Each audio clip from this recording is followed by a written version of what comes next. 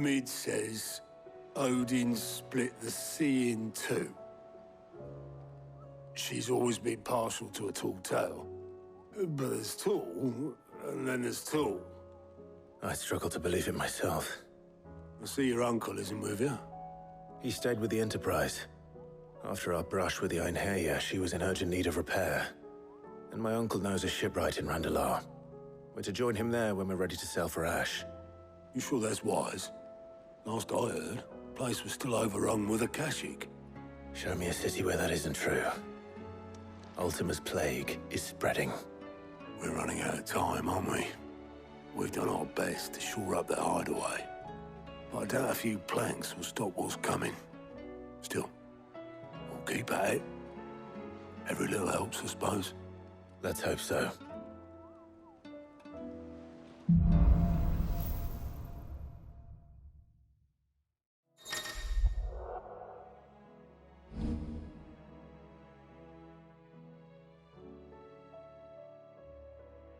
I should visit Joshua, assuming Talia will allow it.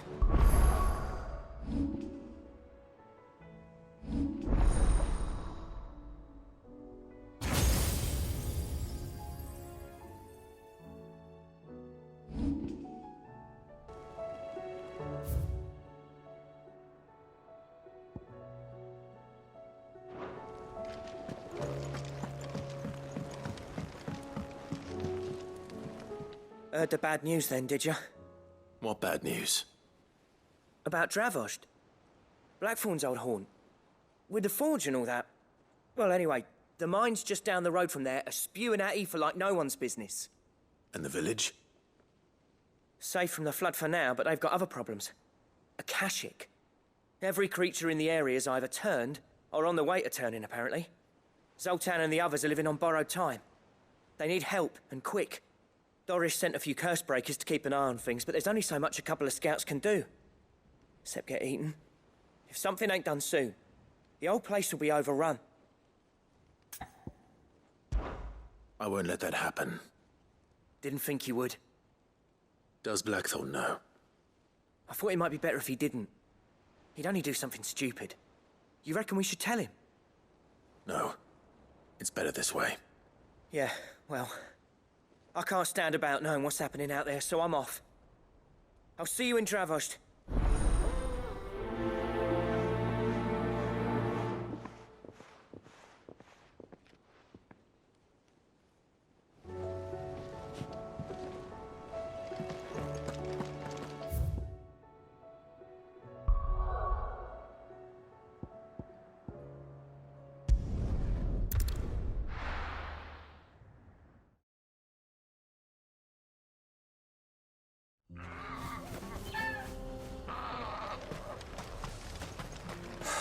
So Dravost is still standing. For now, at least. If you could swing a hammer...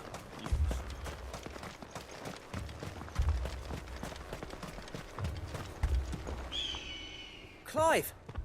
You're here! And the Akashic? Mostly off to the north still.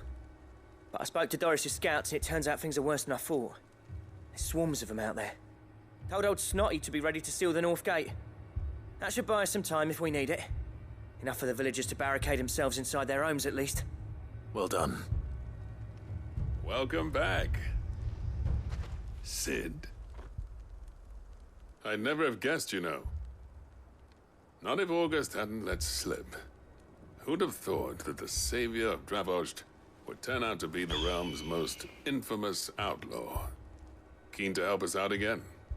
I am. Thought you could sneak off without me, did you? Blackthorn. Oh, what are you doing here? One of the scouts couldn't keep his voice down. Unlike my best mate who didn't think I deserved to know. Zoltan, how long's it been? Long enough for us two to turn into a pair of old codgers, I see.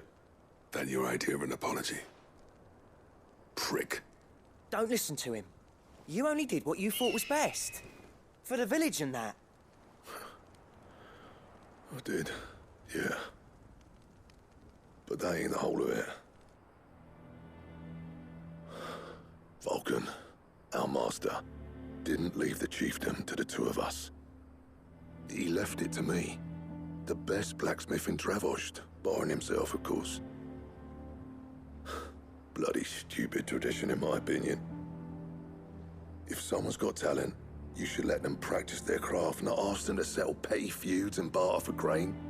Our master wasted half his life that way. I wasn't about to let that happen to me. So you wasted half of mine instead. You're what Dravost needed. Under me and my precious ideals, this place wouldn't have lasted a year. So I left to devote myself to the work and spare you lot the consequences. I may be a selfish prick, but I only did what I felt I had to. What you had to do was your duty! Even if it meant we all starved? Enough. This is no time for bickering. You can finish beating each other up once Dravost is safe. Fine. I've said my piece anyway. Yeah, so have I. Sorry, Clive. I shouldn't have stuck my nose in. We're short enough on time as it is. Still, give us a mo, would you? I need to get my head straight before any of them Akashic try to bite it off.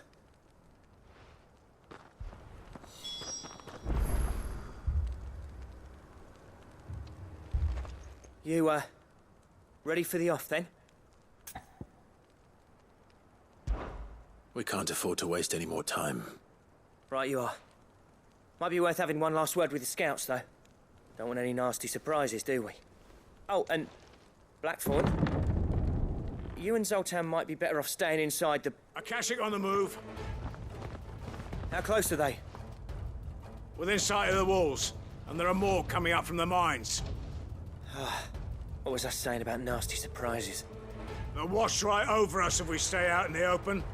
We're pulling back behind the gates. Good idea. Get yourselves inside, but keep your weapons handy. Understood.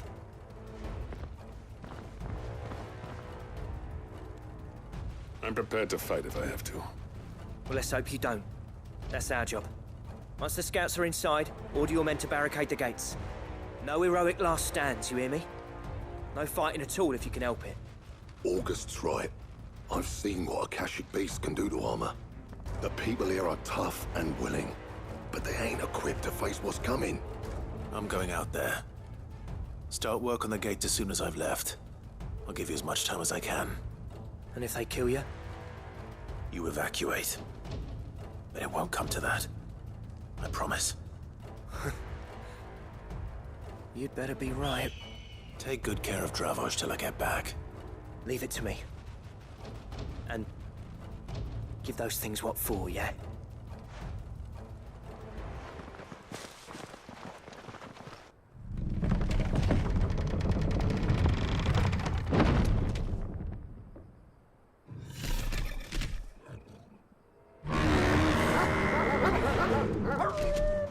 All right. Which one of you's first?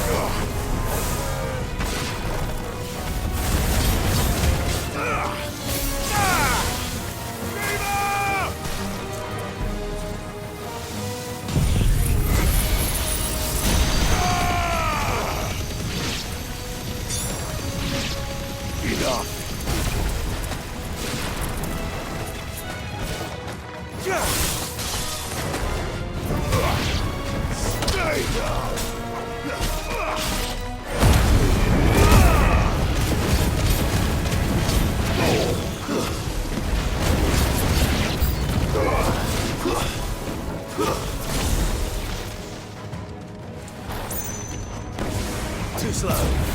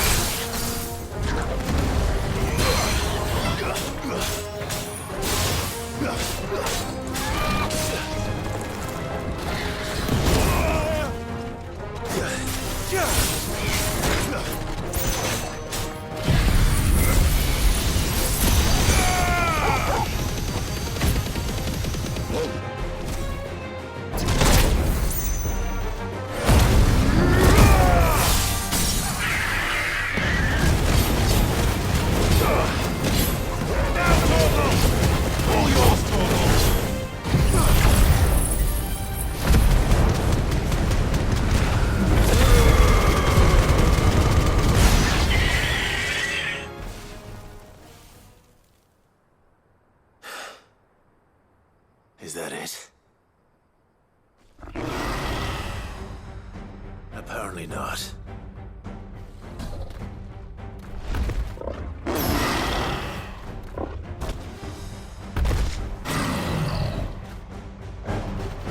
They're not getting past me. Silence! Stop it! Nice try.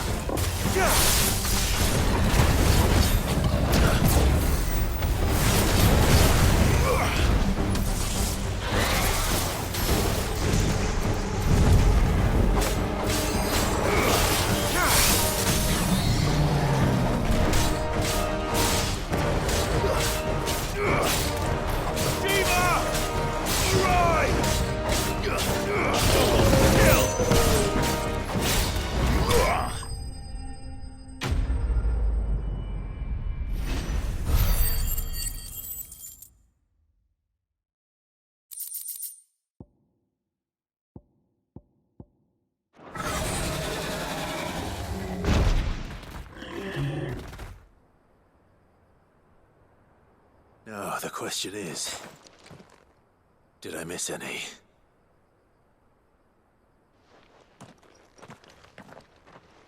Man alive! You're still in one piece! I slew as many as I could. As many as I could, he says. The old bleeding lot, more like it. Well, almost. Only almost. Yeah, one or two did try to sneak over the wall. But we got the bastards, don't you worry. Good. Though you do know, More will come in time. In time, yeah. But we can think about them later. Let's get you back inside.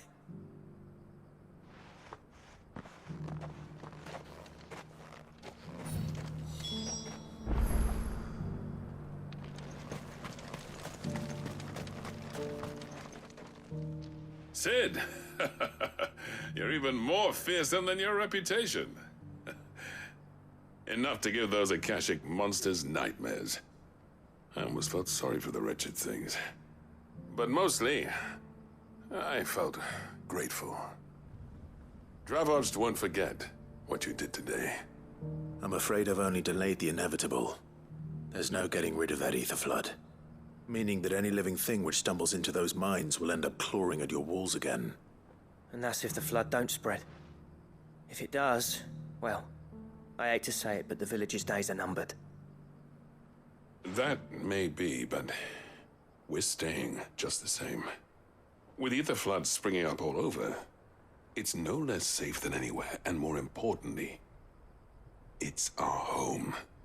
We'll fortify the gates to the north, and I'll see that they're guarded day and night. All right. Then we'll give you a hand shoring up those defenses. As for you, Blackthorn, that's twice you've turned up when Dravoj needed you. So, thanks. I shouldn't have stayed away so long. And I shouldn't have left without talking it over with you first.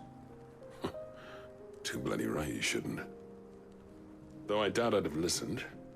I always envied you. How you made everything look so easy when, for me, it was anything but.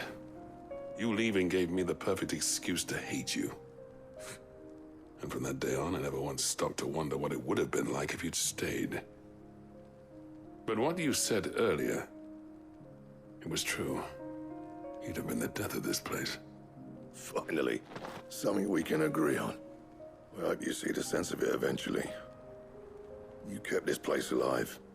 Alive, perhaps. Wealthy even, but Dravoj isn't what it once was. Our work used to be the pride of Dalmekia. Now, we churn out the same rubbish day after day because it's easy and turns a profit. It's not about the craft anymore.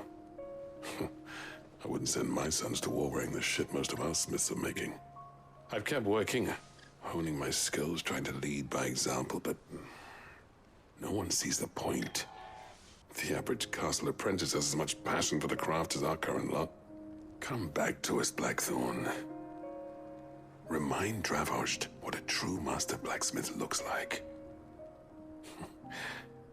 I'll even man those bellows of yours if it means we can work at the same forge again. That's a kind offer. Kinder than I deserve. And I wish I could accept, but I'm needed elsewhere. There's people who trust their lives to my steel, and I daren't let them down. Fair enough. But that doesn't mean I couldn't visit from time to time. Let's see if we can't rekindle this town's passion for the craft, shall we? I'd like that. Just be sure to tell Snotty to let me in the next time I come calling, yeah? Knowing him, he'd let you in anyway. Blackthorn. The Master Smith turned outlaw, back in my good graces. I never thought I'd see the day.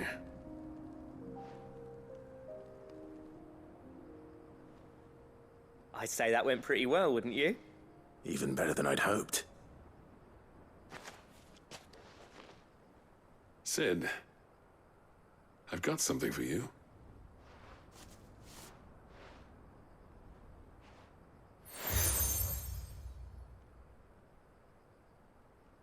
And this is? A token of our lasting gratitude. But I'm of a mind to make you a far grander gift. Designs for a certain sword have been passed down from chief to chief for generations. Now hold on, Zoltan. There's a reason no one's made that blade in centuries. There's not been a craftsman equal to the task. I'll admit your cinders make impressive steel, and I've learned to own an edge Odin will be proud of. But the engravings on that thing are enough to make a jeweler cry. And they're not just for show, either. Have you forgotten what brought you back to Dravozd in the first place? A certain ring? I knew I'd never surpass you with the hammer and tongs. So I turned my hand to a different kind of metalwork. Between the two of us, I'd say we're the equal of any master craftsman ever to have graced a forge.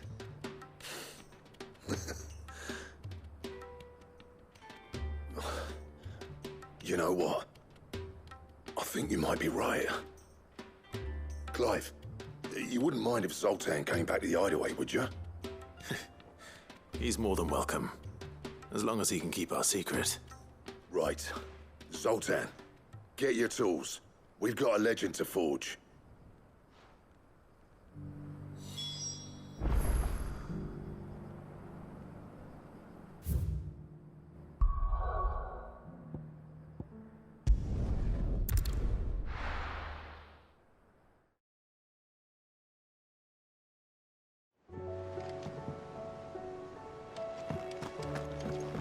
Come back.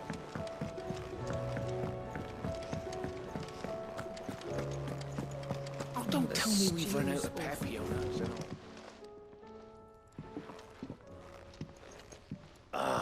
The man himself. We were just about to make a start on that sword I promised you. It's funny, but none of this would have been possible without your help. You remember Camille? We'll be using his leatherwork for the grip. The steel, meanwhile, will be tempered in a fire, burning the cinders you charmed out of old Zoltan here. And that whetstone from the Outer Isles, that'll be what gives the blade its edge. And the final flourish will be my talented colleagues' engraving. A team effort led by the greatest blacksmith alive. Now, save that talk till the thing's finished, yeah? Right. I'm ready if you are. To the bellows it is then.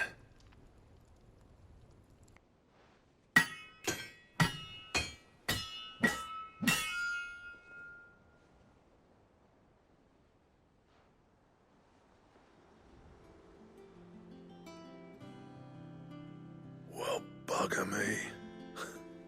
We actually did it.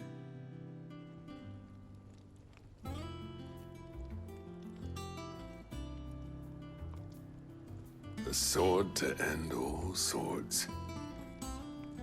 Ragnarok. It's quite something. I, trust you'll take good care of it. Thank you. Both of you. So, does this make you pair the greatest craftsman alive, then? This? Nah. This was just following the footsteps of the greats of old. It'll take more than that to earn us our place in history. But we're up for the challenge. Here. A list of materials. Zoltan and I got talking on the long road back from Dravozd. We reckon with those items there, we could craft something even better than the Ragnarok. Something worthy of a legendary outlaw like yourself. That's a weapon I'd like to see. You leave this list with me. I was hoping you'd say that. One legend at a time, eh, lads? Before you start on the next, who fancies raising a cup to friendship reforged? Good idea. No more drinking to forget my past. It's about time I had something to celebrate. Then tap the kegs! Vulcan's boys are on their way!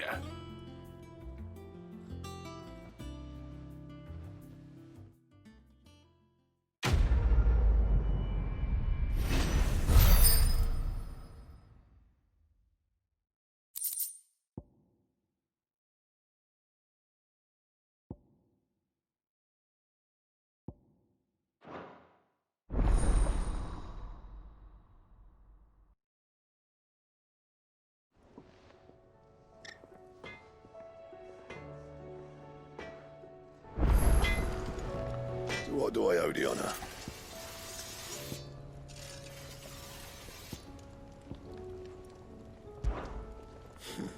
I never thought me and Zoltan would ever speak again, let alone work together.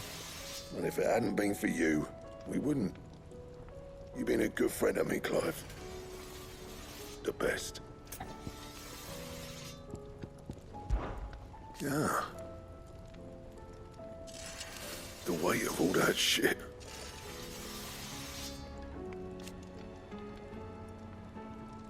Clever girl, that one.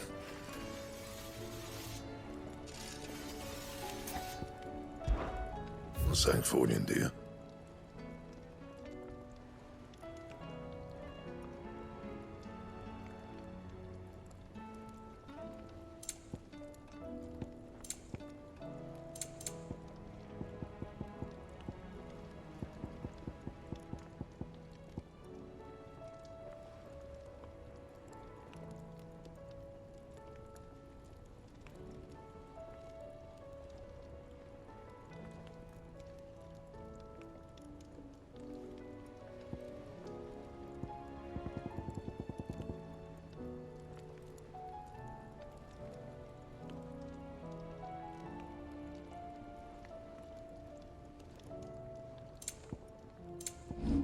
And?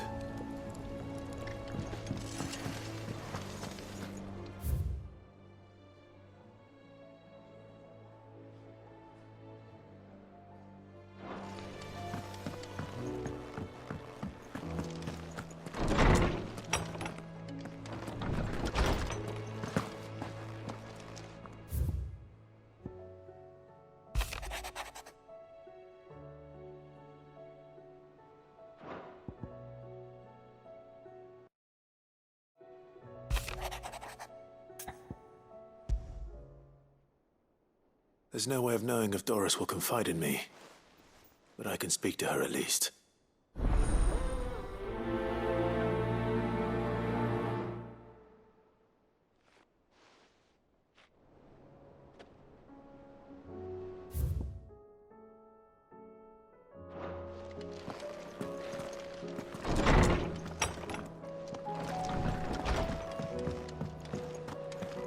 The stew's awfully thin. Come back. Covered in nicks and lumps, the lot.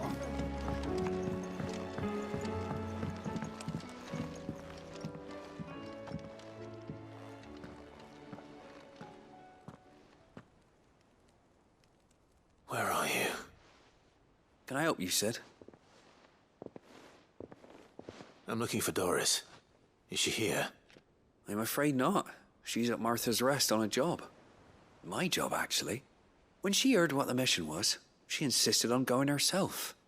Alone. Did she? What was the mission? Following up on some new information. Once they'd settled in, the bearers you helped liberate in the Dragon's Eyrie were keen to talk about their imprisonment.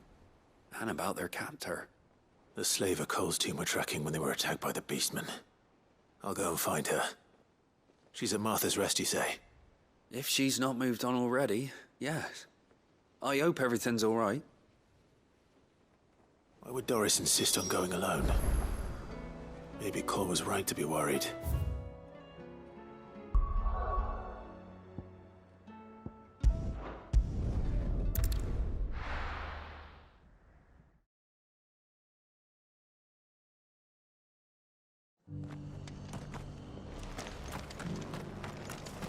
Doris should be somewhere nearby. Assuming she's still here. Just because the heavens have gone to wreck and ruin, it don't mean we have to. Now. What are you after?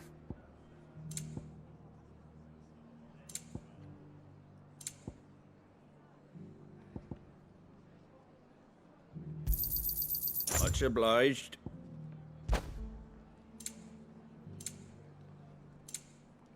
That all, is it?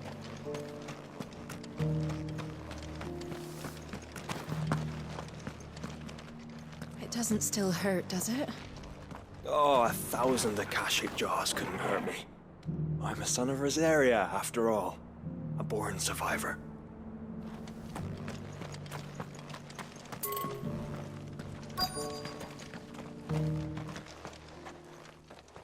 It's been a pleasure, Doris.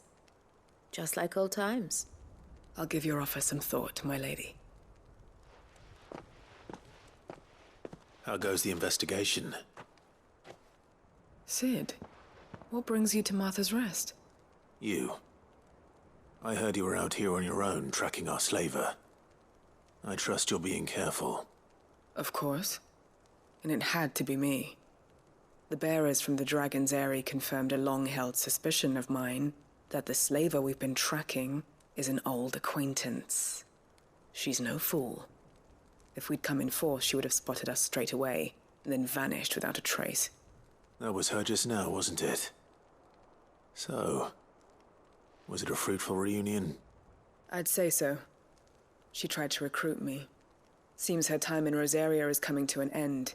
She's abducted bearers from across the region and is looking to smuggle them back into Sambrec. After her brush with those beastmen on the road to Northreach, she hired herself an Imperial escort, which she wants me to join. She's dangerous, Sid, but I think I can stop her. Then I'm going with you. I'll take care of the escort. You can see the bearers to safety. Where are they? The Baum Archers, soon to break camp. You go on ahead. I'll follow once I've sent word back to the hideaway.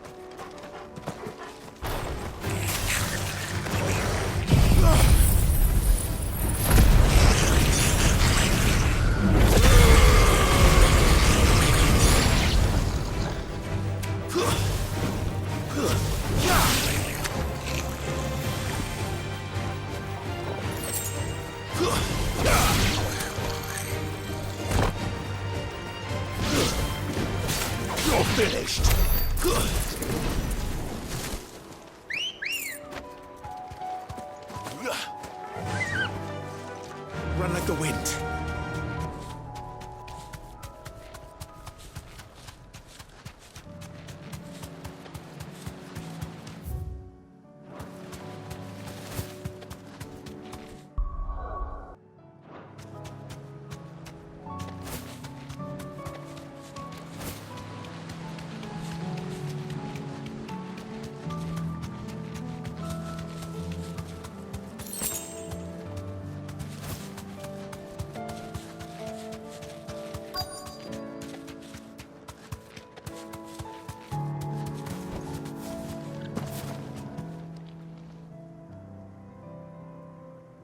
Good.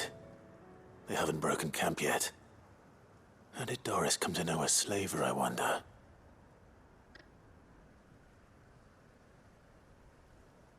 We've waited long enough. She's not coming. Ready the bearers. We're leaving. Back to civilization, is it, Mom? With all haste, lest any of you lackwits start talking like these feckless bumpkins. I presume your men are ready. We've suffered too many delays as it is. Any more, and I'll be docking your pay. Yes, Mom. Oh, but before you go, it appears we have company. Kill him. You're welcome to try.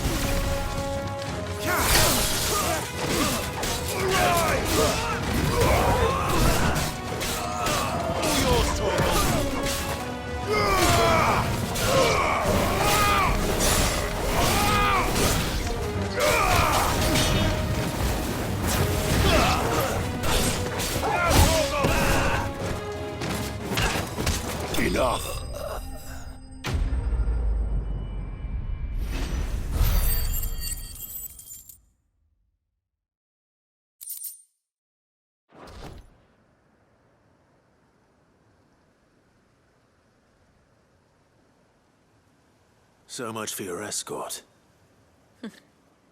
You'll forgive me for not avenging my men. I'm not the swordswoman I used to be. I surrender. Do with me as you wish, Sid the Outlaw. Sid! Ah, Doris. I take it you're not here to rescue me from our brooding renegade? You know, I always wondered where you'd vanished to. But casting your lot with this criminal of all people. Better fighting for a cause than killing for coin. I'm sorry, Sid. I should have told you sooner. This woman, my former master, once trained bearer children to be weapons in service of the highest bidder. She raised me like a daughter, and I did terrible things to earn her favor. It wasn't all terrible, surely. We had our fun, too. You were always so eager to learn, and had such clever hands. All my other children took either to the blade or to the books. Always either or. But you proved yourself a master of both. That's why I kept you for my own. How about it, my little dagger? Care to swear that blade to me again? I never swore my blade to you, nor will I ever. I fight for a higher cause, to liberate the bearers of this world. Farewell, Master. Thank you for making me the weapon I am. You always were a righteous child. Perhaps that's the reason I loved you so.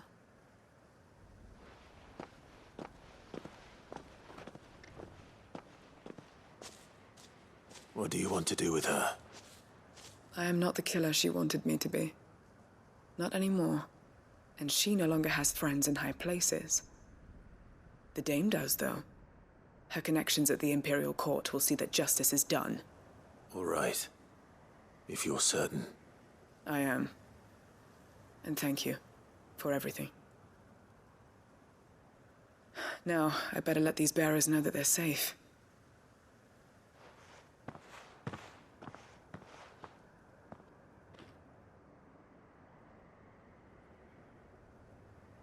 And I should head back to the hideaway and put Cole's mind at ease.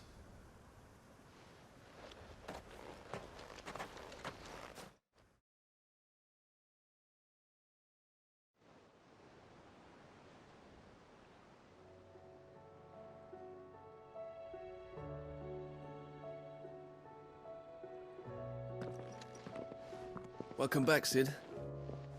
Doris's message just arrived. I hear you saved more bearers from being smuggled across the border. With any luck, they'll be joining us in the hideaway shortly. Oh, and your letter.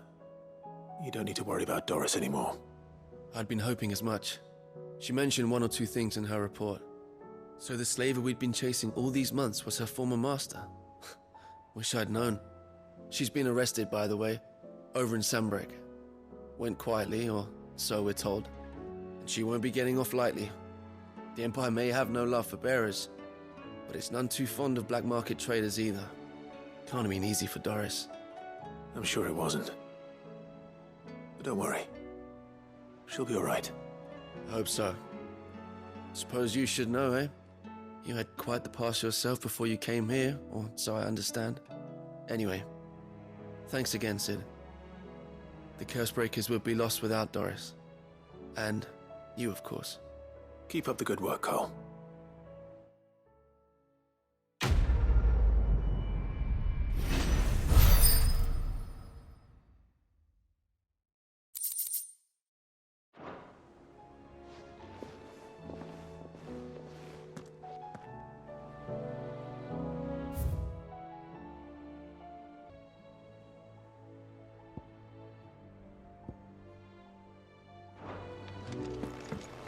Come back.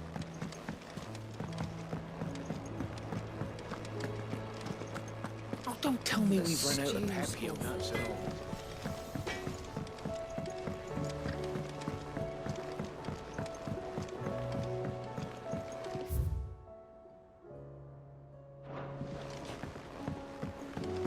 tried Molly's lemon tarts?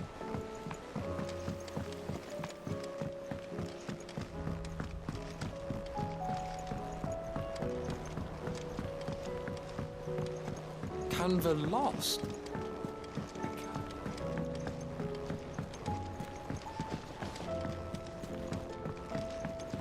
Miss, can we read Miss Editor's story for our lesson today? What a wonderful idea, Jocelyn. Let's do just that.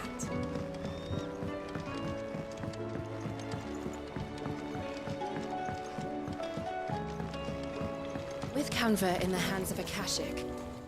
Ah, Sid. Just the man I was hoping to see. Did you have a mo? Don't tell me. You need more bomb ash. Oh no, we still got plenty of that left. I'm working on bringing another one of the Chief's designs to life. This time, it's a new smelter. It's got a reverberatory hood over the top for additional thermo amplification and a system of reciprocal recirculatory regenerators that let's just say it gets very blimmin' hot.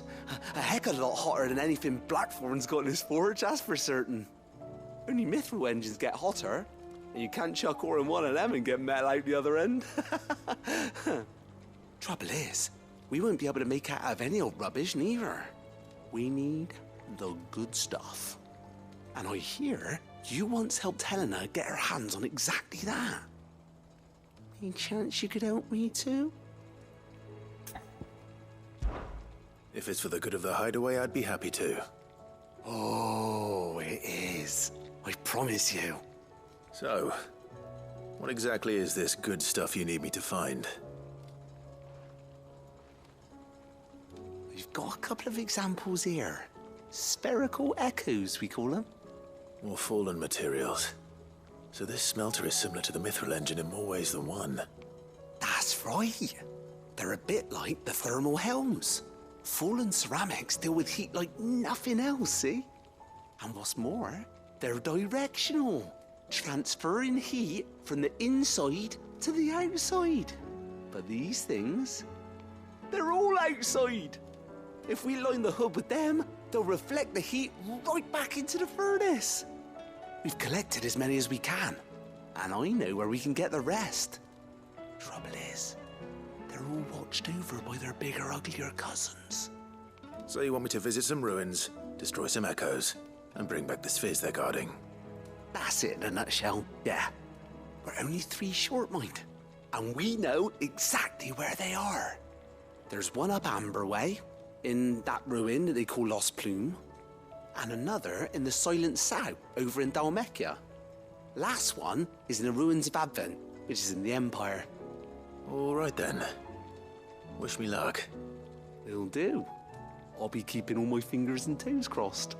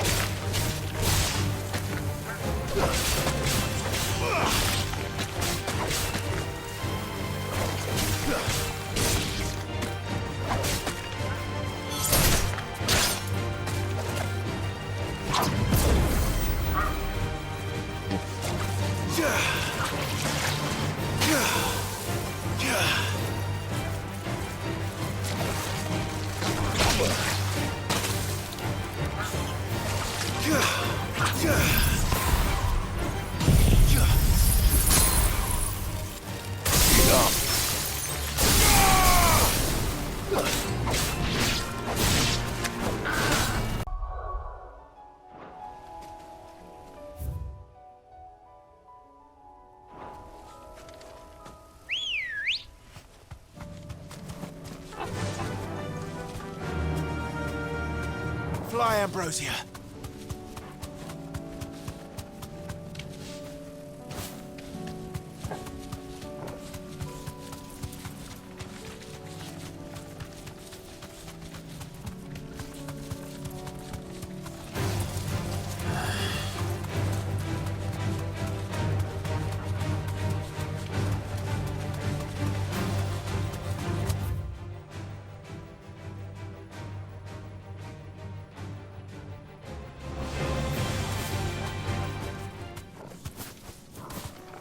Thanks, girl.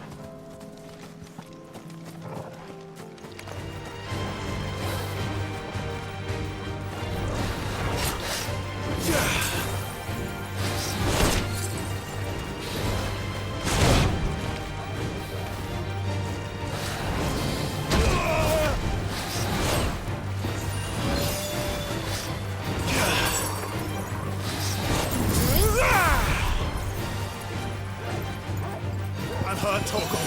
Unhurt Torgal. To me, boy. Unhurt Torgal.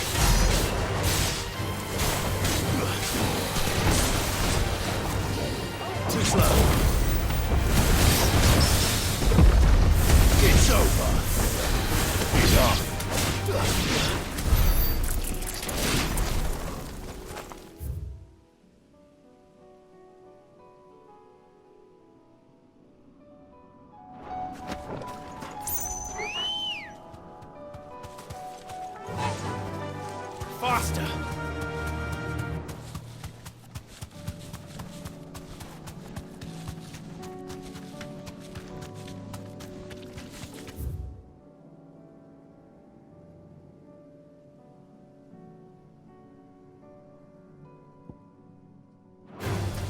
All right.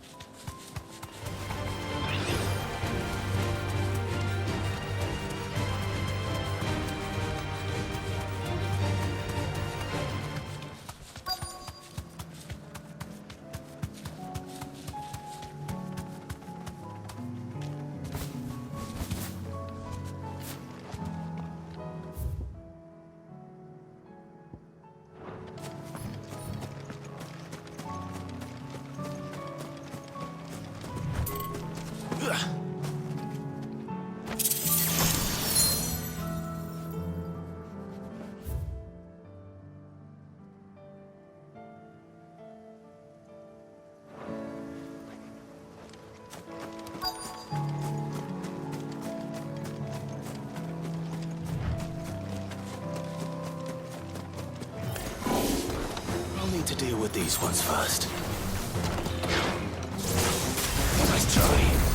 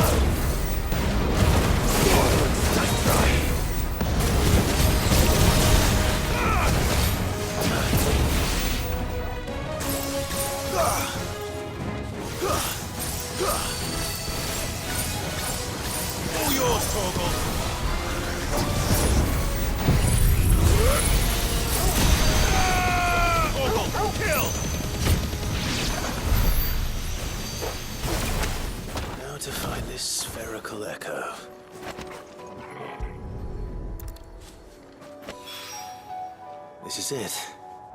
Right then. Just two more to find.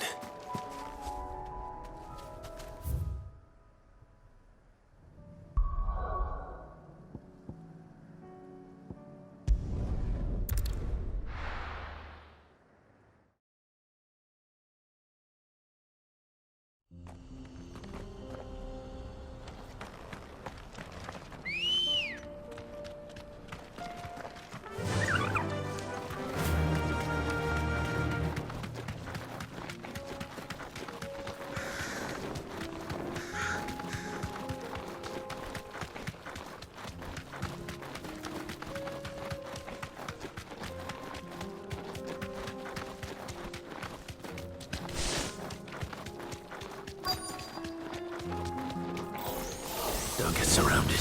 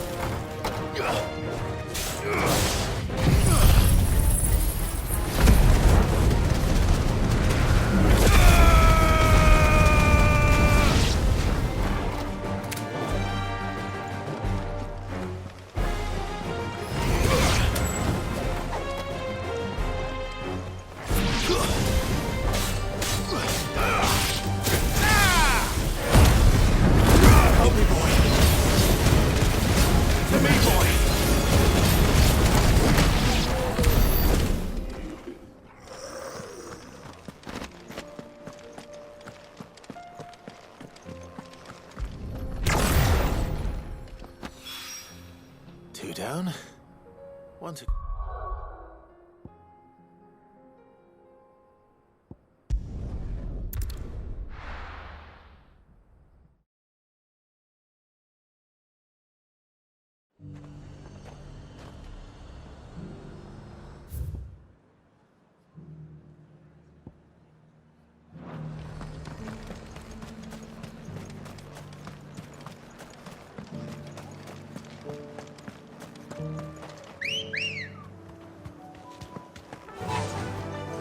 Run like the wind.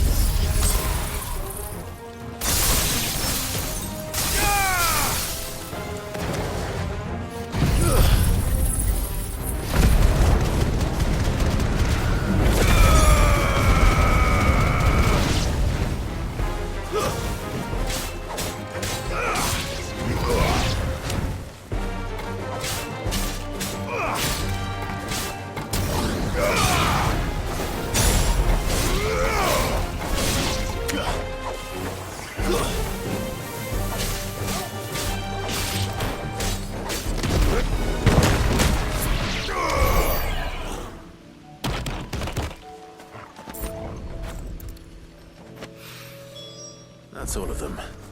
Owain can uncross his toes now.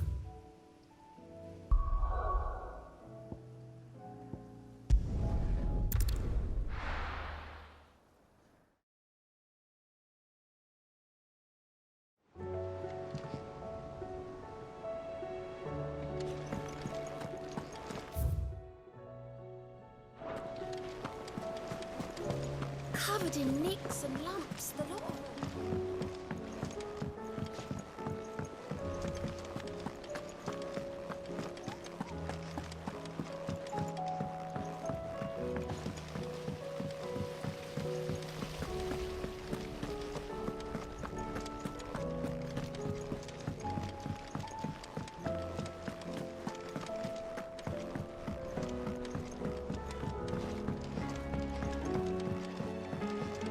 How was she?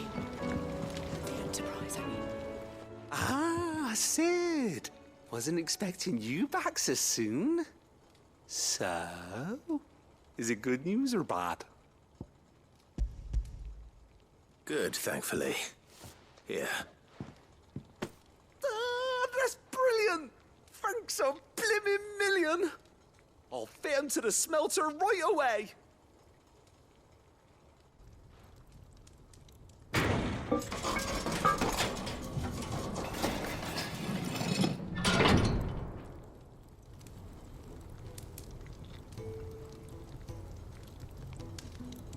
May I present to you the Telemon Furnace? Ain't bad, is she? She's a beauty. You saved my bacon again, Sid, and I ain't about to let your good deed go unrewarded. It's fine, really. My bag's flexible enough already. Oh, don't say that. I'm sure I can make a few improvements to it yet. You could just buy me a bigger... How about that clasp? Looks a bit stiff. Reckon you could loosen it up and make some more room? And I reckon I know how. With a new alloy we've been working on. The Telemon Furnace was just what we needed to perfect it. It's a metal, see? So it's lovely and strong, but it's also, well, stretchy, if you can believe it. Stretchy metal. Well, if you insist. That is the spirit. You'll love it, I promise.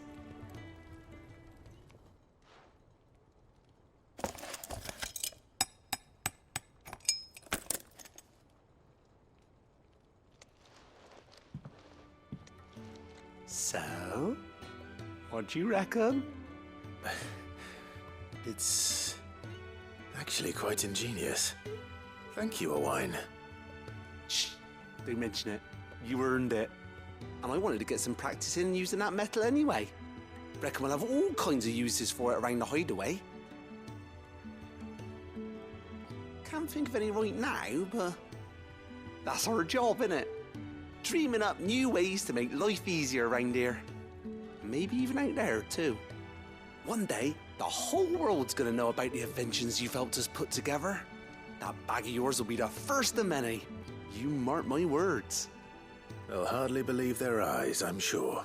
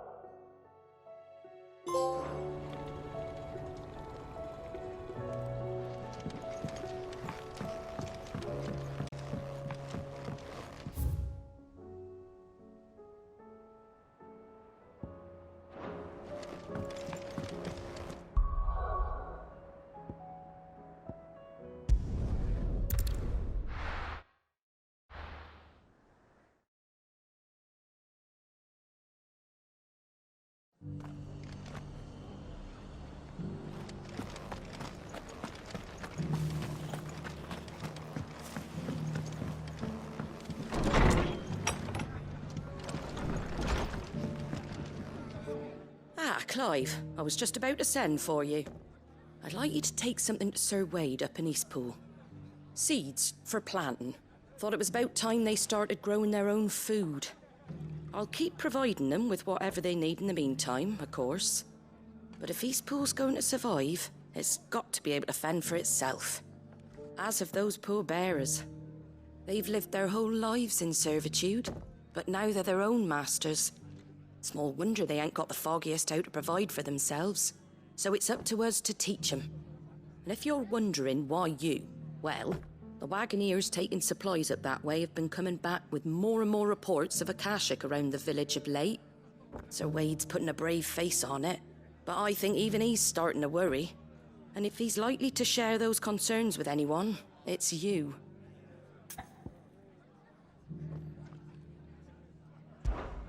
All right. Thanks. Wouldn't ask if I didn't have to. There. That should be enough to keep them in Gazal Greens for a few years at least. Gazal Greens? Not the most mouth-watering crop, I'll admit. But they're hardy, they grow fast, and they fill a hole. Better that than something that'll wither away at first frost.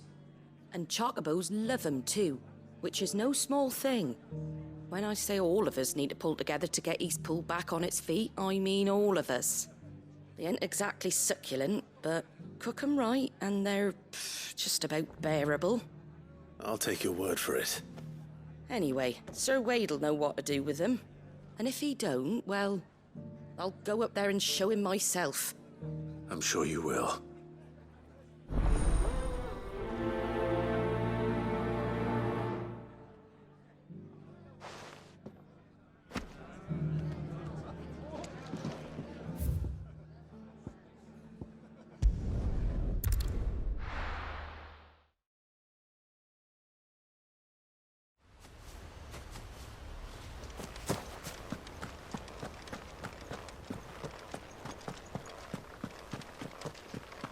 The Guardian saying we're supposed to...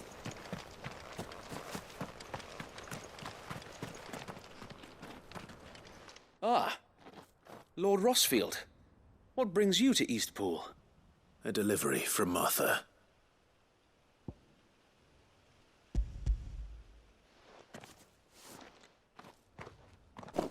These are Gazal green seeds.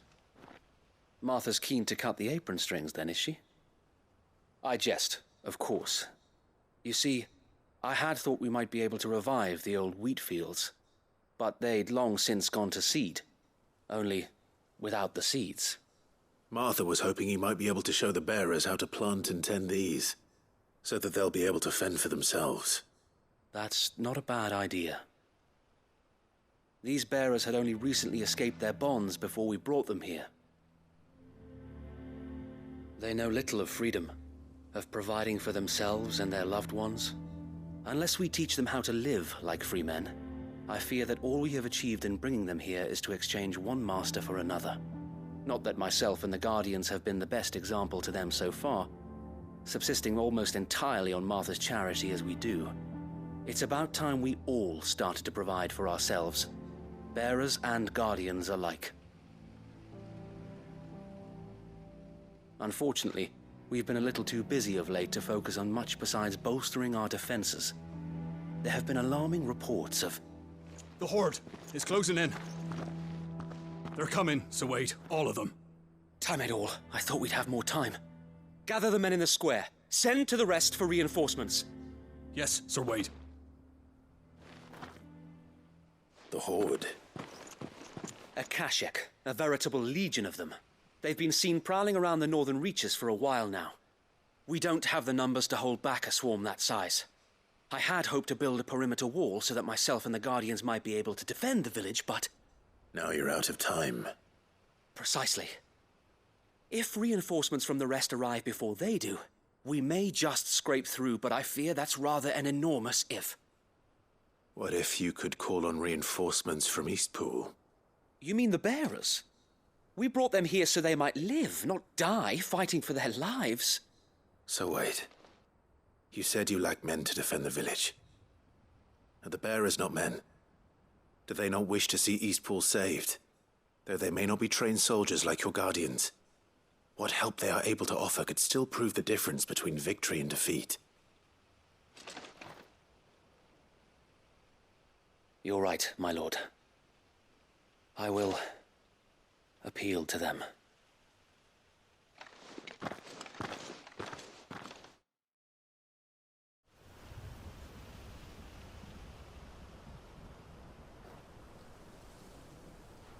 My friends, I humbly beg your aid. We Guardians are few and our enemies many. But I swear we can defeat them with you at our side. You would send us to the slaughter, to serve as bait for those fiends so that you and your men might be spared. And to think we trusted you. Say what you will, a home is not worth dying for. But it is worth fighting for. Sir Wade fights to give you lot a chance. Just like I do. Just like Sid does. We all wanted to give you a home where you could be free. And you got one, didn't you? This place, Eastpool. This is your village. Your home. And if you don't fight to protect what's yours, you'll lose it. You know I'm right. This world wants to take everything from you. Everything. Your homes, your freedom, your very lives. So then, are you going to stand by and let that happen to you? Are you going to accept fate like good little Bran did and die, having never stood up for yourselves? Or will you fight like free men and women?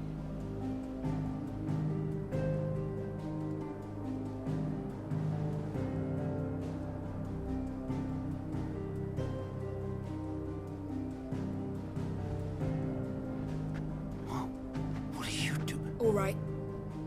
Give me a sword. I never dreamt I'd have a home of my own. And now that I have, I don't want to lose it. I will protect what's mine, or die trying. We all will. Free men and women, fighting together.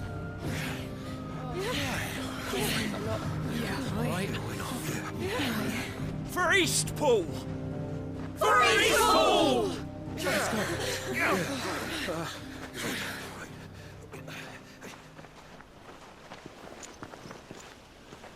Thank you, Martha. Don't mention it. Just promise me one thing. That you'll show them how freeborn fight. Gladly.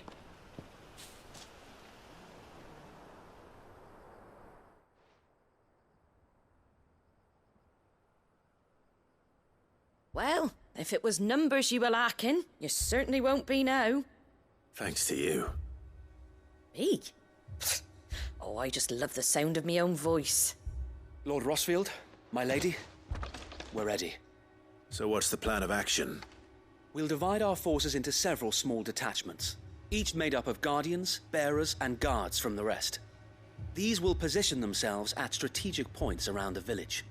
Upon engaging with the Akashic, each detachment will keep the creatures occupied as best they can, steadily retreating all the while. You're going to lure them into the village? I am. We will have neither the time nor the resources to treat the wounded, so injuries must be avoided at all costs. Instead, we will focus purely on defense at first. By coordinating our withdrawal through the use of messengers drawn from among the bearers, we will aim to have the swarm converge at a point of our choosing. With luck, that point will be the village square, the perfect place for our most able warriors to surround them and fall upon them, and for you and I to finish them off. A sound plan, but one that'll require a leader with a cool head and strong nerves to coordinate the retreat. I'd say you have both in abundance, Sir Wade. But you'll be needed. Please, leave the last of the fighting to me. Ha! And let you have all the glory? Sir Wade! They're here! Then you know what you must do.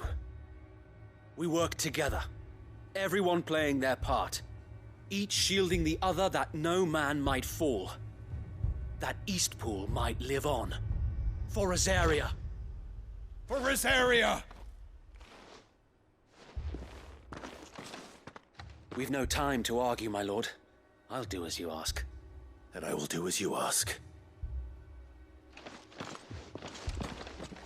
Suppose we'd better do our bit too then, eh? Right you are, Martha.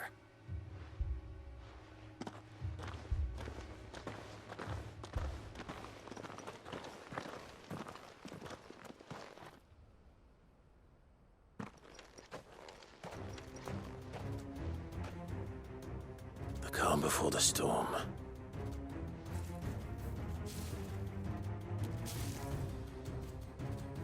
And here it comes.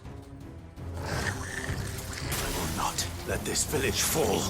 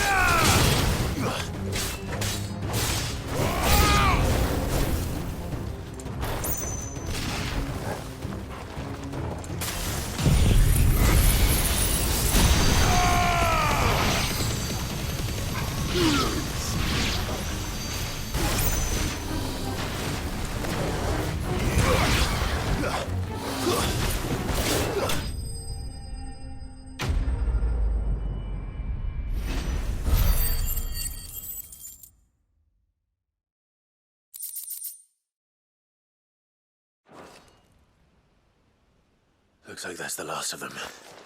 Lord Rossfield! Change of plan! What is it? Owl from the Rest. An Akashic curl's been sighted on Rhiannon's ride and is headed in their direction. Well, the better half of her guard is here. So Wade, how many Akashic remain in Eastpool? Hard to say. My men are still facing some resistance, but I think the worst is behind us. I could order a detachment or two to fall back and... No. Let them finish the job. You stay here too, Sir Wade. Your men need you. I'll go after the curl. Join me only when Eastpool is won. If you're sure, my lord. May the Founder protect you.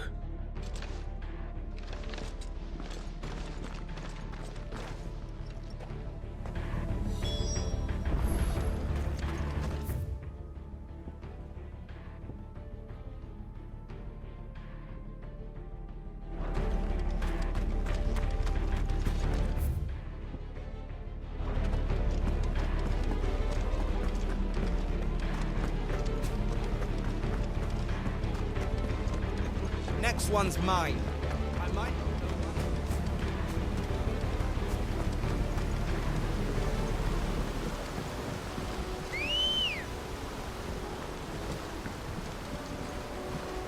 Let's go. Faster!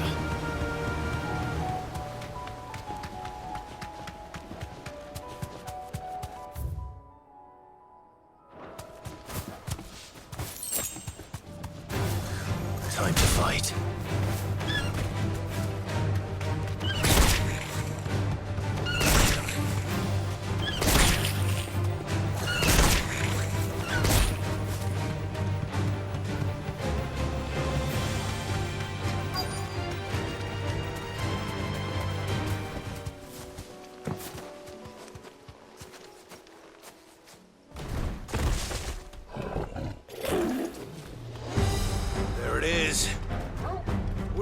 Torgal.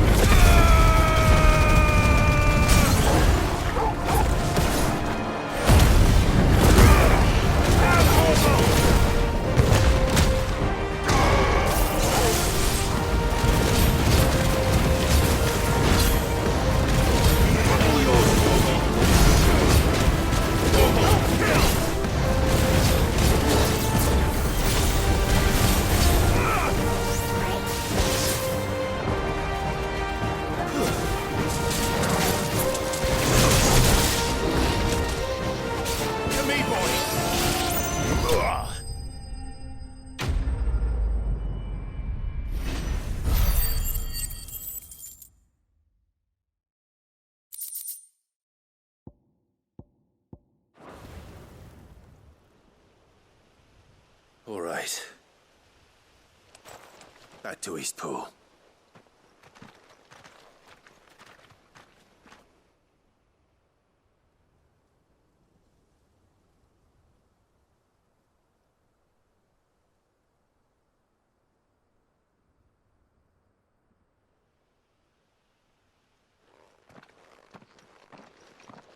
Lord Rossfield, the Curl, is it?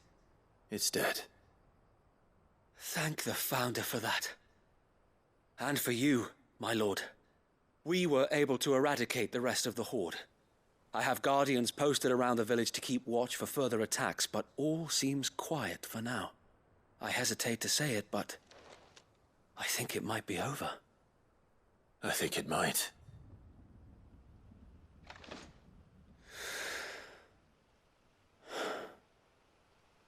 We did it.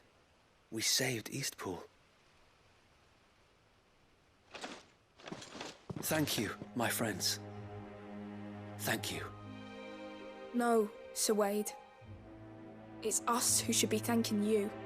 You brought us together. Showed us what it means to fight for what you hold dear. We never had nothing to call our own before. We didn't know what it meant to protect it, but now we do. We really do. Forgive us, Sir Wade. You and your people saved us, and still we doubted you. But there's no doubt in my mind anymore. We're free men now, so we have to start acting like it. We have to fight to protect what's ours, to protect Eastpool. And we shall. We all shall. Together. This is our home. And if anyone or anything tries to take it away, they'll have us to answer to. Come on then. Let's get to work. This village isn't going to rebuild itself.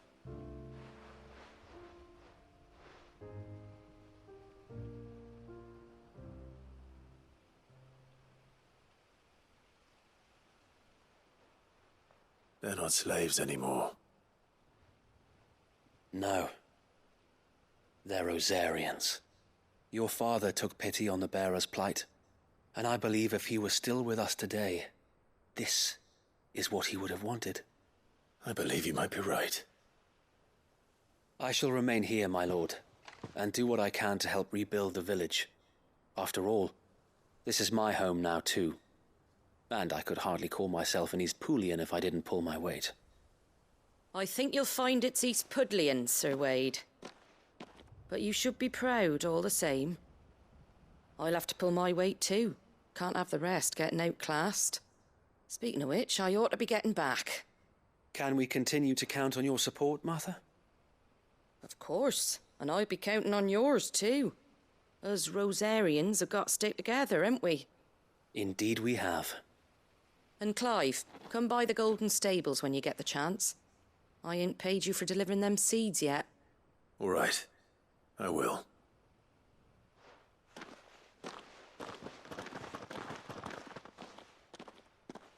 Lord Rossfield, do you remember our very first mission together? Clearing the goblins from the Stillwind marshes? How could I forget?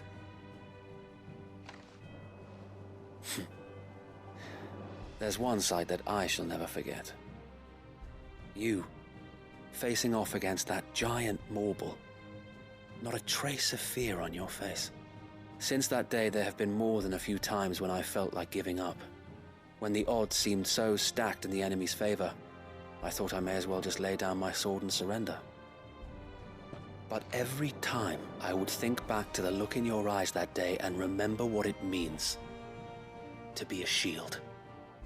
Know that whatever trials Eastpool may face, I shall never lose courage. Thanks to you. So Wade, you have always been a true shield. I know that Eastpool, and indeed all of Rosaria, will be safe in your hands. Thank you, my lord. I know the rest of the world will be safe in yours. I'll do my best.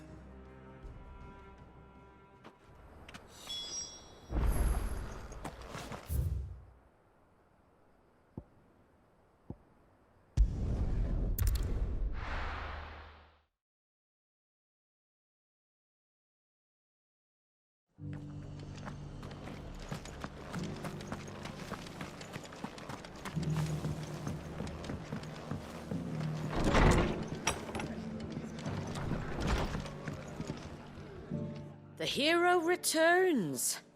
It's lucky you came by when you did, eh? Not only did my seeds get delivered, but you went and saved Eastpool and all. I just did what I could. And it's only right that you get rewarded for it. Take it before I change my mind. Thank you, Martha. So, Eastpool's finally back on its feet again. And a home to free bearers. Who'd have thought we'd see the day, eh? Well, it was your idea. I know that, but I never stopped to think what it would mean. Bearers in charge of themselves, thinking for themselves, working for themselves. Like your hideaway, but not even hidden away. Though I suppose the rest ain't much different nowadays. You know, bearers living free like that reminds me of when I first met Sid. Loath as I am to recall that particular day. I take it you didn't always see eye to eye. What happened? Well, if you really want to know, I started doing what I do long before I met Sid. In fact, that's how I met him. Or at least how he came to meet me. He showed up at the stables one day, asking questions about who'd been buying up bearers. Founder knows what he thought I was doing with them. Running a hunt, poking around in their innards. Something awful anyway. Me, I thought he was a new constable. Thought the game was up. But somehow we both managed to work out what each other was about. And before I knew it, the cheeky arse was rattling on at me about how I was doing it all wrong. After all my hard work. Told me I was giving them relief, but not freedom. That my bearers were still dying as slaves. Got right under my skin, it did. Told him if he didn't like it, he could bugger off and report me to the garrison. And do you know what he did? He smiled. And then he laughed. And then I did the same. We made a pact that day. That whenever one of us was in need, the other would always be there for him. And you were? Well, we both wanted the same thing. To make life better for bearers. Just like your dad. Do you know I was born right around the time Elwyn became Archduke? Growing up, I saw how he tried to change things. He certainly didn't lack for ambition, that one. Indeed. But the loftier one's ambitions, the harder they are to achieve. Which is why those of us who follow in their footsteps need to finish what people like Sid and my father started. Suppose you're right, aye. And if we don't manage it, there's always them who come after us. Good thing we've got a few half-decent sorts waiting in the wings, eh? It's almost enough to give you a little bit of hope. Just a little. Anyway, enough nattering. Better get back to work. Let's see about making everyone some dinner, shall we? The least the folks who saved Eastpool deserve is a hot meal. And you and me ain't gonna save the world on an empty stomach neither. That sounds like a wonderful idea.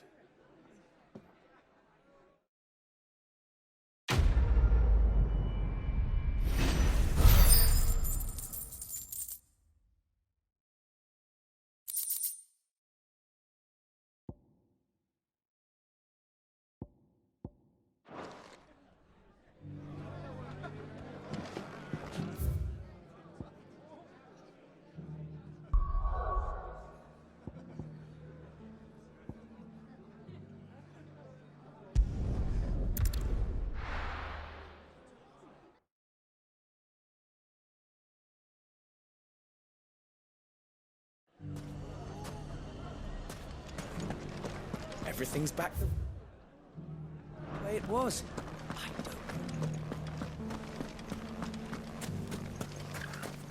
Are you sure about the desert's a dangerous place?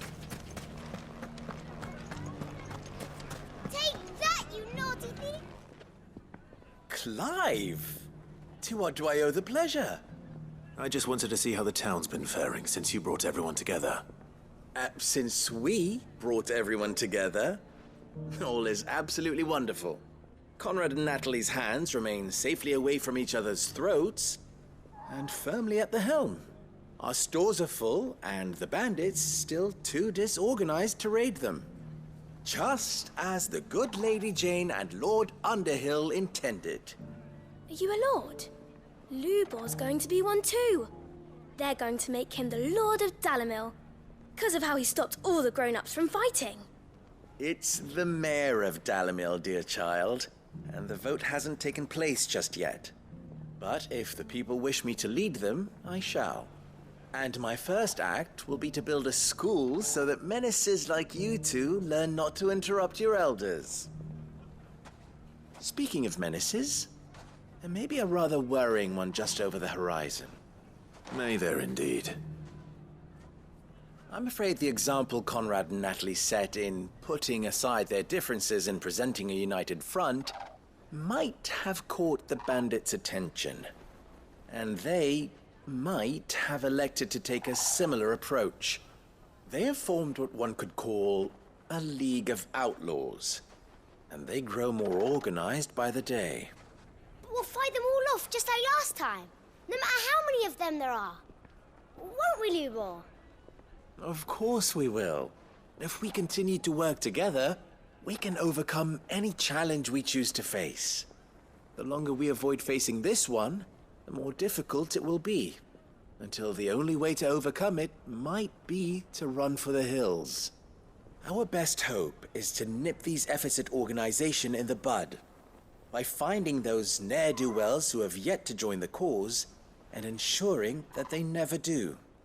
Perhaps a certain Lord Underhill might be willing to lend us his aid once more? How could I refuse? Thank you, my lord. Victor will fill you in on the particulars. I have him stationed by the desert gate, receiving and collating reports from my scouts. Such an amenable soul. He reminds me of you. I'll go and speak with him.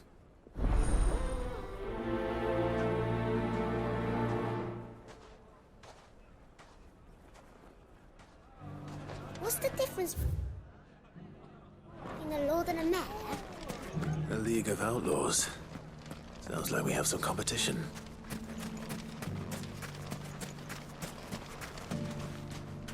Still in Dalamil, Victor? Ah, Sid. I thought you'd have returned to Cosnis by now. I did. Then I came back. I've developed something of a fondness for the place. And having worked so hard to see it saved from one fate, it would seem remiss to abandon it to another. A sentiment Master Lubor certainly isn't shy about exploiting. Hence my doing his bidding yet again. You're not the only one. What does he want you to do? He asked for my aid in putting down the bandits. And he said that you might be able to help me find them. Then you've come at just the right time. I was on my way to speak with Conrad about how to organize our forces. There are more camps in the vicinity than we can safely strike at once. But we must strike together, and we must strike soon at as many camps as we can. We can't give this league of theirs time to rally its forces. All right. Which camp shall I take? There's one upriver. Just out there, across the dunes. Leave it with me.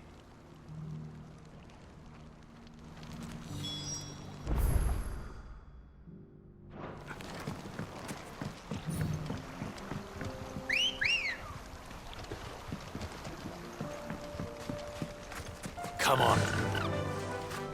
Fly, Ambrosia. Where's Ned? Who else?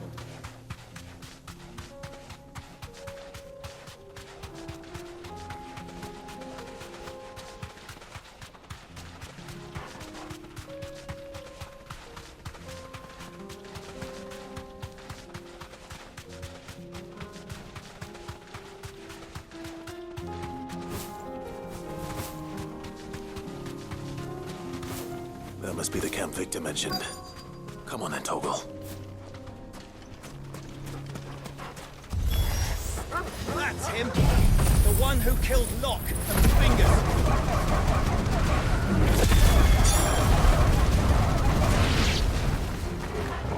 Take his head off!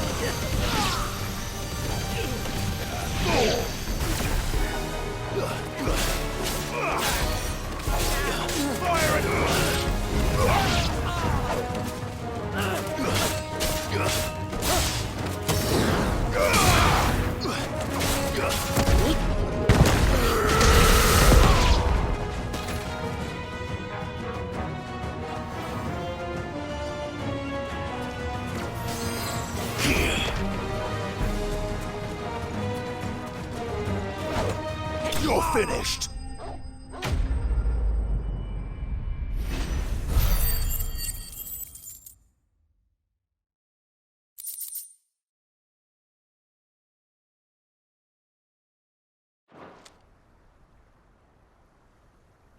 I'd better let Victor know. Sid, where are you? Ah, I see the bandits didn't pose you any trouble. No, but... that's not why you're here, is it? No. Something's happened. We need you back in Dalimil. What is it? The whole town's in uproar. They're saying that Lubor is a bearer. What? Seems that one of our parties wasn't as thorough as they should have been. They let one of the bandits escape, and his escape route took him right through Dalimil. Some of the children spotted him, and he was about to silence them. And when Lubor felled him with a bolt of magic, and without a crystal. But that's not possible. It is, if he's a bearer and has been hiding it all these years, which is what people are saying. If he has, well, I wouldn't blame him. No man is branded by choice. Still, all those people see is a man who's lied to them all his life. One who was made a leader of himself when the world believed he should have been a slave. Fuck. I don't know where we go from here, but I know one thing. Lubor needs all the friends he can get right now. You're right.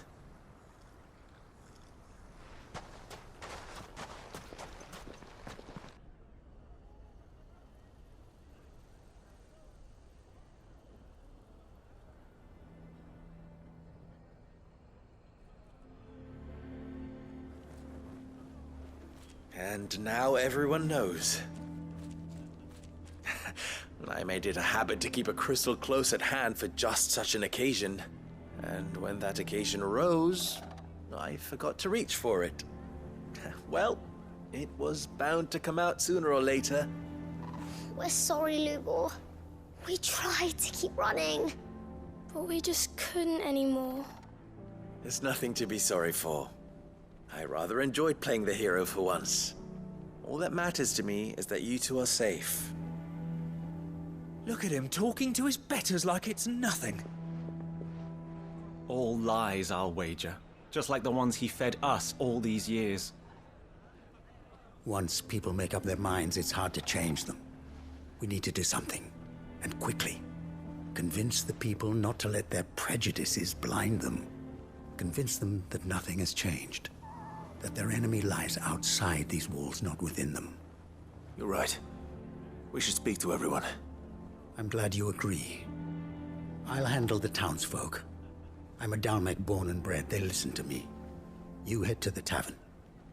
Make Conrad and Natalie remember who Lubor really is. They know that Lubor and I are friends. I might not make for the most impartial of interlocutors. Lord Underhill of Randalar's League of Merchants, however, is a trusted and impartial mediator of note. I'll do what I can.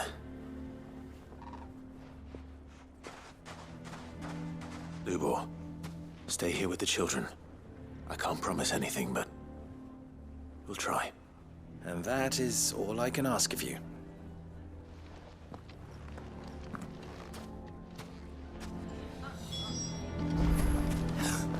Why are you taking the bearers? Why do they always have to make such a... I knew all along that he was playing. Forgive me for disturbing you, but could I have a moment of your time? I've seen your face before. As have I. Lord Underhill, wasn't it? Of the League of Merchants. That's right. I wanted to speak to you about Lubor. The rumors that he's a bearer. All true, I'm afraid. He'll never be mayor now. Not if I have anything to do with it. But what of his wares?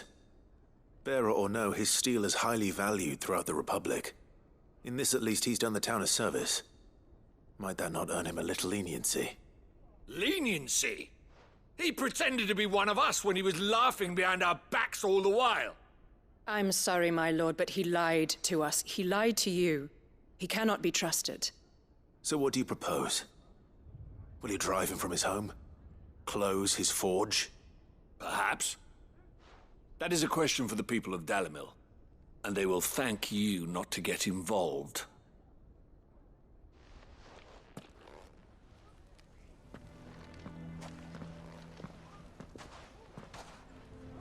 The townsfolk have made their minds up.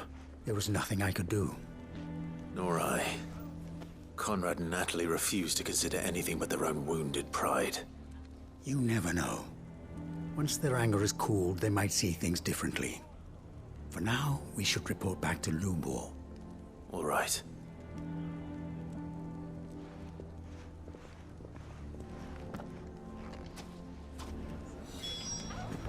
Why the hell would Victor take the bearer's side? I assume the situation is hopeless? There's still hope.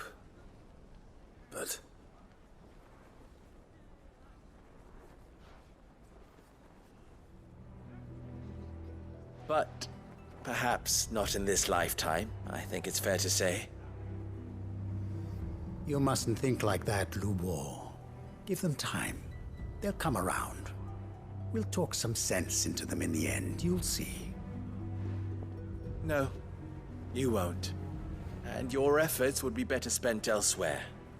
But Lubor... Rosina would often tell me that steel does not lie, that a blade is a reflection of the smith who forged it. To yourself be true, that was her point. Rather an ironic one when you consider that her life was taken with a blade of her own making. But I do not doubt that she was always true to herself and what she believed in, right to the end. And so must I be. I must do what I know to be right, no matter what others might think of me. And now, I know what that is. I must embrace my new role of villain so that the people of Dalimil have something to unite against. For only united can they hope to stand against the threat that awaits them. I'll need to make a suitably dramatic exit, of course. Don't go, Lubor. You're the only one who was ever kind to us. We'll be all alone. Again. Trust me, little ones. It is for the best that I go. Not only for the town, but for you, too. How could it possibly be for the best? These children need you. The least you can do is give the townspeople a chance to change their minds. They would not take it, Victor. It's over. Over, you say? And so just like that, you're going to throw this town and these children to the wolves? I thought you were better than this. But it seems you had me fooled as well. Victor. Forget it. Do what you will. You sure you're making the right choice, Lubor? Of those available to me, I believe it's the best one. Yes. But where are my manners? Here. A reward for clearing out that bandit camp. Right then. I have packing to do. If there's anything I can do. Anything. I'll bear it in mind. Thank you.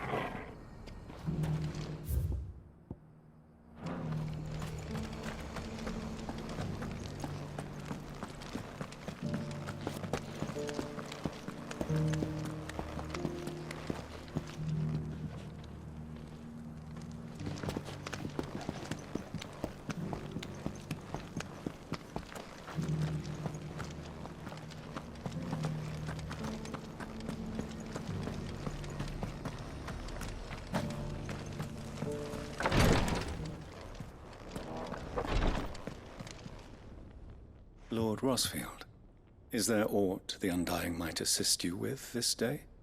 Perhaps. My brother said that your order was helping him with his quest to uncover Ultima's origins.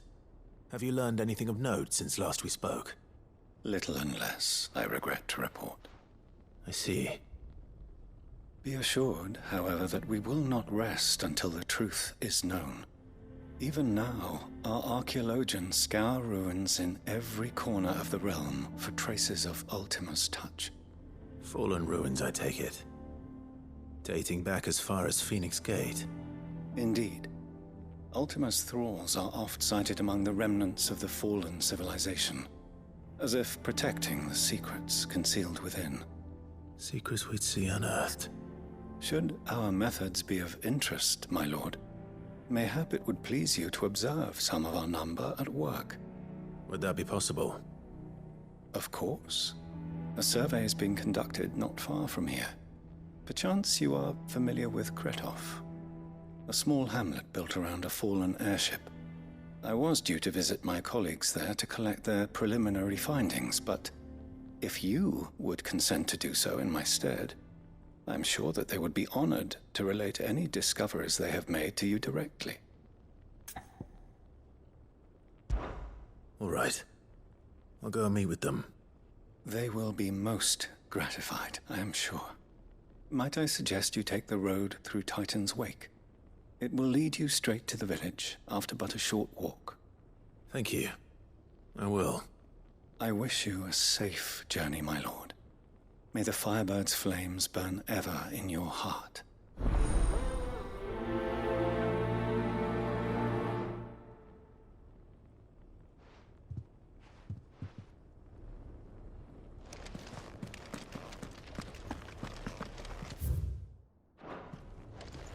A village built around an airship. Sounds like another lost wing.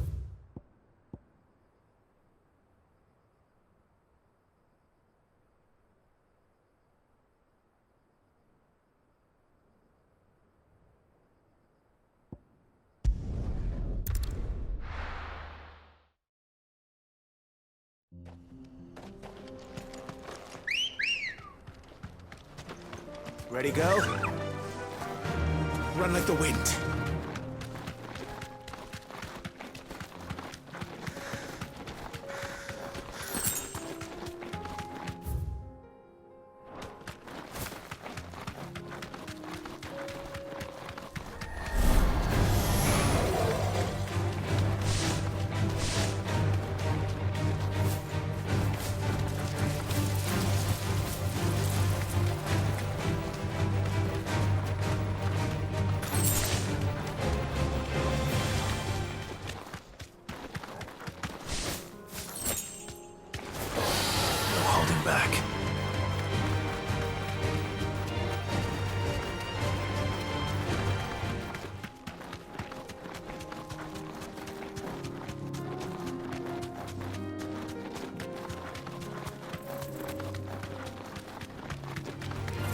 Enough of you, are there?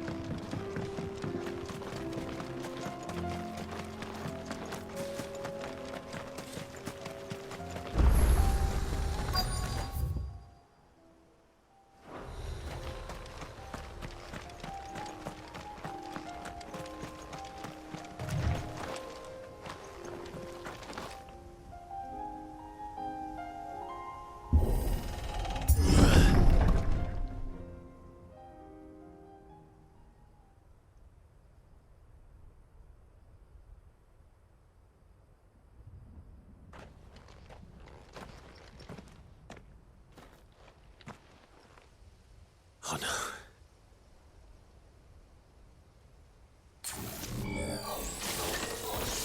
You'll pay for this. There may still be survivors.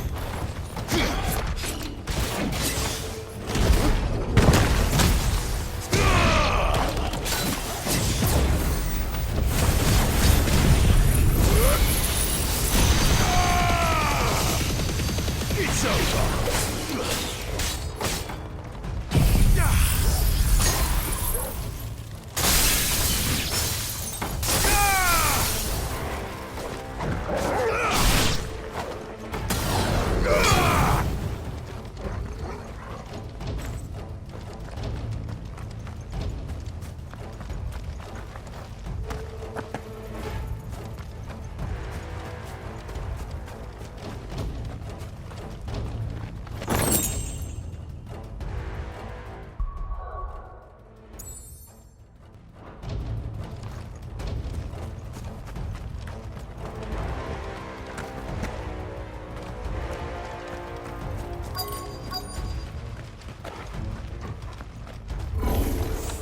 Whatever that thing is, I'd say it's their leader. Let's try. Too slow.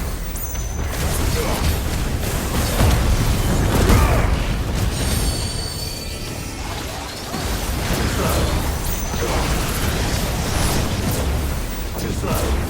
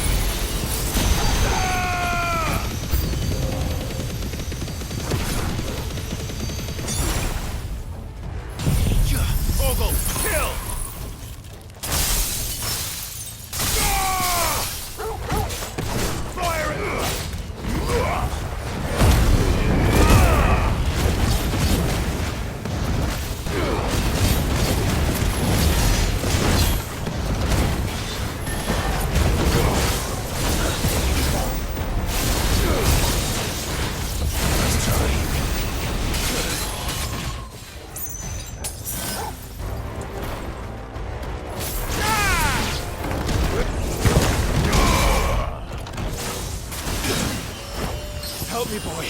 To me, boy.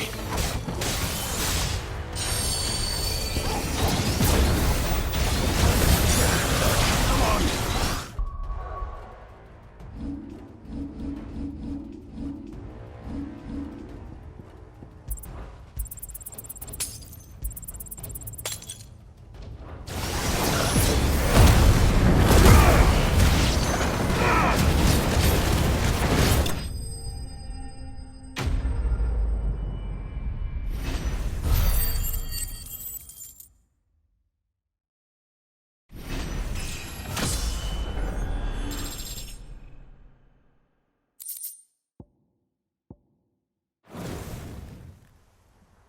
Should have stayed in the past. These must be Cyril's colleagues. You have our thanks, stranger. Who are you? Ah, forgive me, my lord. I did not recognize you. You are Lord Rosfield, are you not? We are archaeologians, tasked with surveying this site. When the echoes appeared, our brothers here occupied their attentions. Thanks to them, and to you, we were, for a mercy, able to see our duty to its conclusion. You call that a mercy? Your brothers might still be alive if you put their safety before your duty. Surely this survey wasn't worth dying for. We are charged with uncovering Ultima's origins. A duty of the highest import, as I'm sure you will agree. And you think your dead brothers would agree with you too? I know they would.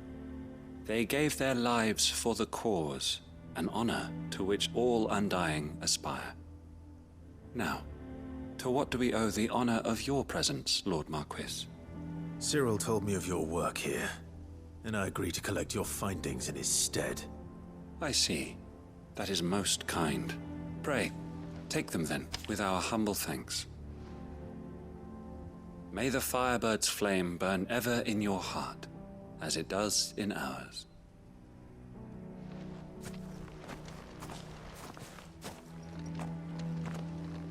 It's one thing to lay down your life for another, but for a survey...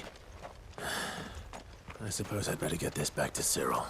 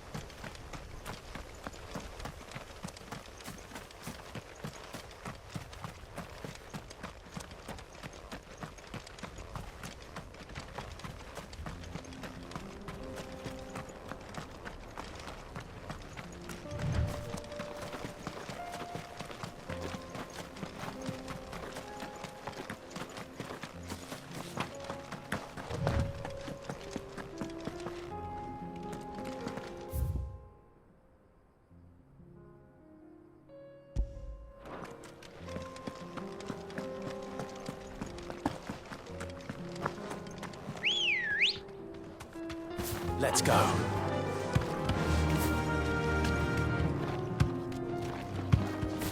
Yeah!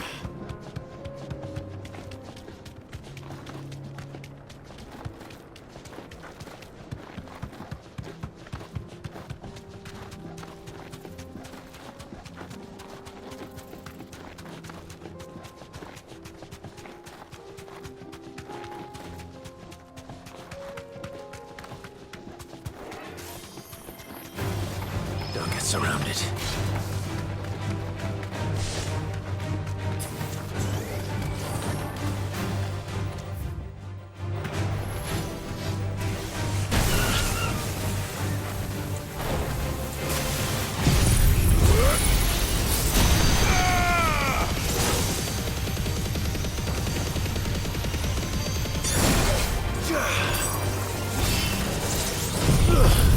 All yours, Torgal!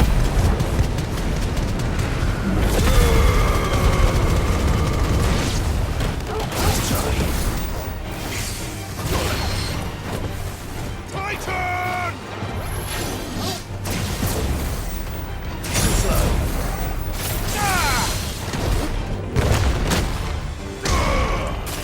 Now, Torgal!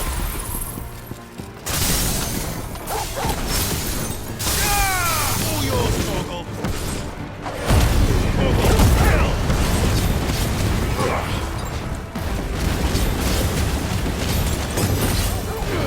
All yours, Torgal!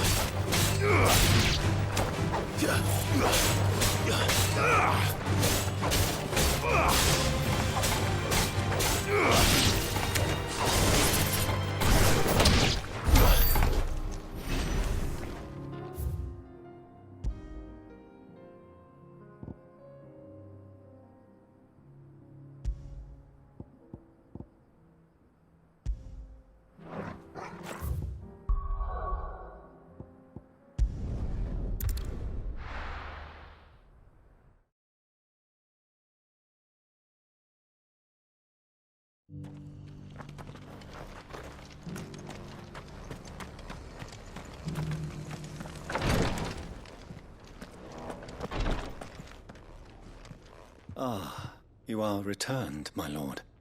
I collected your colleagues' preliminary findings. Here, take them.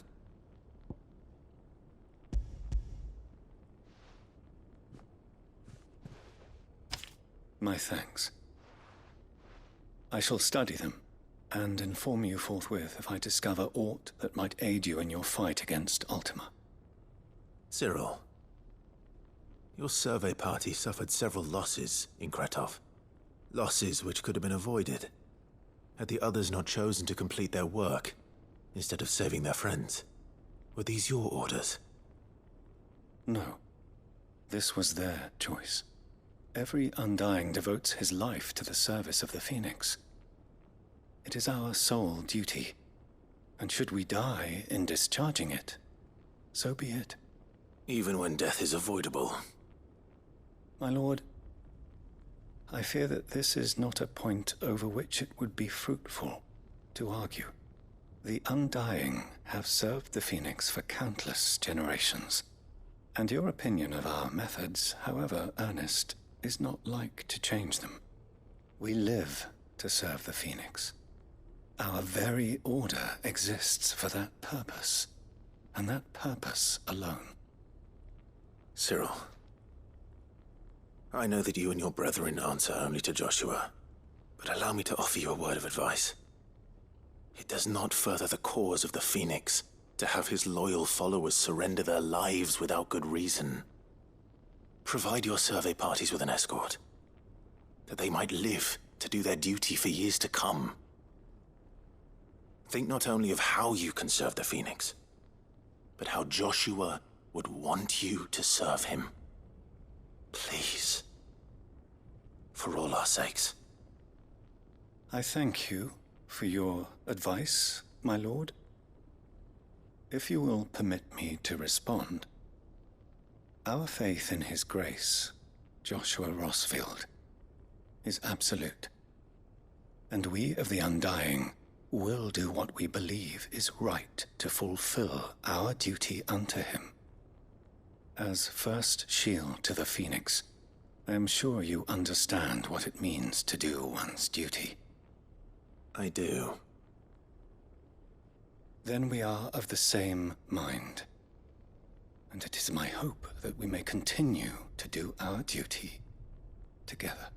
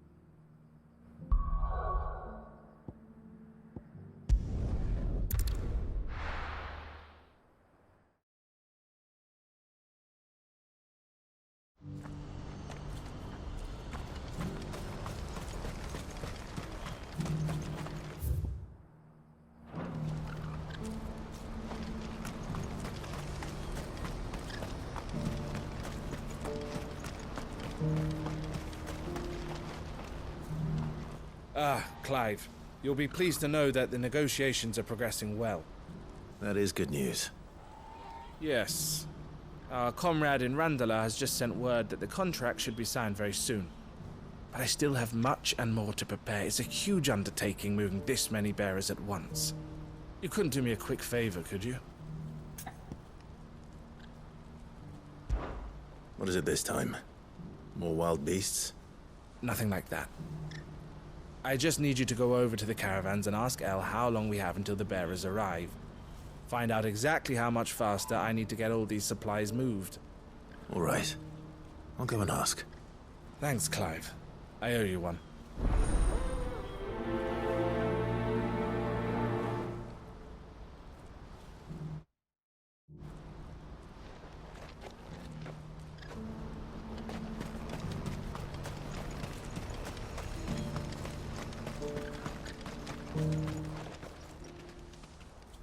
Don't blame yourself, El. This is their fault, not yours. I know, but... No buts about it, all right?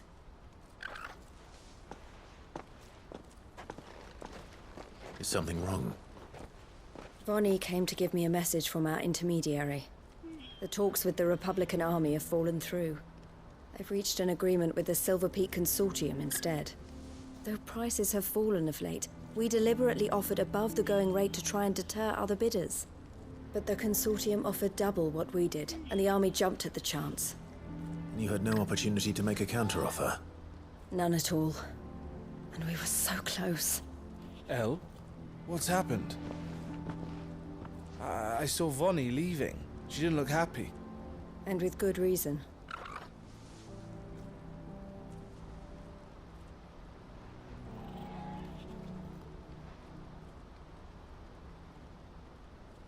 But I thought we were the only ones the Fist was speaking to about the bearers.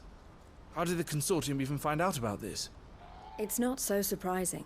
They have ears all over the Republic. This isn't over. The Consortium will have to sell these bearers eventually, and at the price they paid, buyers will be few and far between. I'm going to Randalar myself. Alone? You sure that's wise? Are you offering to be my bodyguard? How kind.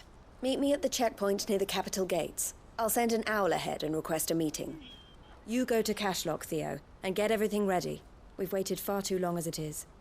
Even if I fail to free these bearers, there will be others. Someone needs to prepare the place and keep any prowling beasts at bay. Oh, and that's me, is it? Well, it looks like I'm following orders till she gets back from meeting the Silver Peak Consortium, who've been doing their best to undermine our scheme. She'll never join them after this, surely. No, she said it herself. She still has plans for Cashlock, even if this one falls through. She means to stay with us, then. I can't say I'm not happy to hear it, but... is this what she really wants? You have to trust her. You're right. It's what she wants now. And if Elle's off fighting for the cause, I should do my part too. So I bid you farewell and safe travels, my friend. I'll gather my men and leave for Cashlock. We'll make sure the place is well stocked and defended. You go to Randala and see if you can stop my sister biting the Consortium's heads off. If she won't consider her prospects, someone has to. I'll do my best.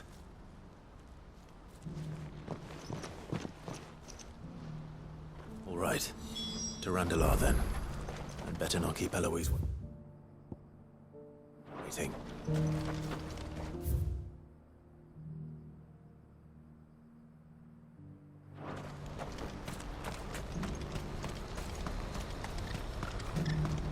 What's happened?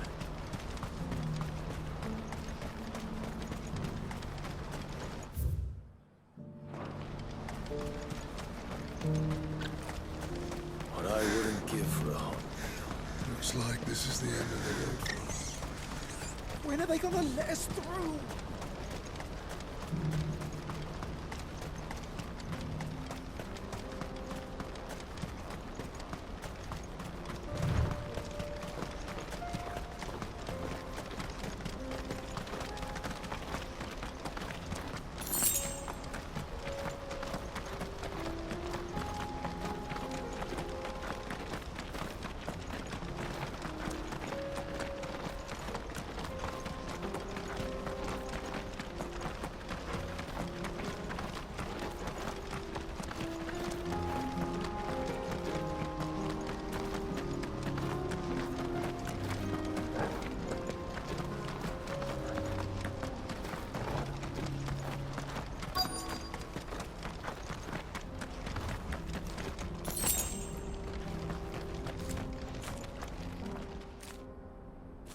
I hope I didn't keep you waiting.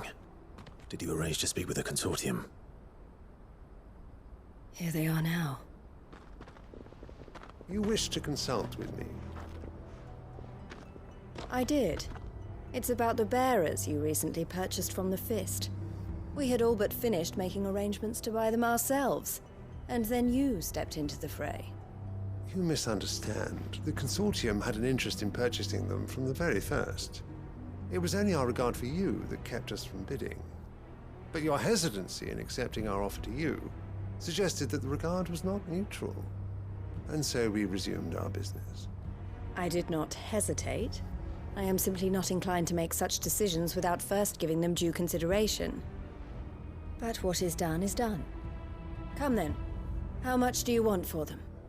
Alas, you are too late yet again. We rarely take on such unconventional merchandise without a purchaser in mind. The bearers belong to him now. Who is your buyer? A trader from across the water. A most demanding fellow, if it's any consolation. He insisted the bearers be fed, dressed, even given their own bunks for the voyage over. That's what you get when you deal with continental types. I wouldn't know. Oh yes, the culture on the continent is quite different to ours. They pay good money for bearers not fit for the knacker's yard, and treat them like kings. But as long as they pay... That does sound unusual. No matter then. If they've already left our shores, there's little that can be done. Allow me to withdraw my interest. And with it, my interest in joining your organization. My associates will be sorry to hear that.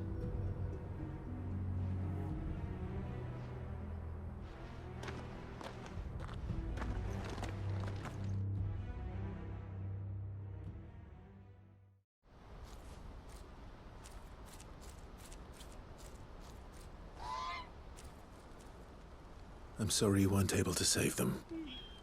As am I. But I only have myself to blame. He was right, you see. The Silver Peak Consortium did intend to buy those bearers before I did. Their representative hinted at a possible purchase when he came to recruit me. I feigned interest in joining them in the hope he might be encouraged to tell me more. And he did just that. As soon as he left, I sent my own offer to Randalar. So you never... No. I entertained the Consortium's proposal solely so I could learn more about those bearers. But I was a fool to think they wouldn't find out. I knew exactly who I was dealing with. You tried. I did. And if what he said was true, the bearers are to be well treated. Which is something, at least. But they deserved more. I wanted so badly to see them freed. Eloise! Eloise! Word from Cashlock. The village is under attack. A pack of beasts have come down from the mountains, and there's a dragon at its head. Theo and the others are trying to hold them off as best they can, but the odds are against them. They need help, and fast. Theo! I'll go on ahead. Thank you, Clive. I'll gather some men and join you there. Just... make sure he's safe.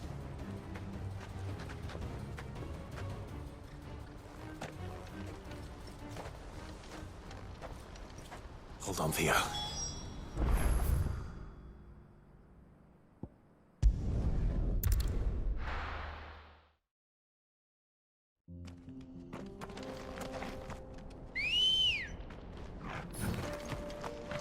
Ready, go?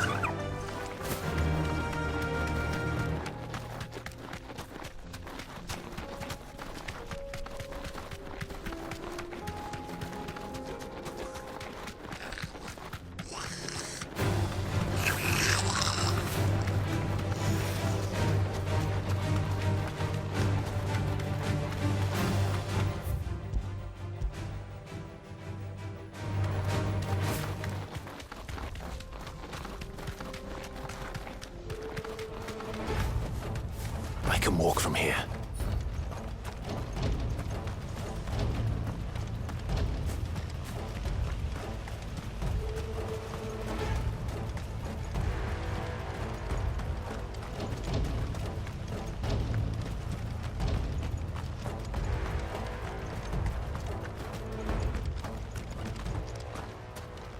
Where's Theodore? Upriver!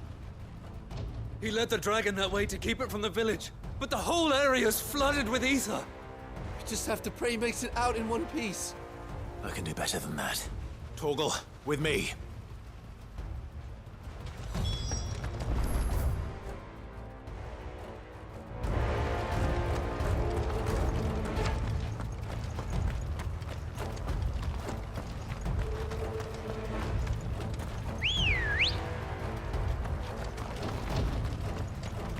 Come on. Faster!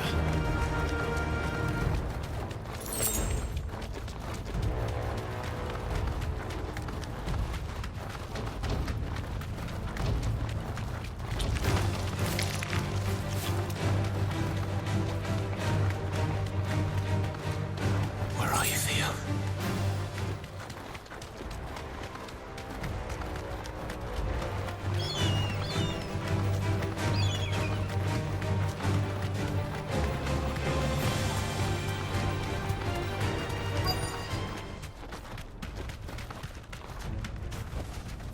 Straight home now. Damn it. The ether's too thick. These creatures have already turned.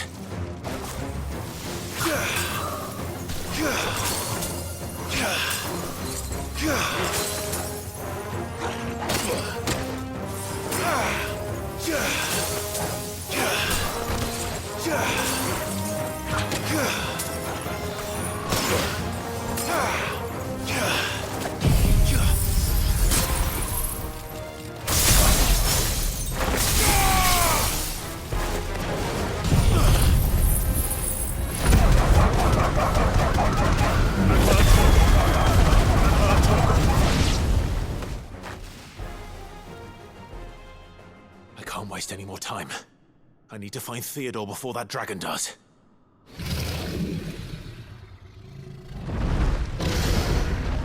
Looks like it's found me. This thing's turned as well. This isn't going to be easy.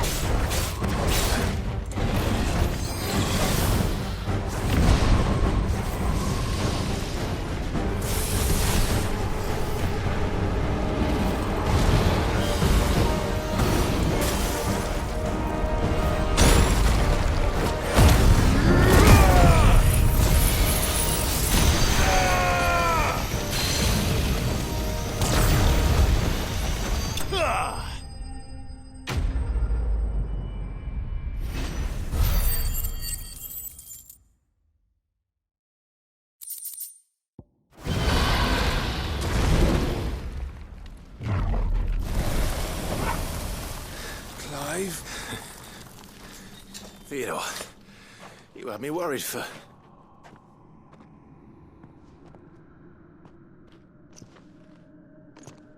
We have to get you out of here.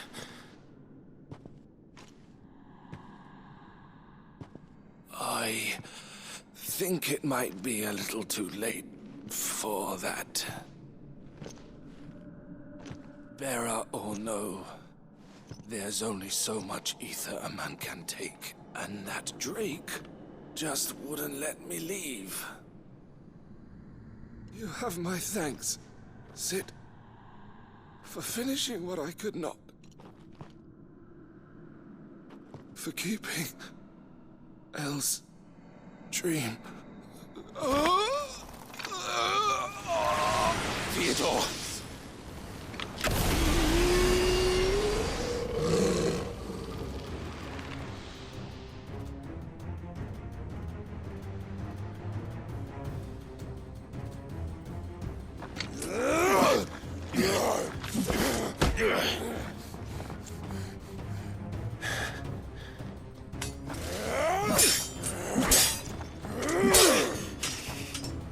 Don't make me do this. Stop it, Theo! Stop! Stay back, Eloise! He's turned. And so will you!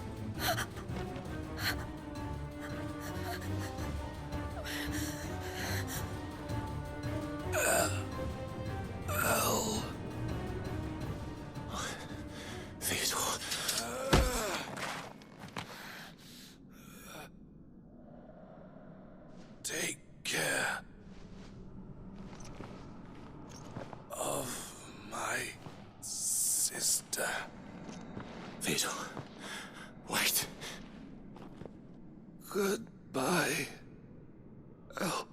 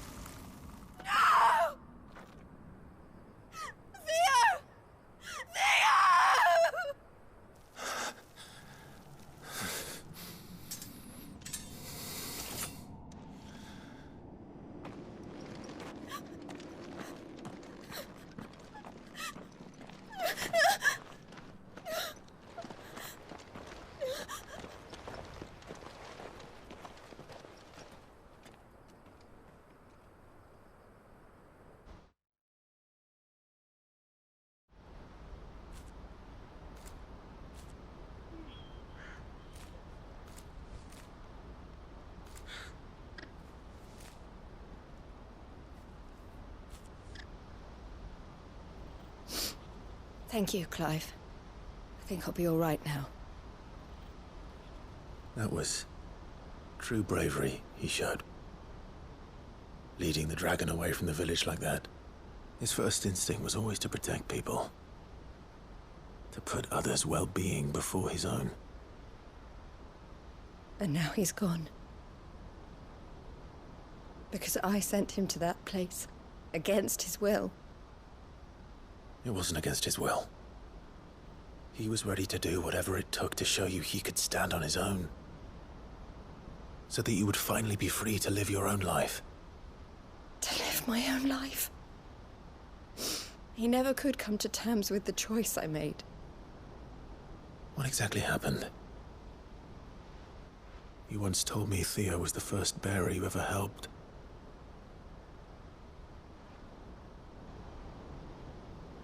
We grew up in Canva. We were born to one of the great trading houses. And I was chosen to inherit the family business. I had my father's head for figures, you see. Theo did not. While I studied the art of commerce, he played at soldiers instead. A late bloomer, in more ways than one.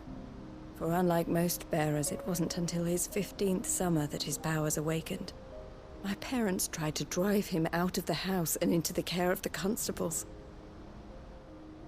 But before they could, I took him into mine. Theo told me something else.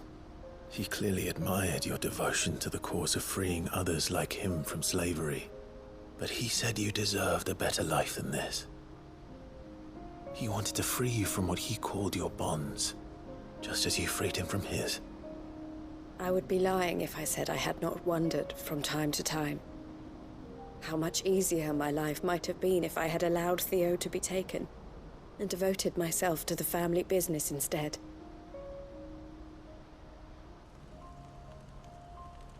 But I have never regretted the decision I made. Being with my brother meant more to me than tradition or reputation. I only had to look at him to remind myself of that night and the choice I made and the fact that I would make the same choice again in a heartbeat.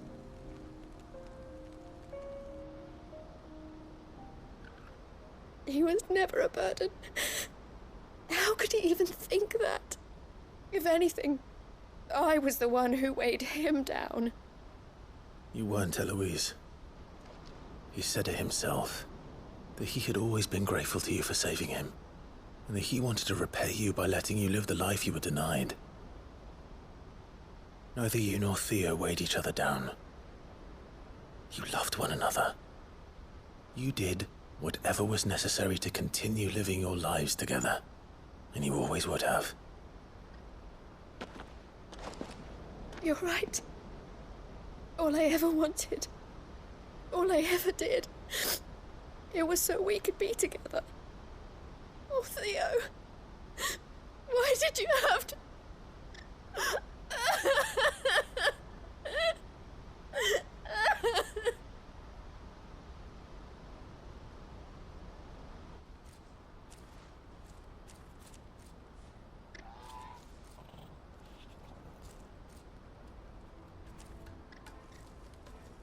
I know Theo wanted me to move on, but I'm staying here at the Crimson Caravans to continue our work. We can make a difference here. We can help people, save them. I need nothing more from life than that. So I'll carry on doing what we do, ensuring that goods, people, bearers get where they need to be, bringing smiles to people's faces just like we always have, and to Theo's, wherever he is. This is the life I have chosen, the life I will always choose. I've made a choice of my own, to continue helping you however I can, whenever you need it. Thank you, Clive. Let's go on together then, for Theodore.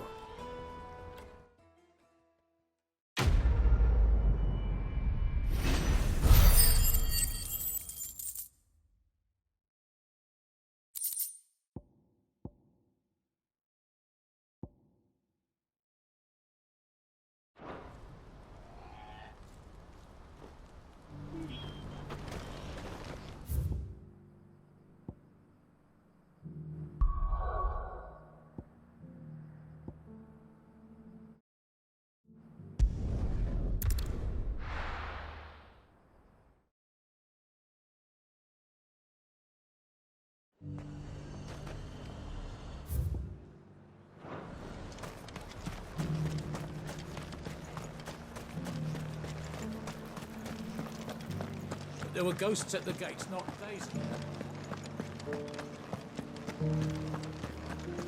You needn't... Right. The creatures have been dealt with. Those things I said before.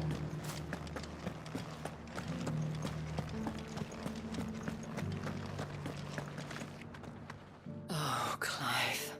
What am I to do? My wards and I may soon be without a home. What's happened? The High Cardinal has descended from his lofty throne and taken up residence here in Northreach. The High Cardinal?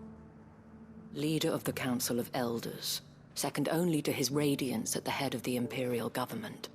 Not that any of those things still exist. Now he goes by his noble title, the Duke of Oriflamme. And what does he want with Northreach? He wants to transform it into a military stronghold, a foundation upon which to build a new Sambrec. He's already secured the support of the various army remnants, with promises that they shall be afforded the respect they deserve in his empire. One built on the confiscated property of the people. He would rob the populace to pay for it. Believe me, I have used every means of persuasion to discourage him from this folly. But for whatever reason, he will not listen to me. What does Captain Philippe make of this? When the town was under attack, it was him the soldiers rallied around. Couldn't he use that influence again? How? By speaking out against one of the most powerful men in Sambrec. A man whose stated aim is to revive the empire Philippe's comrades swore to serve, and to improve the soldiers' lot within it. The captain can offer them a regular supply of gruel, and an occasional trip to the Vale to help them forget the terrors they face each day. The Duke offers them a vision of strength and safety. No.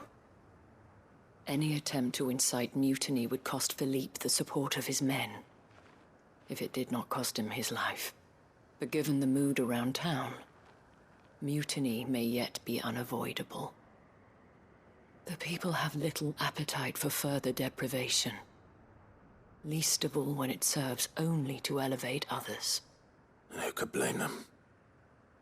Clive, would you appeal to the Duke on my behalf? For your services to Northreach? You have the respect of the soldiers, and they will take you to His Eminence if you ask them. And unlike Philippe, no bonds of loyalty prevent you from speaking your mind to the man. Well, will you try? You could hardly fare any worse than I did. I'll see what I can do. Thank you, Clive. Tell me then, Where will I find this Duke of Oriflamme? In the garrison? Overseeing the troops, yes. All right. Wish me luck.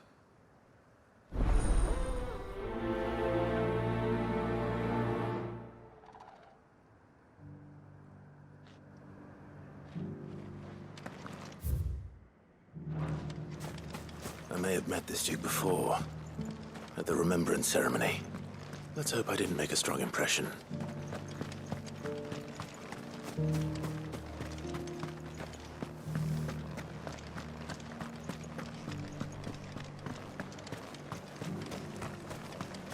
As long as you remain.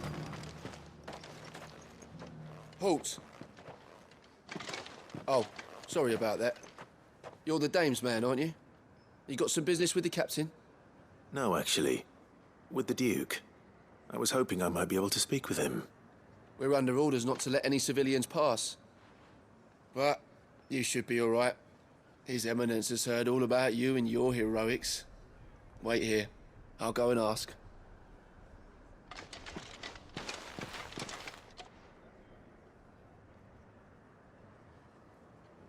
So, you are the sellsword who lent his aid to the garrison. The Empire owes you a debt, and I shall see it repaid. But tell me, is it wealth that you seek, or favor? Neither, Your Eminence. I thought only to inquire about your plan to turn Northreach into a stronghold. Ah, I see. You are worried the expanded garrison will render your services redundant. Yet you needn't be. A proud fighting man like yourself shall always have a place here. Pride of place, in fact. For too long has the contribution of the noble soldier been under-reckoned. But no more. For it is they who shall see the Holy Empire rebuilt, beginning right here in Northreach. Why here, Your Eminence? The town has been fortunate enough to escape largely unscathed from the recent troubles. Her defenses are sound, and her garrison well prepared. Which is more than can be said for Oriflamme or Twinside. The Empire wants for a capital, and I believe Northreach to be the perfect place. With Caer Norvent as her citadel. Once we have seen to the refortification of both the town and the castle, we need only build a wall around both to create a city that would be the envy of the twins. Plans are already underway for the construction. Soon enough, these thralls shall learn that they are no match for the might of Sanbreque. I fear you underestimate how dangerous these creatures are, Your Eminence. Should they return in force, you will need all the people of Northreach to come together in defense of the town. Something they may be loath to do if they've been deprived of their worldly goods. The people will do as their leaders command. If Sanbreque is to be rebuilt, she will require a functioning government. One whose authority is beyond question. That is why this levy is necessary. So that any man who wishes to join the army might do so and be fed, outfitted, and paid as befits a defender of the Empire. And yet there are those who persist in peddling the treasonous lie that I seek to steal from the people and drive them from their homes. I suspect they're afraid of losing what little they have left. Precisely. The common folk have little and less, and you mean to deprive them of even that. You would sow the seeds of your new empire in your own salted earth. Sabine, we have discussed this. Yes, and I told you then how putting the empire before her citizens would lead only to revolt. Without an empire, there are no citizens. And in yours, there will be only beggars. Is that what Griga wills for her people? Do not take her name in vain, Sabine. I'll come back later. The citizens revolt. I wonder what the people really think of the Duke's plan. It wouldn't hurt to ask them, I suppose. Let's begin with those on the other side of the wall.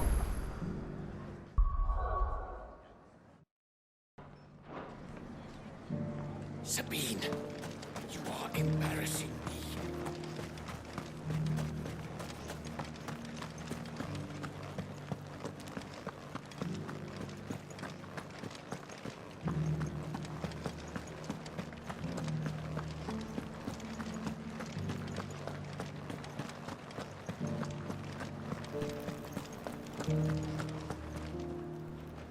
All right there.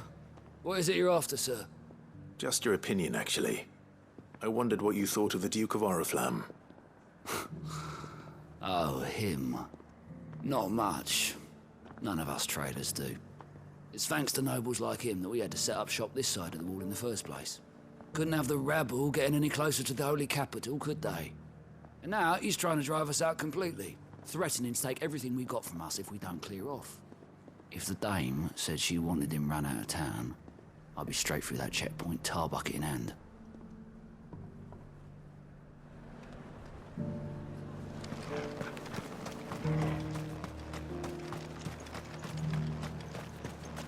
I heard the dame got an icon to rid the meadows.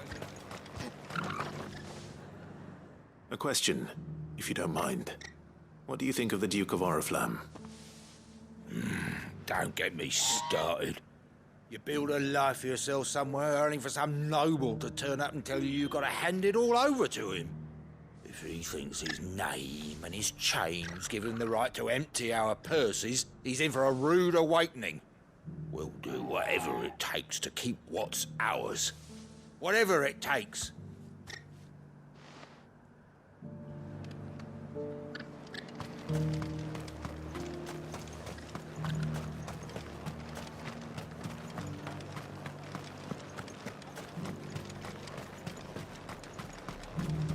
Why, your stall is as... I've been hearing a lot of talk about a certain duke. Nothing good, I'll wager. Going around acting like he owns the place. And with hardly a word to the dame. This is her town, not his. I take it you'd rather she was in charge. As far as I'm concerned, she still is. Just need his eminence to sod off back to Oriflamme. Well, the people seem united enough. What about the soldiers?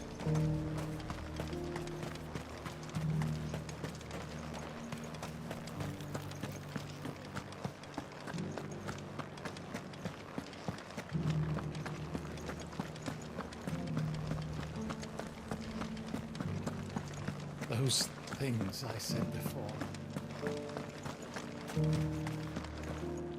Excuse me, do you have a moment? I wondered if you'd mind sharing your thoughts on the Duke of Oriflamme. Well, he's made a lot of enemies coming in the way he did. I mean, look around us. You can see the state the realm's in.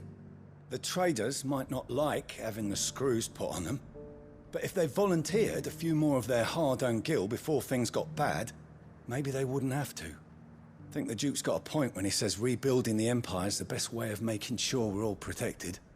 And if that means people who don't know one end of a sword from another have to make way for those who do, well, that's just how it goes.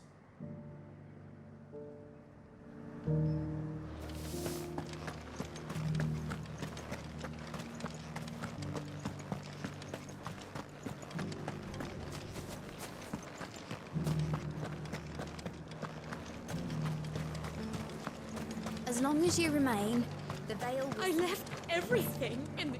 You. You're the one who was talking to His Eminence. On the dame's behalf, yes. I was trying to persuade him not to take the people's goodwill for granted, but it seems my words fell on deaf ears. What do you think of his plans? I'm a soldier, mate. He tells me what to do, not the other way round. Listen, I've got nothing but respect for the dame, but I've got a family to look after. That's where my loyalties lie, not with the town or the Empire, but with my wife and children. If the Duke can get us the men and the equipment we need to fight off those blue-skinned bastards, I don't care how he does it.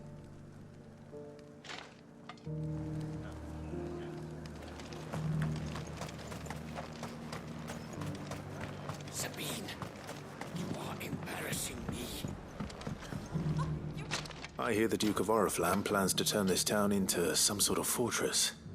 Do you think that's a good idea? It's not for me to say. All I know is that unless the Emperor orders me otherwise, His Eminence's word is law. Look, no one likes all these taxes and tariffs, but empires don't come for free. Once Sanbreque is back on her feet, we'll all reap the benefits. Let's see what Philippe makes of all this.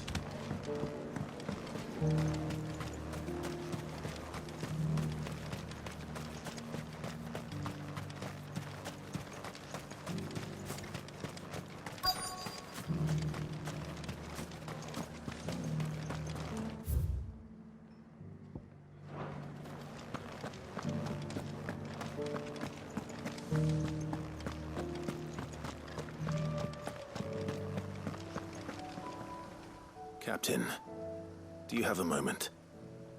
For you? Certainly. Clive, wasn't it? Thank you for last time. How can I help you? I wanted to ask you about the Duke of Oriflamme. Do you intend to go along with his plan? But to tell you the truth, I'm in two minds. It's my sworn duty as a captain of the Imperial Army to obey his orders. But I can't say I agree with him. Philippe, I remember you saying that you became a soldier to protect the people you loved. The Dame included. That's right, I did. Well, she doesn't agree with the Duke's orders either. She thinks they could tear Northreach apart.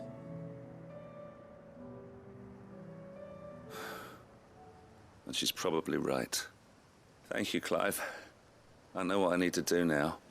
Protecting the people I love is what matters. Doesn't matter how. Well, duty calls, so I better go. Thanks again.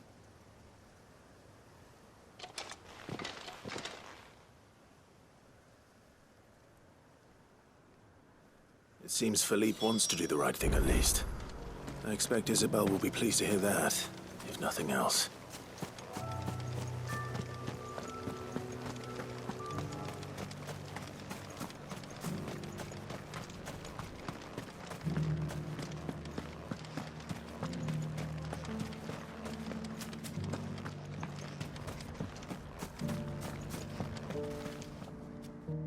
Clive, how did you fare?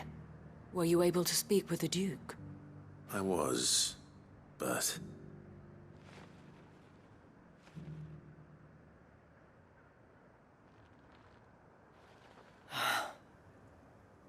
So Northreach is to be a fortress after all. Well, it will certainly help to hold back the thralls. There's no denying that.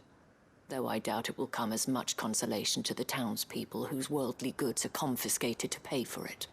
They deserve to be heard, Clive.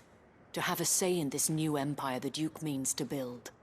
Sadly, His Eminence values their obedience more than their opinions, and hopes to reassert the authority of the state. I fear he sees the people as mere pawns on his chessboard to be sacrificed for the greater good.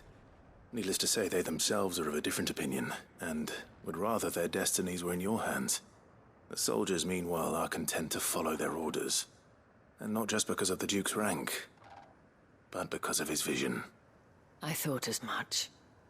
Had I sworn to protect Sanbreque, I dare say I too would want nothing more than to see it rise from the ashes. Thank you for trying. But the battle is lost. I don't know about that. What happened to your uniform?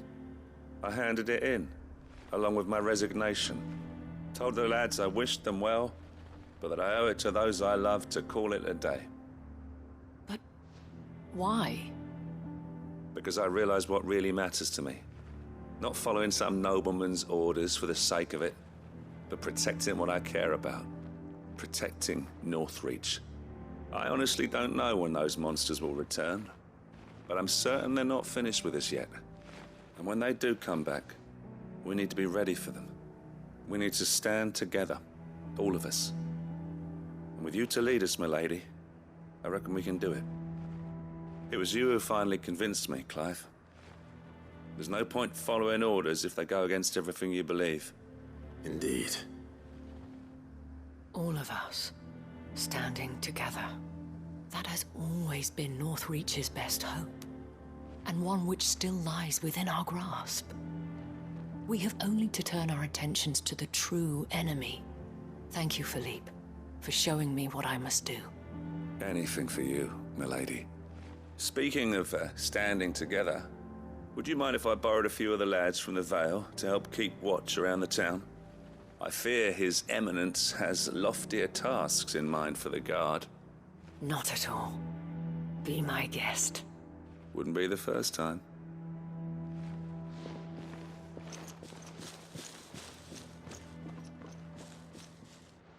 There may be hope for Northreach yet, especially with men like you and Philippe to champion our cause. I, for my part, shall continue to work upon the Duke, in the stubborn belief that I might still tempt him into joining hands. But I suspect I shall have to call upon your aid again. Until then, Clive. Until then...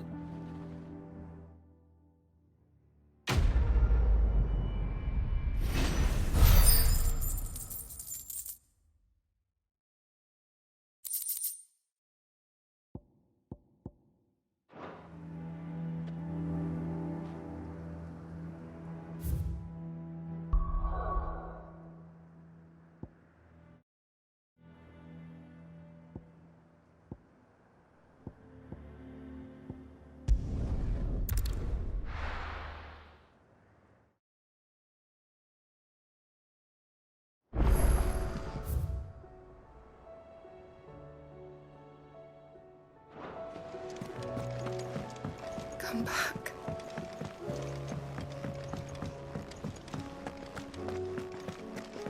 The stew's awfully thin these days.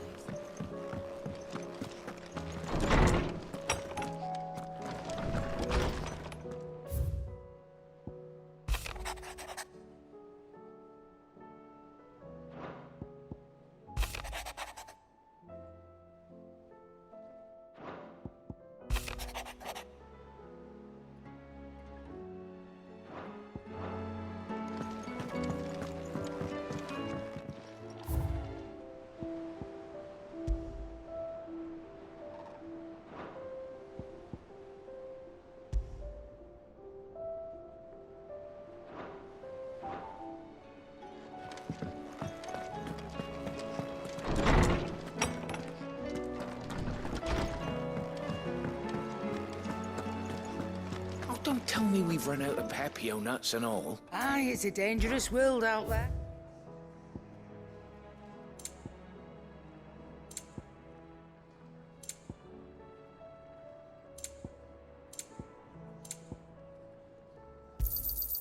You're rubbing me blind, you know. You'll not find a better price than that. You're rubbing me blind, you know.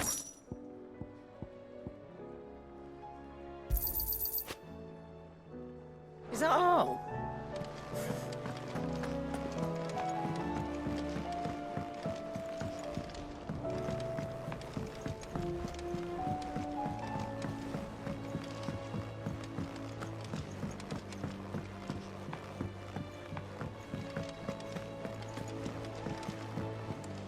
Clive. What is it that you wish to learn?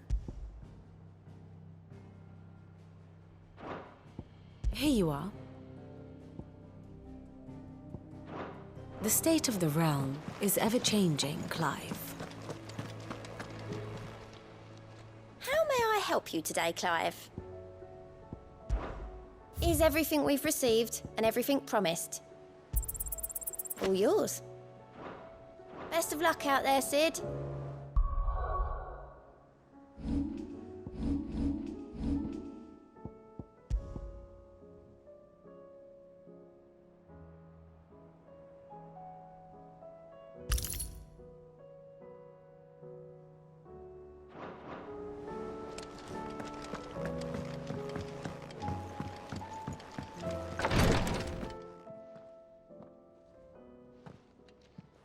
How are you feeling, Joshua? Better than I was. But not nearly as well as you should be. Your cuts and burns may have healed, but your body still bears the burden of every spell cast. And what would you have had me do? It was no ordinary foe we faced. It was the Warden of Darkness. Yet still, it was not enough. The king could have ended me at any moment, but instead chose to toy with me like a curl does a mouse. Yeah. You underestimate yourself. Oh, it was crystal clear. Only one man established his dominance that day, and that man was Barnabas. I'm sorry, brother. That was ill-spoken. It's just, I have never felt so powerless. And when so many are looking to us for strength, perhaps the prince feels the same.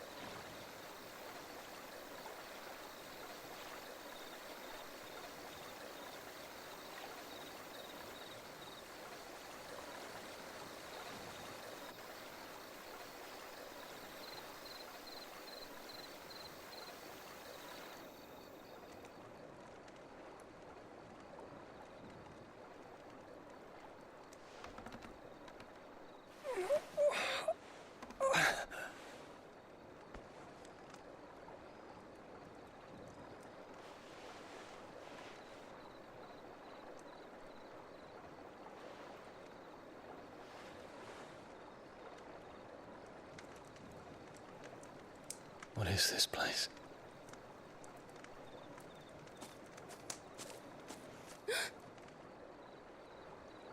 Don't move.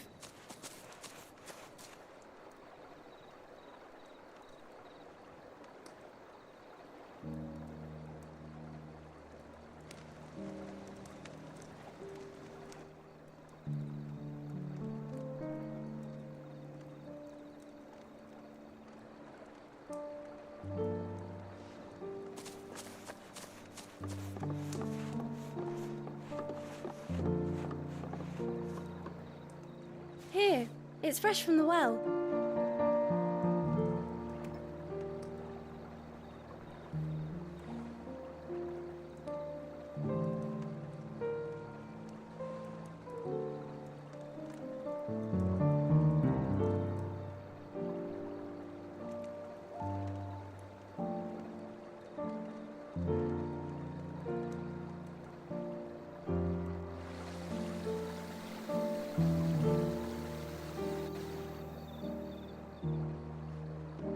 Grandmother told me spirits sometimes get lost, and that the lanterns guide them to their proper place. I set one on the river for her when she passed away.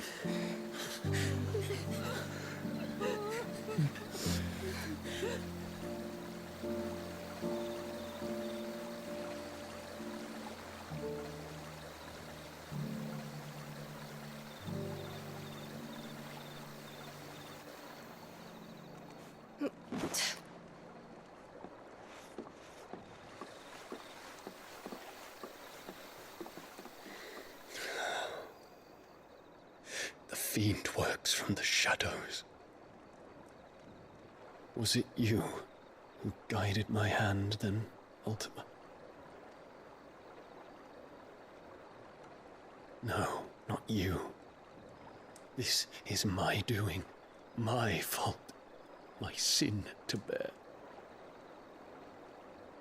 And for it, I must atone. Your hurts are healing nicely. It was my poultices that saw you well. You make them? And sell them, or try to. Earns me enough for bread, most days. Forgive me. I have nothing to... I know, but I couldn't just leave you lying there.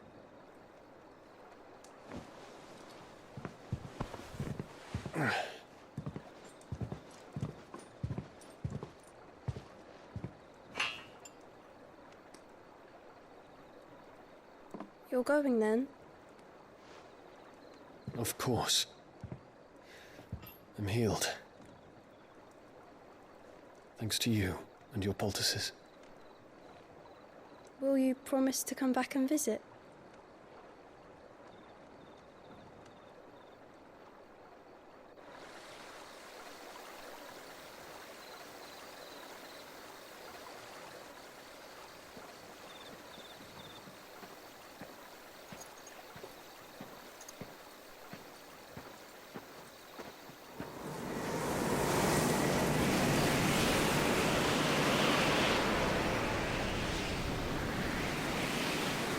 Well, Phoenix, it would seem that I owe you my wings.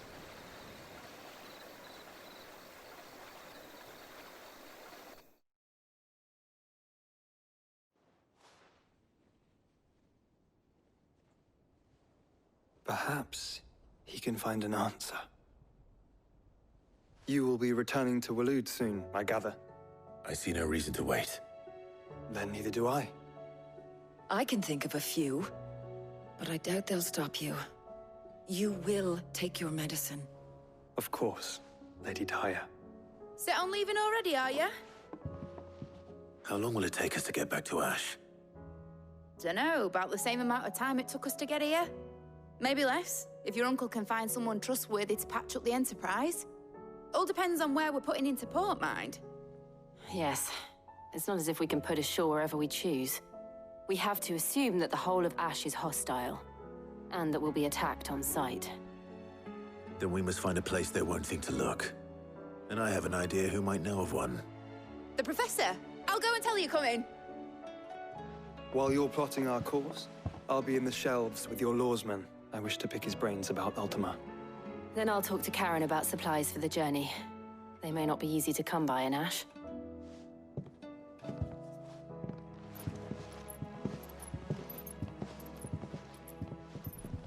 Your brother's body won't take much more of this recklessness. You know that, don't you? I do.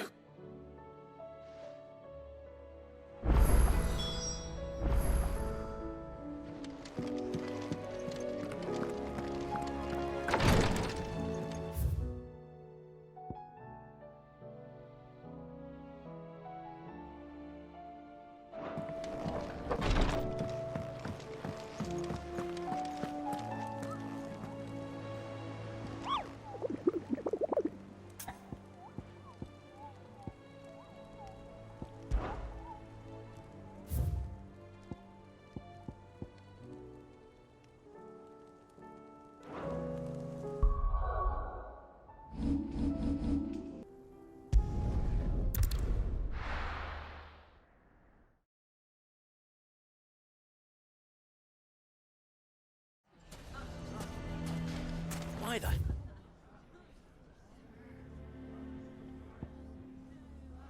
hell would Victor take the bearer's side?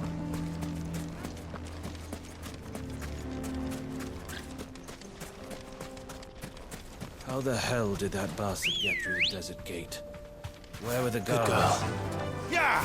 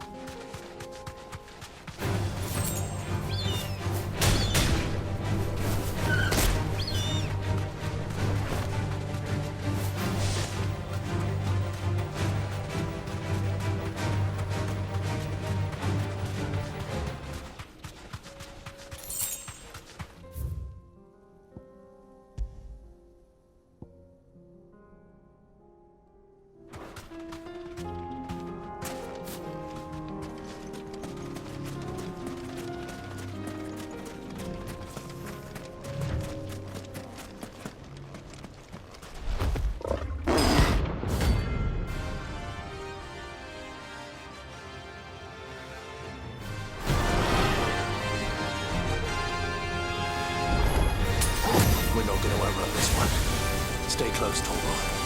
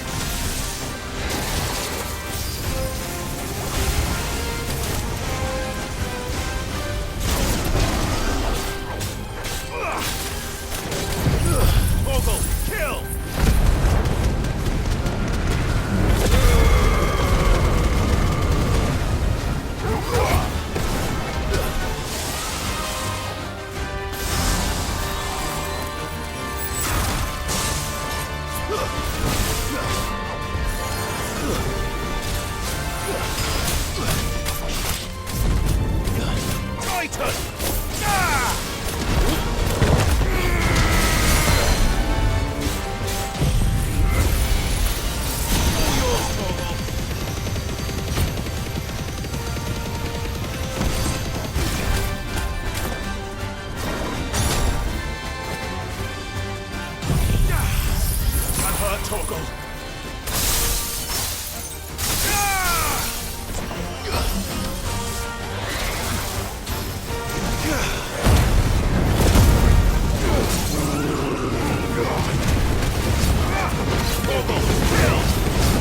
Enough!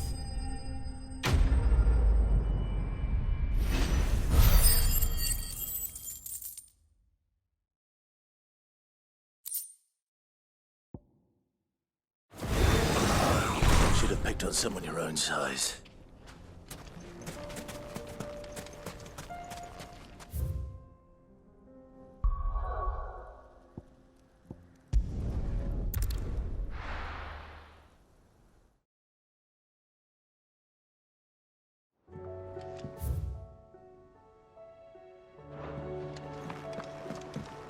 Come back.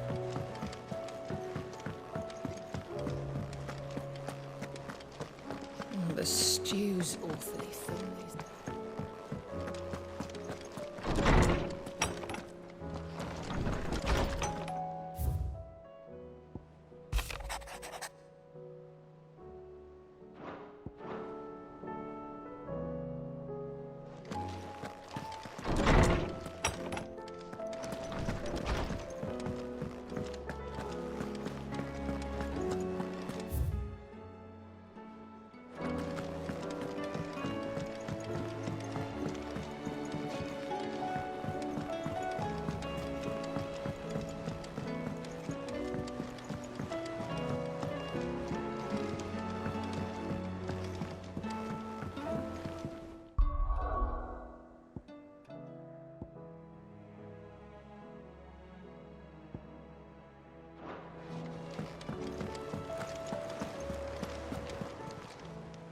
How are you doing?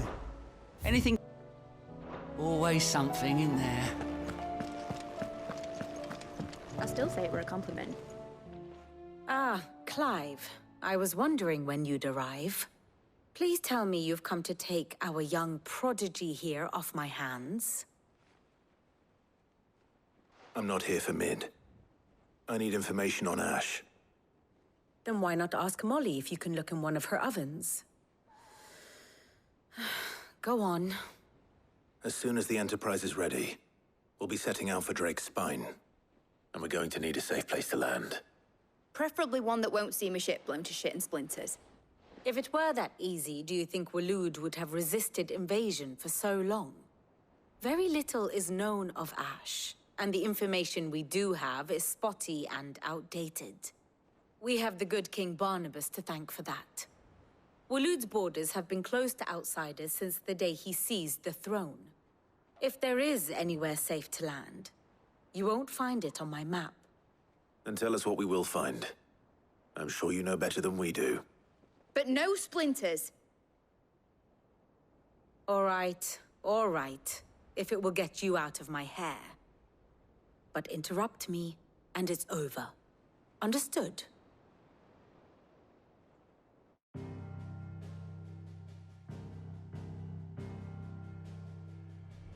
Barnabas Tham, the one they call the Last King. Understand him, and you will understand the kingdom of Waloed. Barnabas was only a boy when he arrived from beyond the southern seas, and barely a man before he united the ragged tribes of Ash. And having unleashed them upon the formidable Veldamark, he set his throne upon the ancient kingdom's ruins. The victory sent shockwaves around Valisthea, tales of Odin's might spreading through every court, parlor, and drinking hole in the realm. Note that this was in the year 843, and that the king still sits upon his throne some 40 years later, quite untouched by time. Waloed's recent inaction left many wondering if Odin had lost his appetite for war. And yet here we are. The Einherjar was committed to the fray, a bold declaration of intent. Orcs swarm around Drake's Fang, and throngs of Akashic haunt Canvas streets. Though how precisely the havoc they wreak serves Waloed remains unclear. Regardless, if the order to attack truly came from King Barnabas, then one thing is certain. Waloed has achieved the impossible and made bedfellows of beastmen and the ether-addled alike. All of which is a roundabout way of saying that you will be in unknown territory when you set foot on Ash. Much of the continent has already been lost to the Blight, and what few ports remain will be fiercely guarded. And that is to say naught of its natural defenses. Offshore currents will cast an ill-equipped ship out to sea one moment, and dash it against the rocks the next. But then the Enterprise is anything but ill-equipped. And Mid has made land there before. Now, if only there were someone with an intimate knowledge of the Shadow Coast, and where a daring gentleman might put ashore.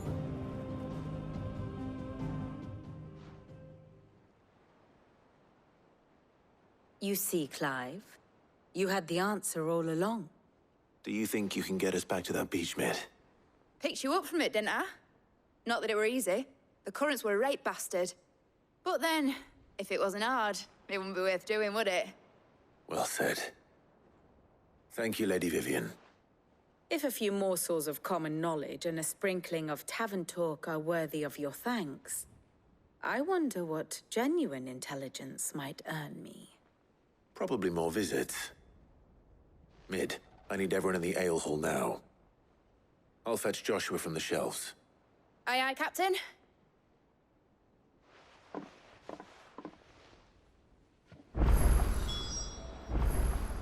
Clive, what is it that you wish to learn?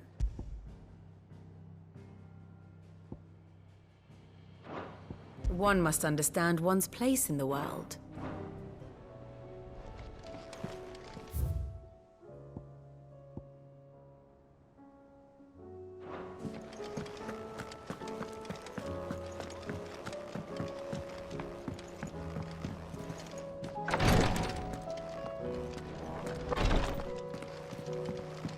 Please, your grace, stay strong. Ah, my Lord Marquis. It was the greatest honor of my life.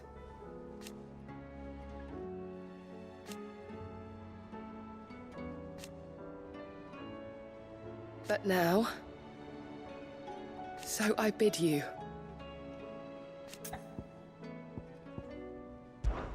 Your companions are kind indeed. I must admit,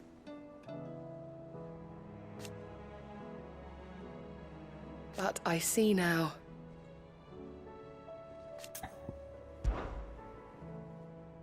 Yote, is anything the matter? You seem troubled. Perhaps I might be able to help. My lord. Yes. Perhaps you might. It's your brother. His condition continues to worsen, though he does his best to hide it. The lesion on his chest pains him more with each passing day. I had feared as much. There are certain elixirs which can ease the suffering of those afflicted by the curse, but... But His Grace's case is severe. The drafts I have been able to prepare for him thus far have ceased to have any real effect. So I consulted with Talia and certain of my comrades among the Undying about the possibility of finding something stronger. And thankfully, a recipe was found. The only problem being that the critical ingredient is exceptionally hard to come by, and our supplies are almost exhausted. Unless we can secure more soon, your brother's anguish will likely become unbearable. My lord, I know that I have no right to make demands of you. But would you help? For Joshua's sake. For Joshua? Anything. Thank you, my lord. So, what is this critical ingredient? A rare herb by the name of stonerwort. It grows only where the ether is densest. The vigor it stores in its stems helps to counteract the curse. We discovered a patch near the aqueduct in Rosaria. But alas, yet more ether has erupted from the earth there recently, leaving the whole area flooded. The search continues for a new source. One that we might reach without being turned. So it's only that you can't reach it? The Stone and Water itself is unharmed by the flood? Well, yes, but... Then I shall go in your stead. But, my lord... You've yet to find another source, correct? So for now, the aqueduct is our best hope. Besides, I'm a dominant. The ether can't hurt me. Well, if you're sure, my lord. Stonewort is easily identified by its blood-red blooms.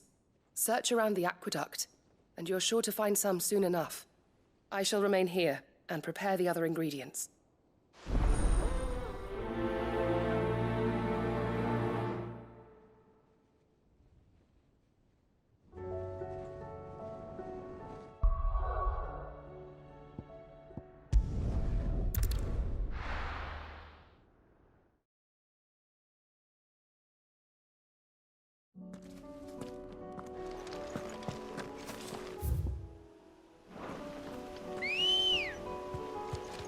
Come on. Run like the wind.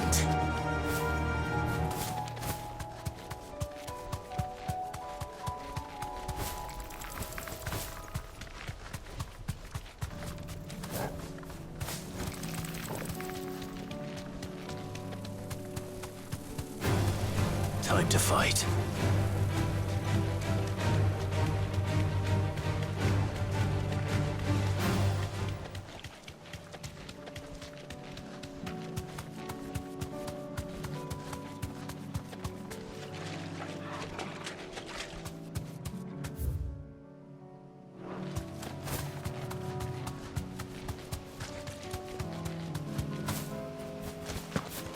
Here's the aqueduct.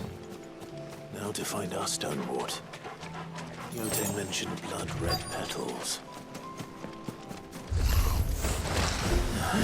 Just my luck. Well, I won't be picking anything till they're gone. There's only one thing for it.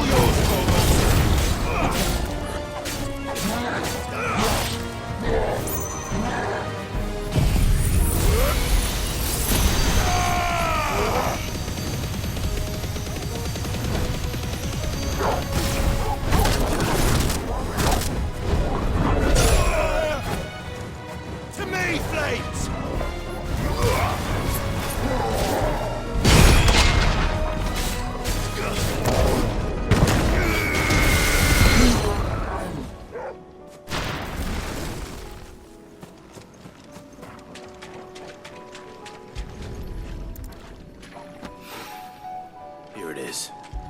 Better collect as much as I can before reinforcements arrive. All right. That should do it. Let's get these back to Yote.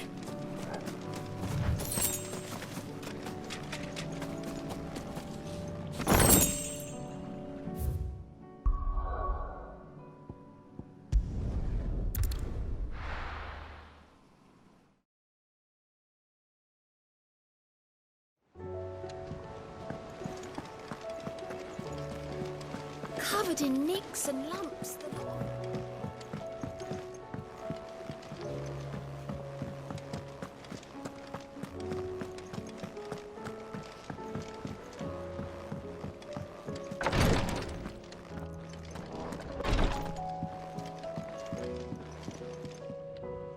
Yote, I brought back all the stone and water I could find. Will this be enough?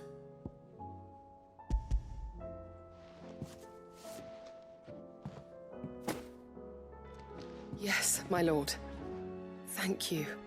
I'm sure it will serve us until we can find another source. I'm very glad to hear it. You and His Grace are very much alike, you know. You think only of how you might help others, and never of the danger to yourselves. No more than you have minding my brother. You've risked a lot for him, and I thank you for it. I am honored that you should say so. But I beg you, my lord, do not give too much of yourself for the sake of others. We could not afford to lose you. I'll keep that in mind.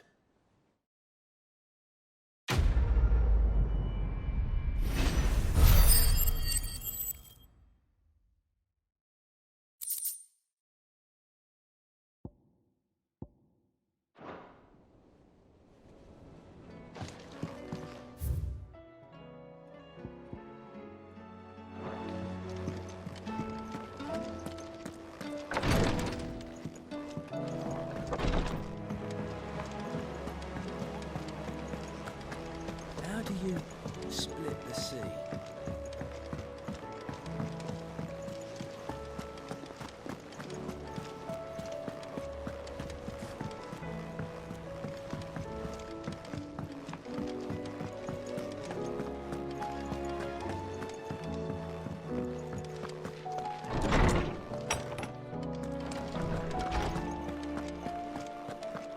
I have no reason to assume other.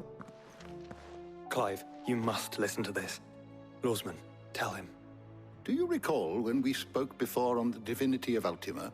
Well, it inspired me to delve deeper into the subject. And what I discovered appears to agree with the findings of His Grace. You will recall that my quest to uncover Ultima's origins began with the mural at Phoenix Gate. But while I've always known it to be important, its secrets have heretofore eluded me.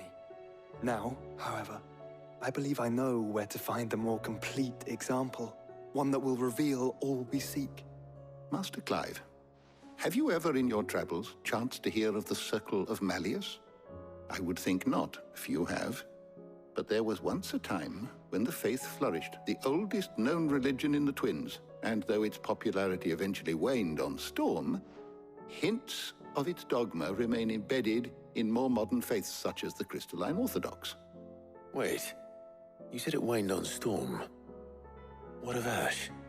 Religious monuments are often torn down or repurposed when new faiths rise to prominence. But if no new faith arose, then perhaps the ancient temples might still stand. And so, you see now why I must accompany you to Waloed. It would appear the past still has much to teach us, though in this case, it would not have been possible without the musings of Moss. To think that you carried a copy of my old mentor's chronicles all along. I am relieved to discover it in good hands. I shall guard it with my life.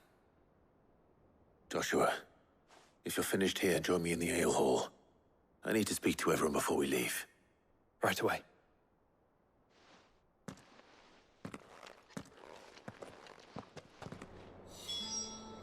If it please your grace, might I one day... Mid said I could ride the ends from... Next.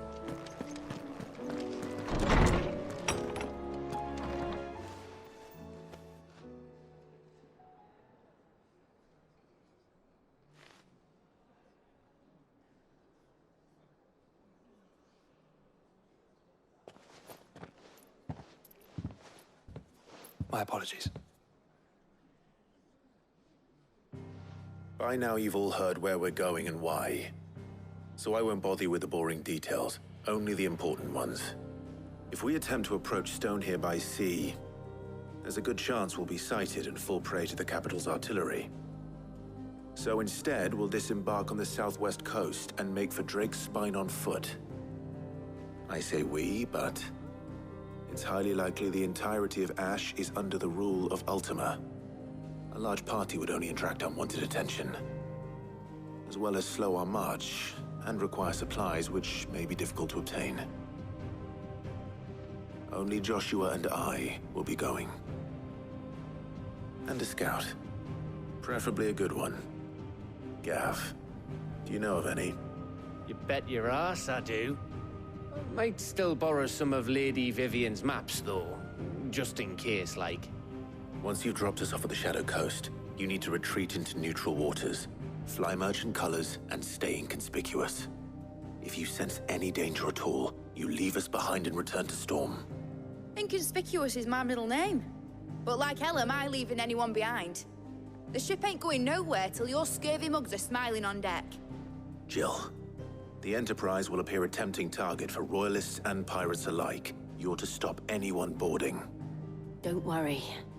I'll keep the ship and her crew safe. You'll be needing passage home, after all. But... very well. If there are no questions, I'll see you all at the docks.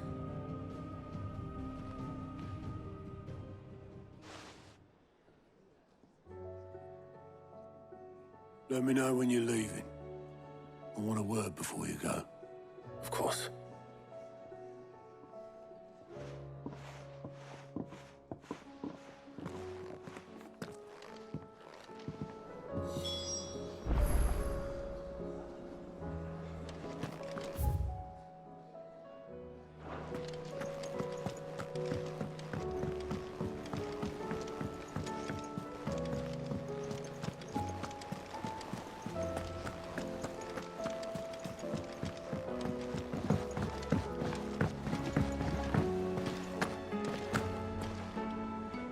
Is something wrong?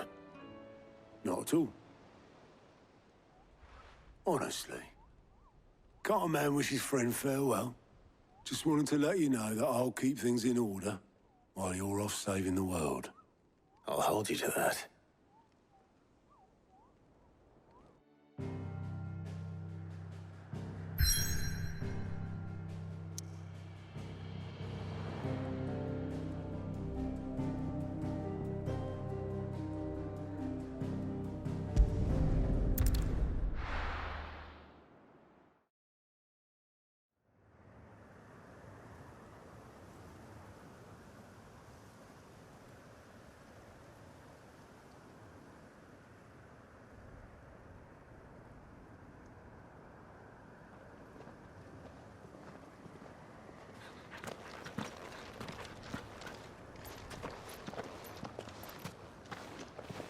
Reckon it'll be a long walk to the capital if we follow the cliffs. I'll scout ahead, see if I can't find us an inland route.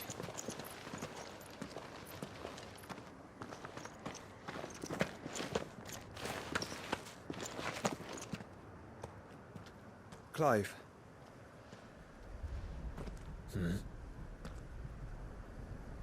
There's something I've been meaning to ask.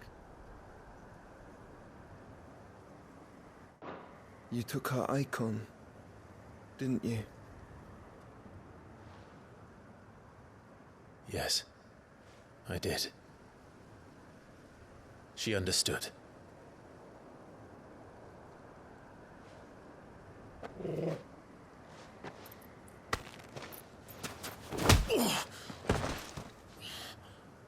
Oh, she understood.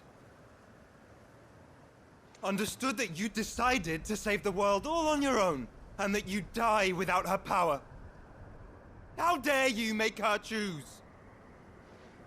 You knew damn well she'd never refuse you. But I will. You can't keep pushing us away, Clive. The world is ours to save, not yours.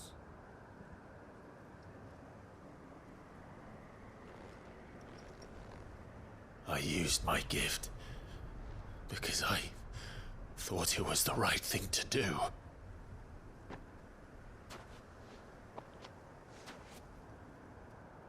And you truly believe this will save you? Will save us all? I do.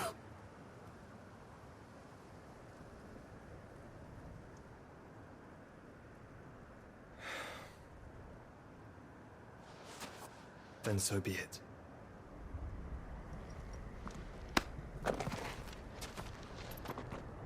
Just don't forget, you're not alone.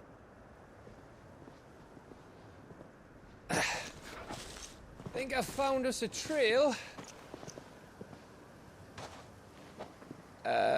Did I miss something?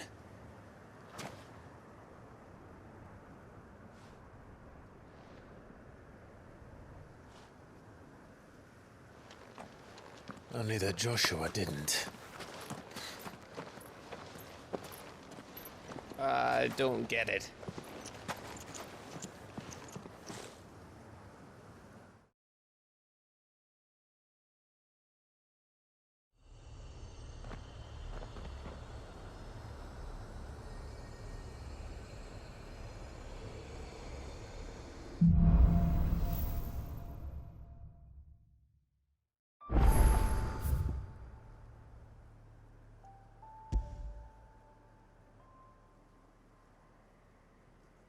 Always wanted to visit Ash. We're in Waluda territory now. Don't expect a warm welcome. Oh, I don't know, Clive. That castle over there looks inviting enough. Shall we sample its inhabitants' hospitality?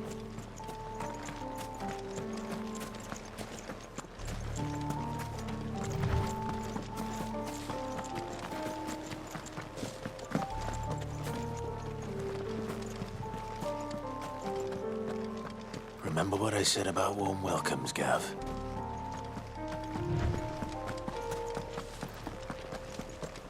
Oh, this place is as dead as Grieger's ghost.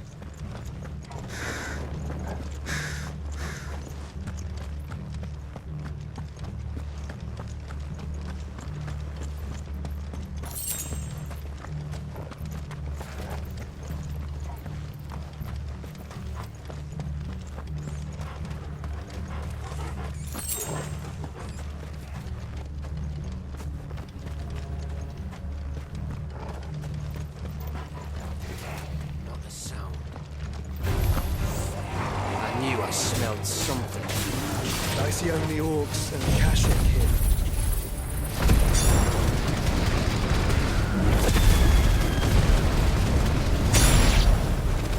Let's hope the villagers made it out in time.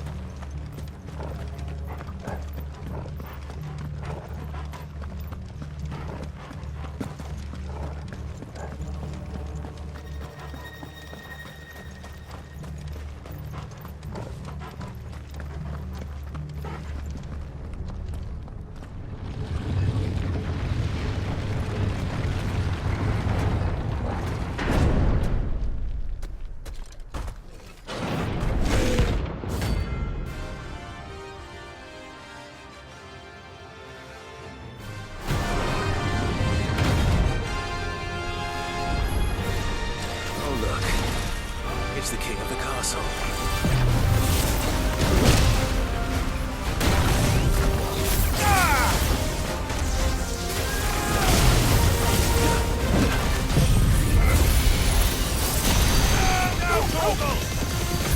To me, boy! I'm hurt, Torgal! Help me, boy!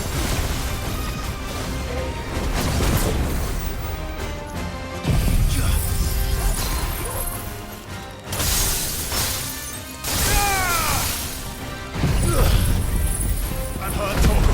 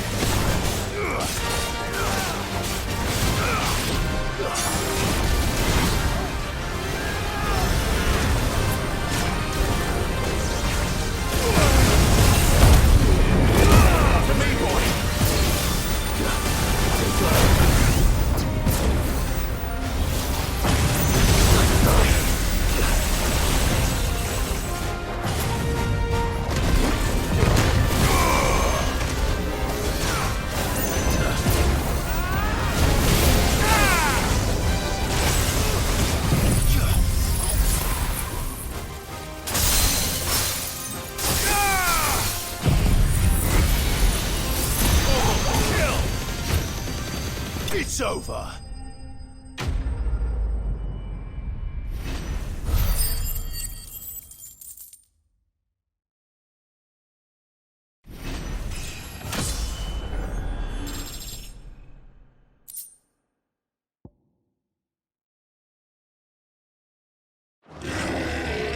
Your reign is at an end.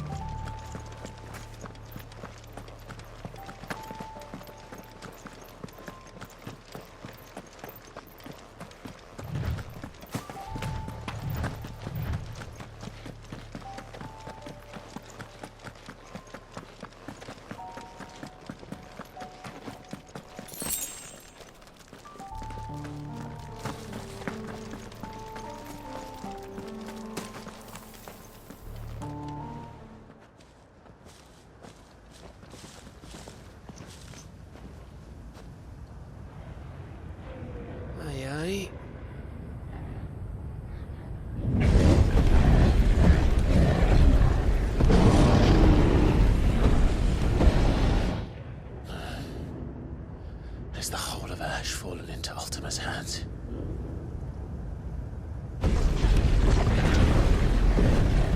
That's no peace delegation. We should send a warning to the others. No. My uncle will have an eye on the coast. I trust he'll find a way to entertain any uninvited guests. Our mark is Drake's Spine, and there's a lot of road between us and it. We press on to Stone here. Aye, you never know. It might not be a nest of slavering monsters.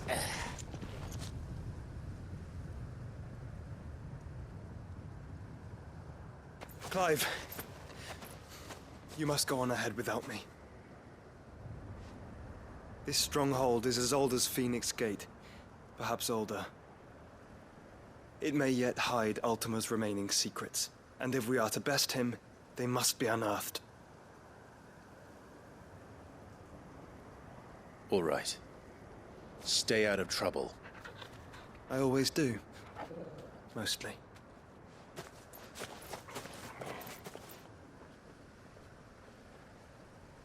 You sure about this? About leaving my brother on his own. Of course. Mostly.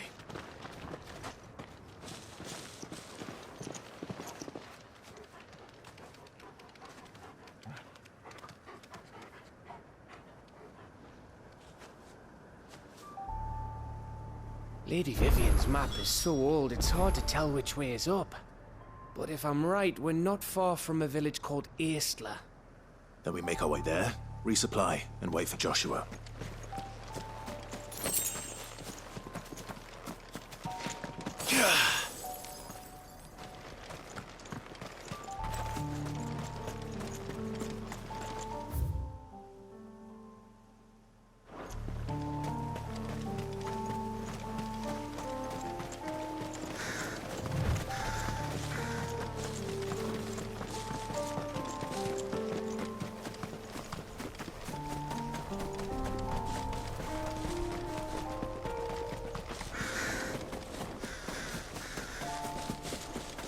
This place reeks like a moble's arsehole. Though I'm guessing it's not the smell that'll kill us.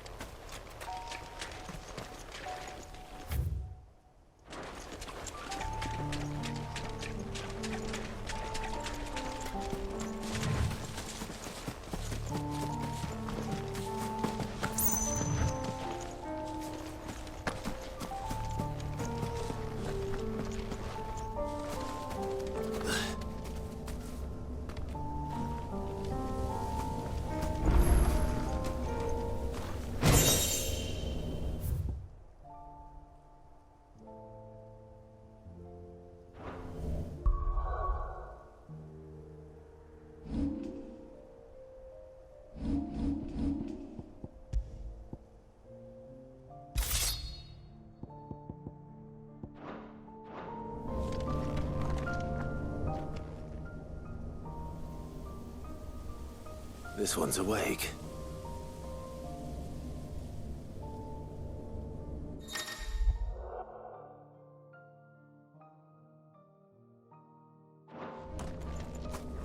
Let's see what's inside.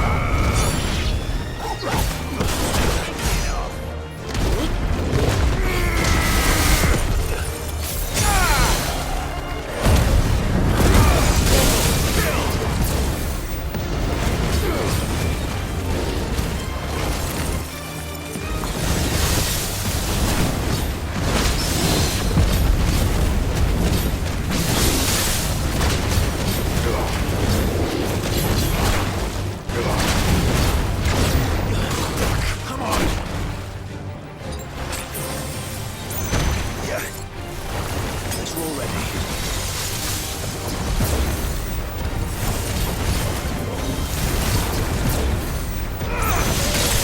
Too slow.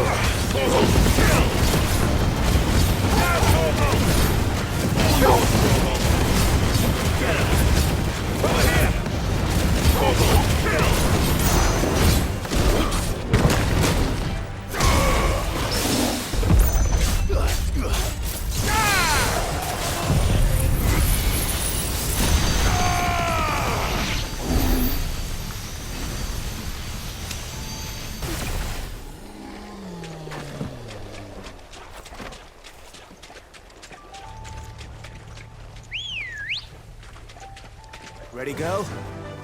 Yeah!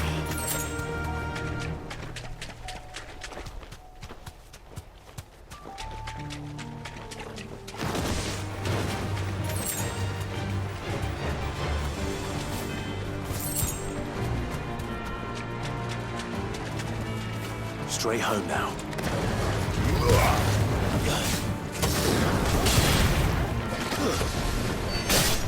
It's over!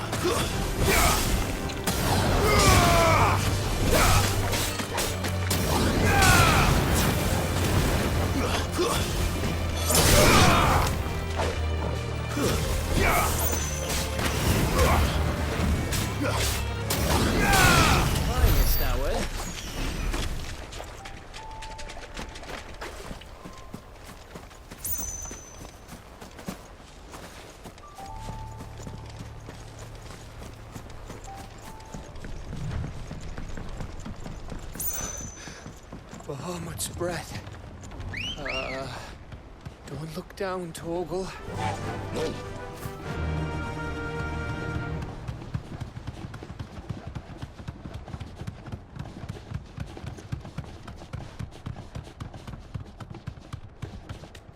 That must be Aistla. You deserve a rest.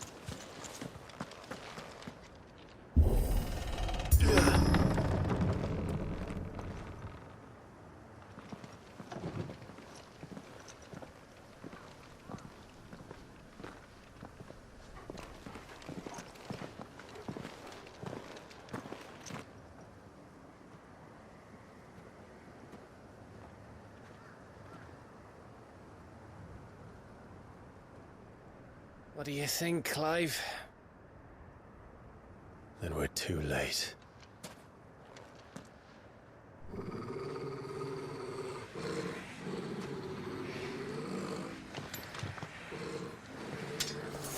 Damn it. They're all turned. There's nothing we can do. I wouldn't say nothing. No quarter, Gav! No quarter!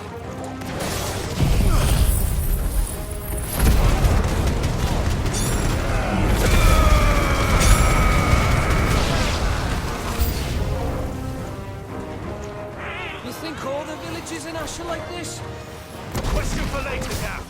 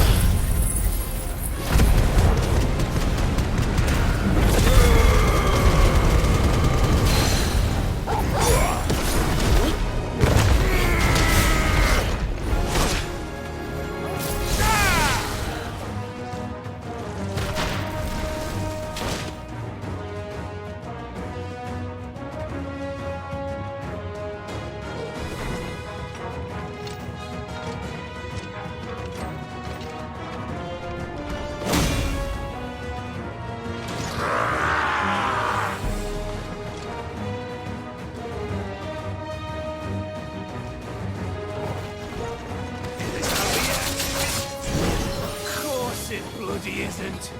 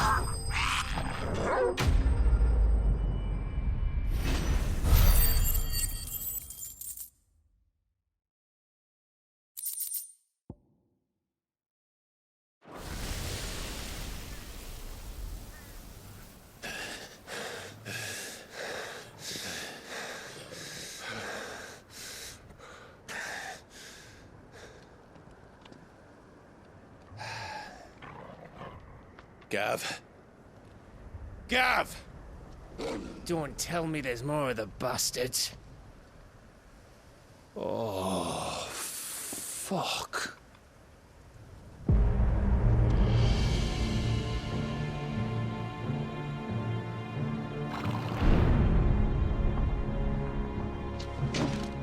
Have you come to watch, Odin? Bound for Stonehill. Good. My master awaits you in the capital, though I cannot allow you to attend him in your present state. And how are you going to stop us? Why, with this!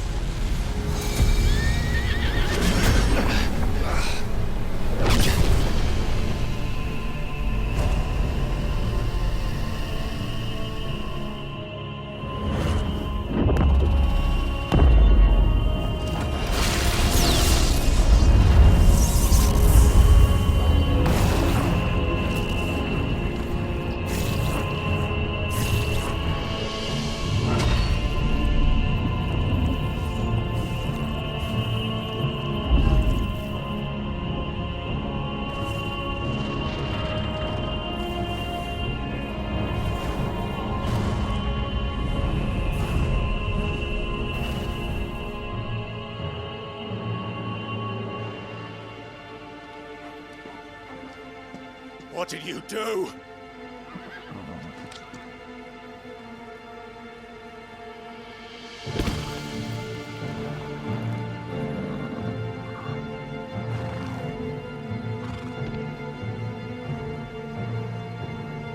If the vessel would see the path opened, it has but to ask. I shall see that my master's prize is made presentable.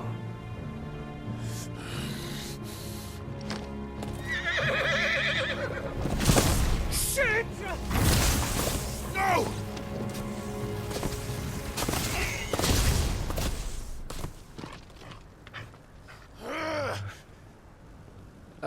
Clive, would you mind telling me what the fuck just happened?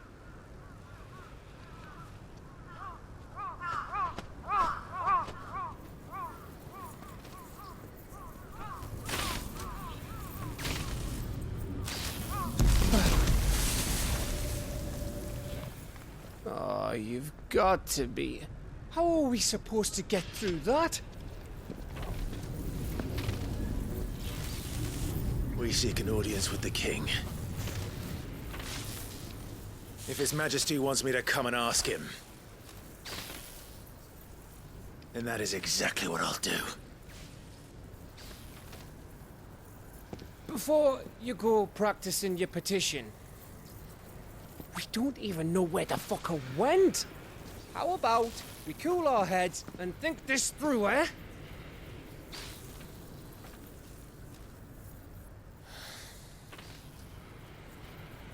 All right.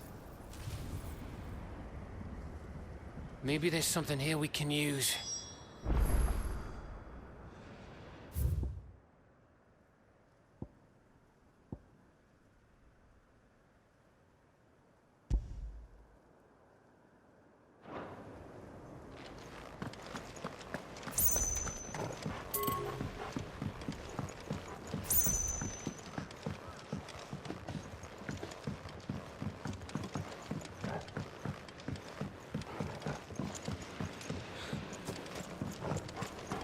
There's no one home, Clive.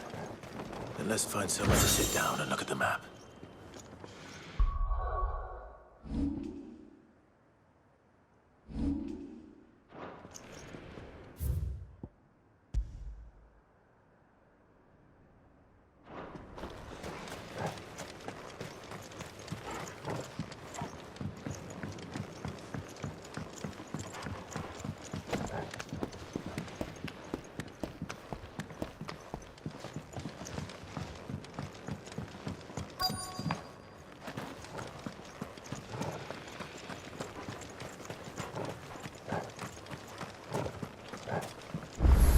thought we got them all. So did I.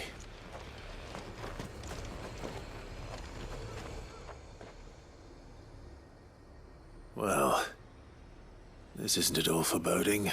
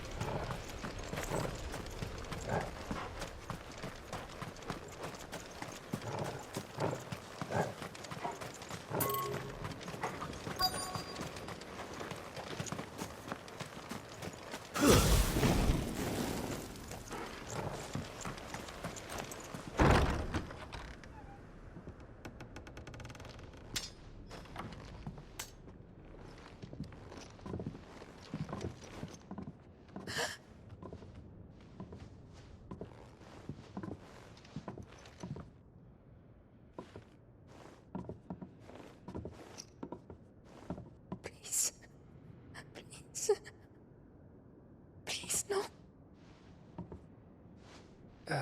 Miss. Whoa, easy, easy. We're not turned, all right?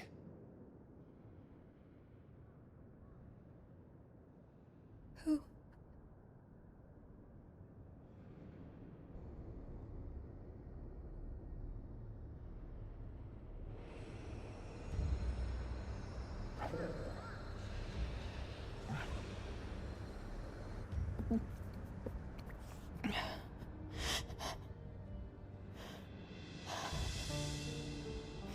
My thanks, kind travelers.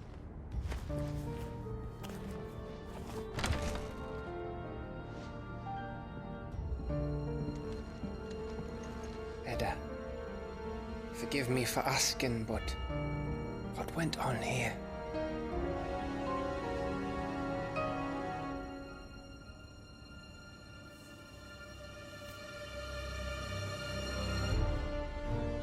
It all started when the skies changed. The elders said it was the Arcane. One by one, people went mad. Minds taken by the ether. Till only I remained. By then, I was too far along to run. And then the nights came. And I didn't know what to do.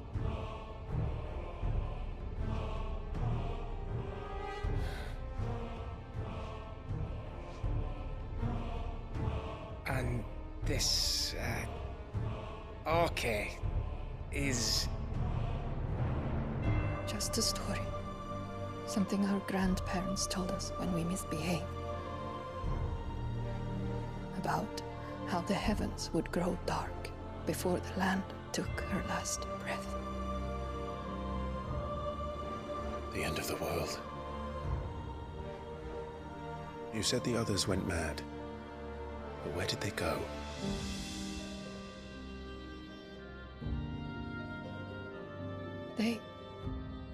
They all left. Gone east to the tower, to Reverie. The elders, the healer, the blacksmith, my husband.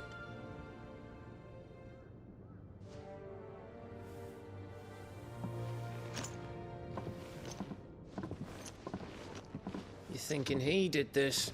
Of course. Who else could it be? You were in Canva. You saw what he did to the people. But then what about her? How come her nut hasn't cracked?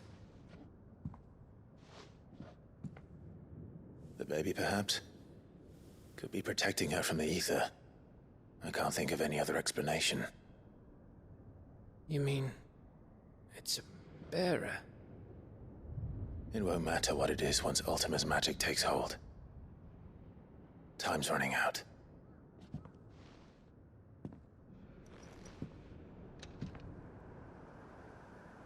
This tower. That's where we'll find the king.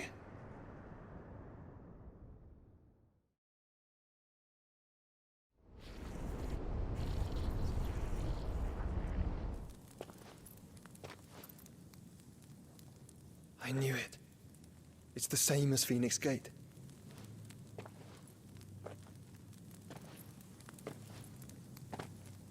Which means at the end of these stairs should be...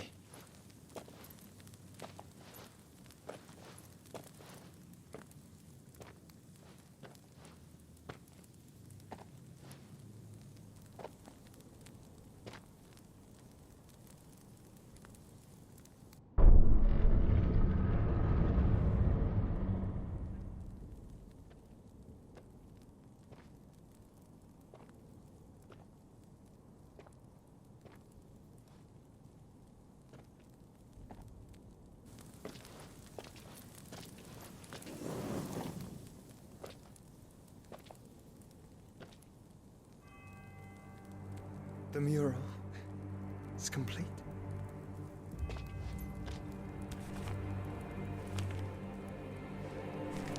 Ultima and his vessel, Ifrit. Garuda, Ramu, Shiva, Titan, Bahamut, Odin. Even Leviathan the Lost is here. But where is the Phoenix?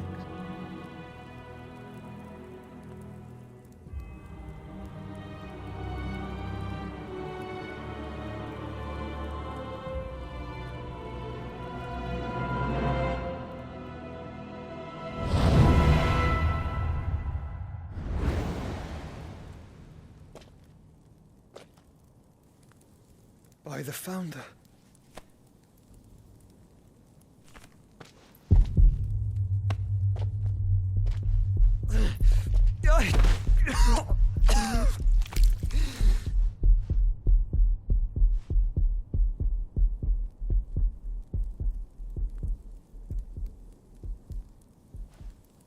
So that's what you want, isn't it, Ultima?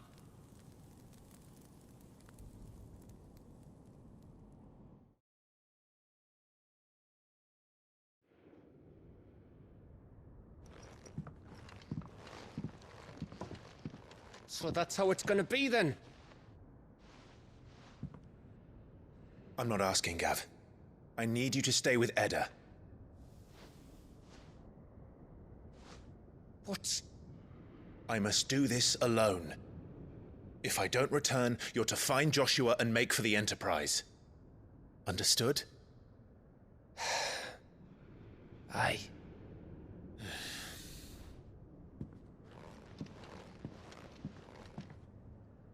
Just don't you go dying on me. Sid's name suits your miserable mug better than mine. Don't worry. I haven't finished with it yet.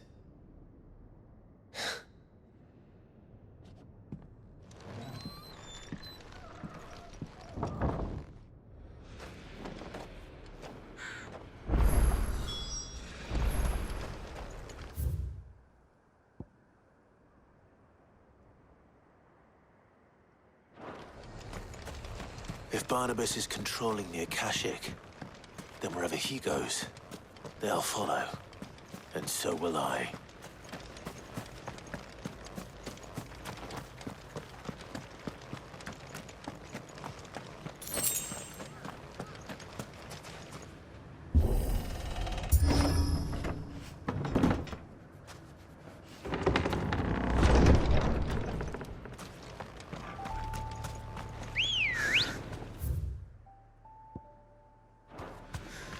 Let's go. Yeah!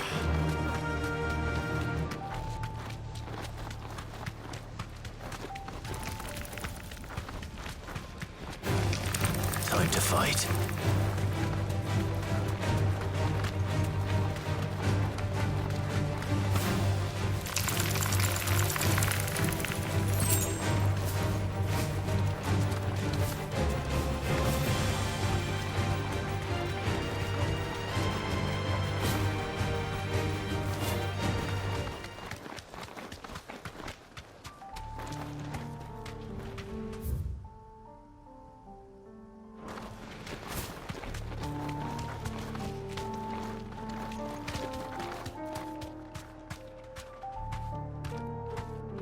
something there.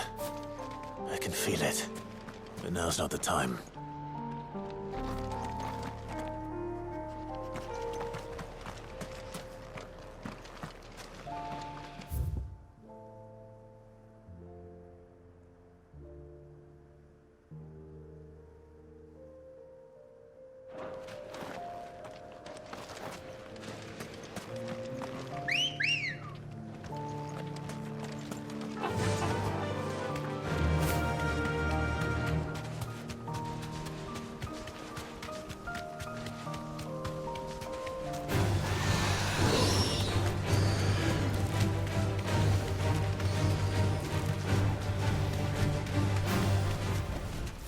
Be safe. This won't be easy.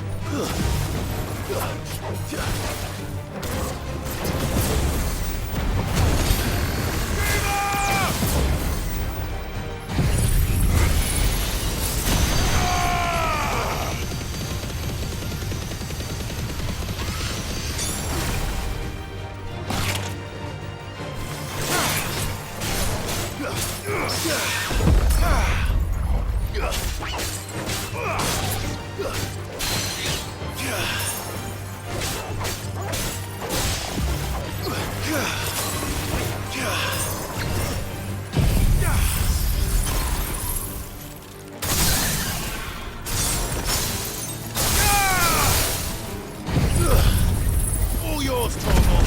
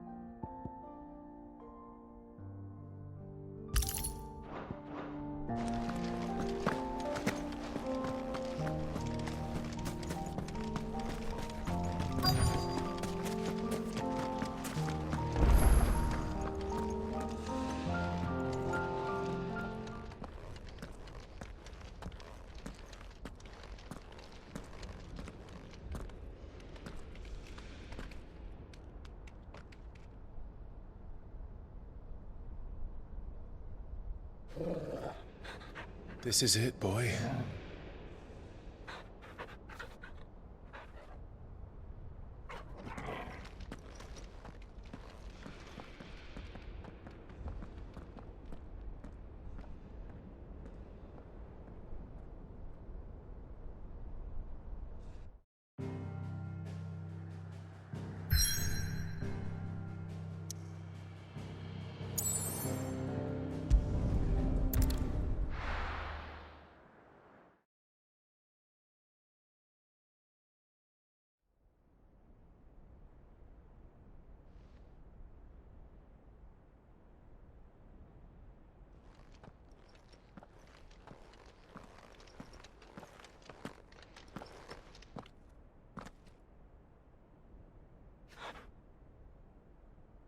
I've come for you, Barnabas.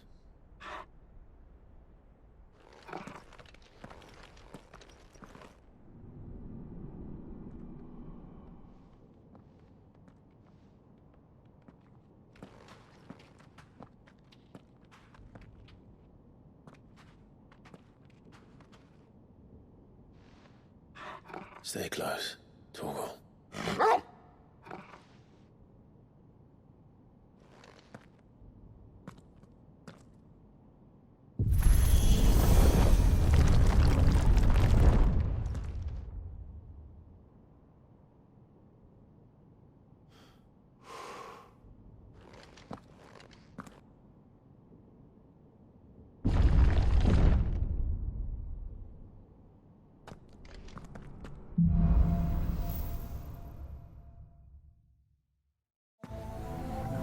The tower. It's alive.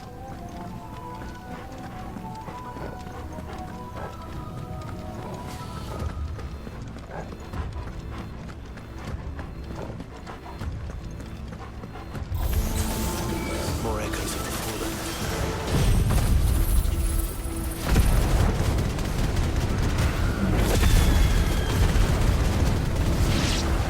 They seem to feed on ether. Shouldn't be any here.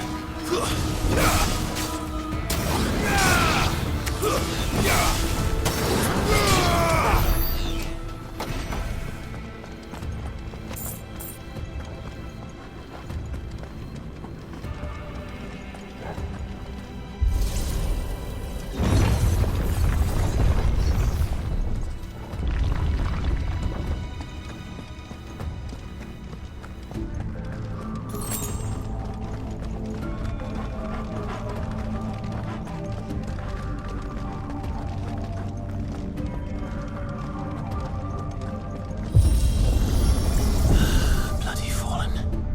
Why do all their flaws seem to have a mind of their own?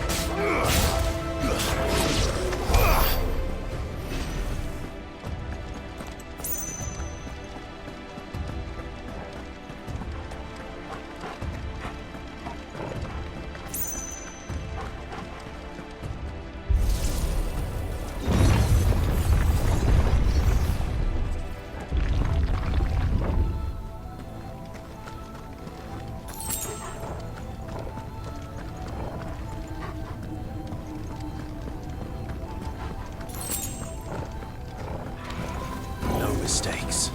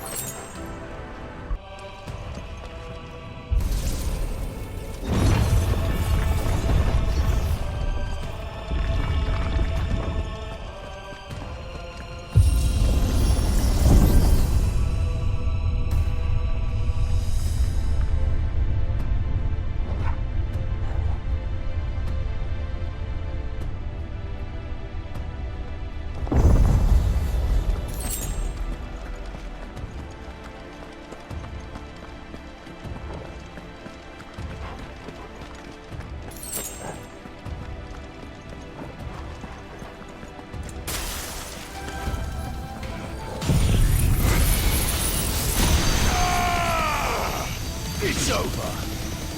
Farewell.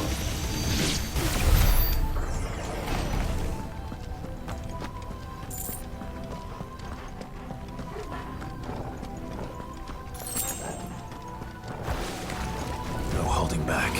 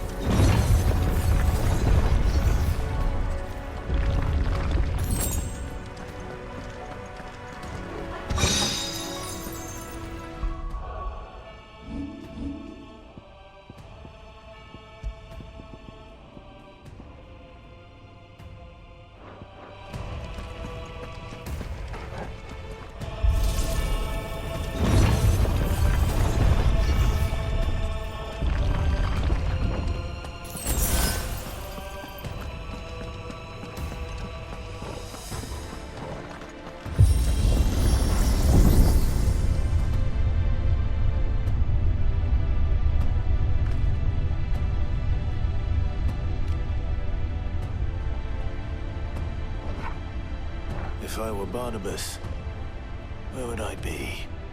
The top. So I could look down on the world.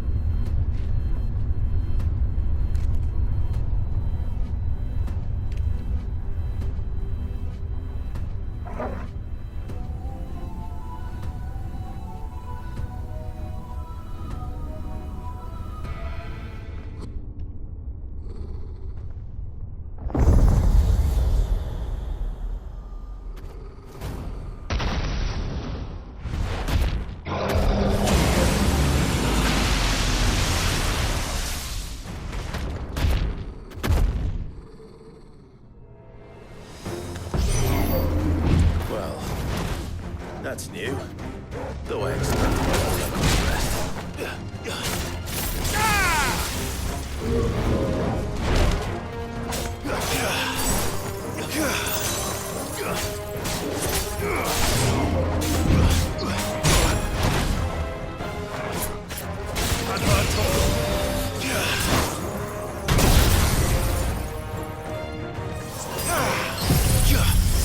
To me, boy!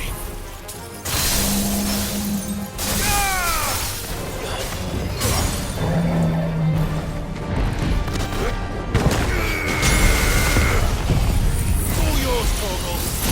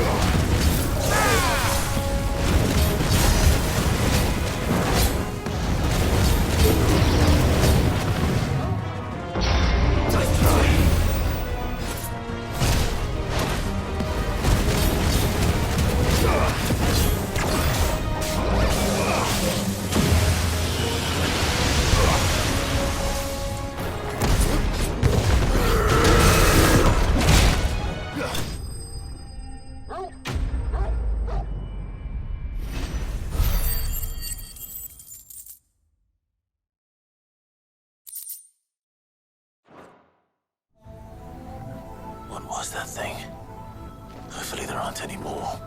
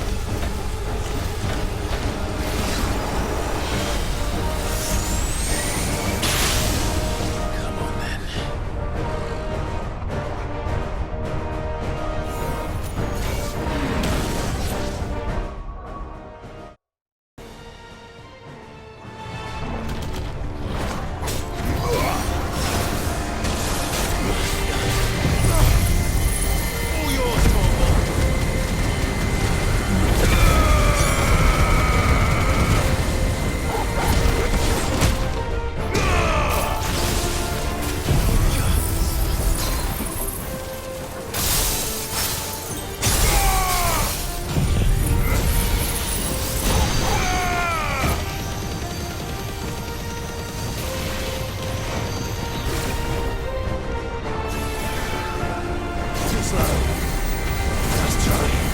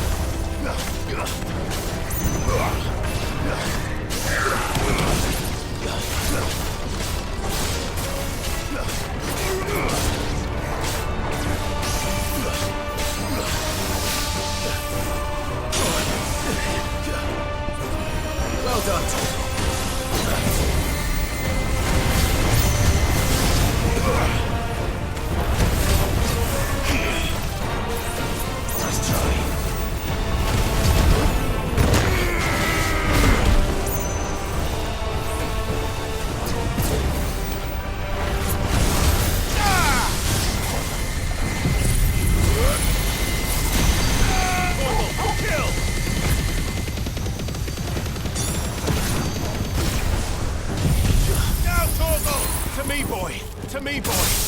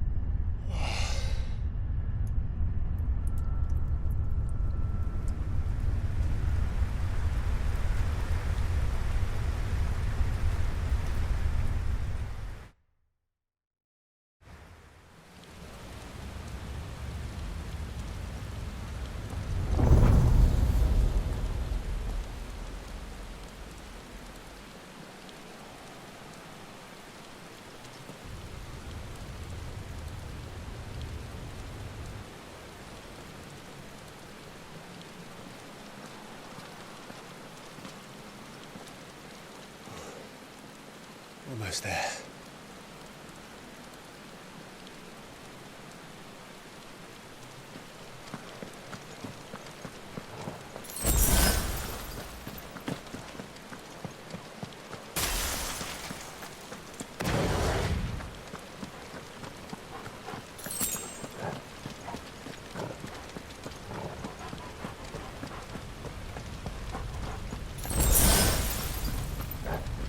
He's here.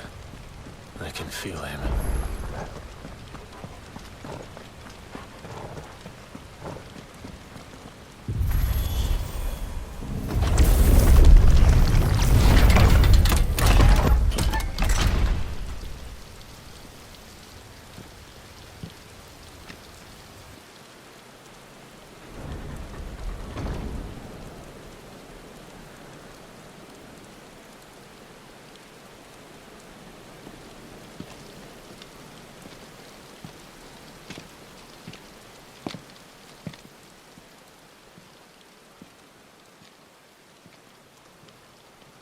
Why? The blade must ever feed if her edge is to remain keen. Butcher. What care you for these worthless creatures? They are nothing. Weak from the moment of their conception, ever longing for power not theirs to command, they turn unfailingly upon themselves. Like sheep, they roam in filthy flocks, eager to trample those few gifted a fleece of gold. Or that they might feel contentment with their pitiful existence. Prejudice and persecution, severance and strife, every earthly wrong springs from the malice in men's hearts. Malice born of the pain and suffering that is free will. Its corruption is gnawed at your being from the very moment of your birth. You're wrong. It is no corruption. It is who I am. Every choice I make, right or wrong, gives me reason to carry on. And carry on I shall. Not as a puppet, but as a man. Which are you? There was a time I too thought those the only choices. What? Long ago, God granted man the gift of magic. And with that gift did he build great civilizations. Yet over time, man lost sight of the gift's true meaning, stepping from the path of shared prosperity to one of avarice. He abandoned his creator for sword and flame, and through his folly, beckoned the blight. Yet, there were those few who refused to turn their eyes from the heavens, and they prayed to God that he might lead them back to righteousness. And the Lord, he did answer. Before the worthy shall the gates of paradise open. And so did I spread my arms to the ether, and cast my soul upon its gentle waters. I gave myself unto him.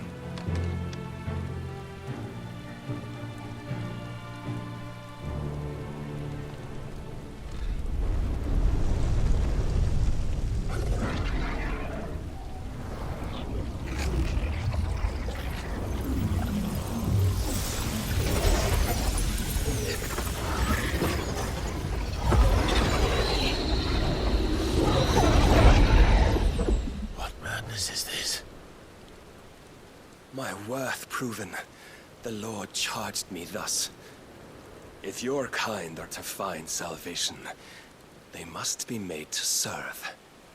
You see, paradise lies but a single step away. Could we only take it? Could we only leave our transgressions behind? For none save the pure of heart and mind may set foot in the new world. I will save us. But it all begins and ends with you. You are the key, Mythos. And with this humble offering, shall I prove my faith once more. So you forsook your kingdom. You forsook yourself to serve. Tell me, how is that living?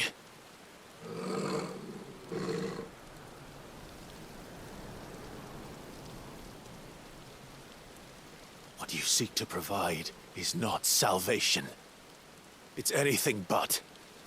Life is about always having a choice. Take that away, and we might as well be dead.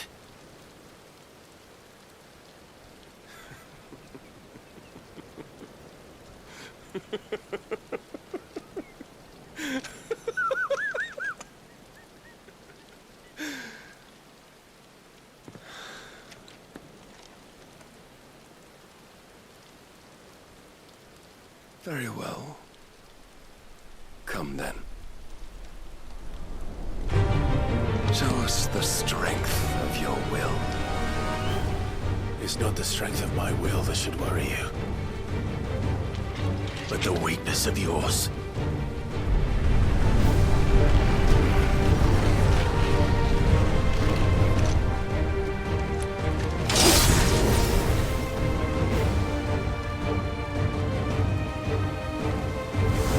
If you think your will the stronger, prove it. By this day's end, you shall know the truth.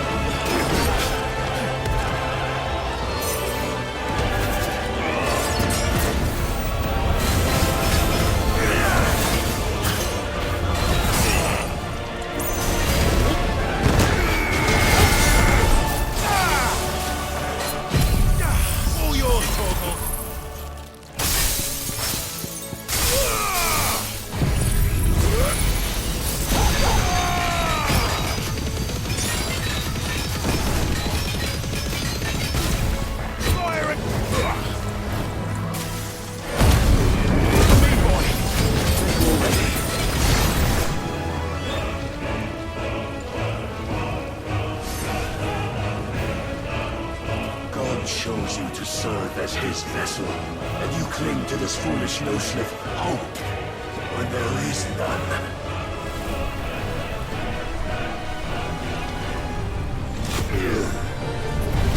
Fuck!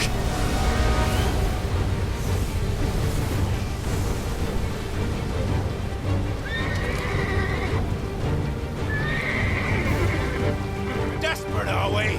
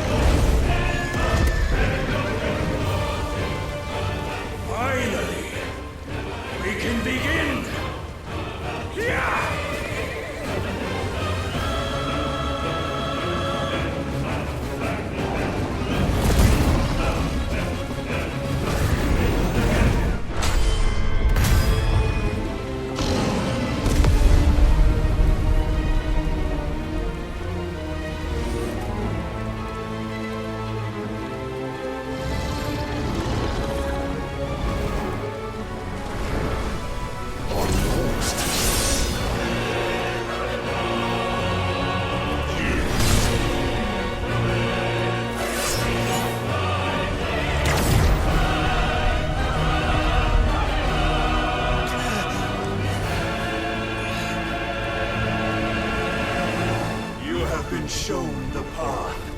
Now you must follow it. Free yourself, Mythos. You will not defeat me otherwise. We'll see.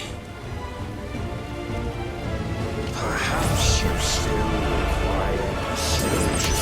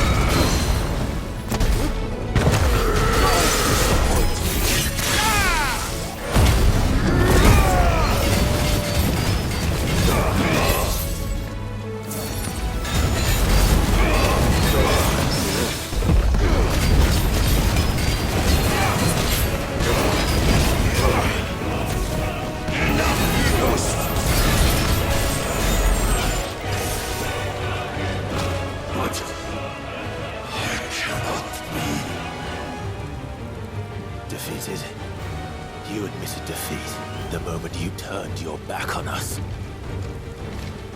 When you turned your back on the truth, Barnabas. We are not as weak as your god believes.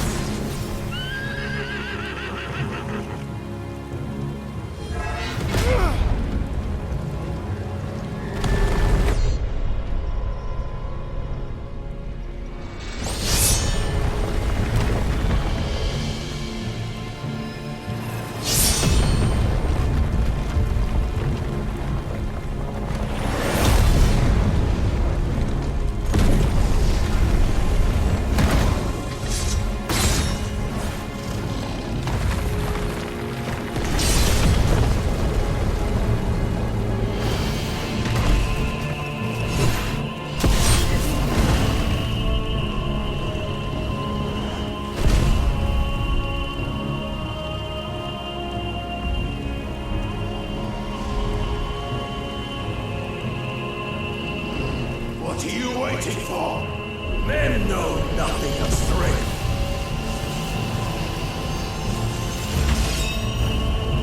But you will.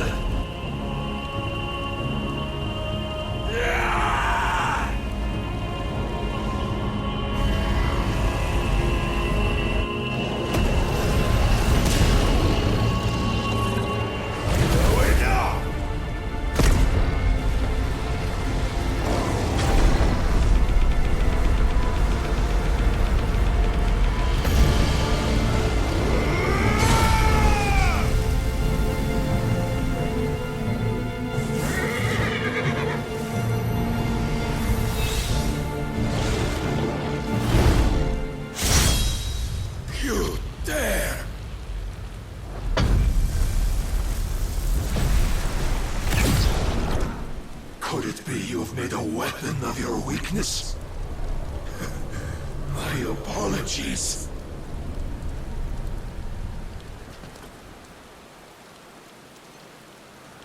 You are not the fool I took you for.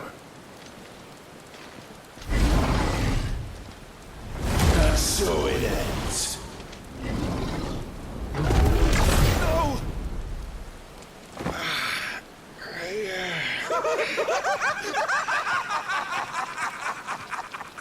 Don't tell me you are tired, Mythos!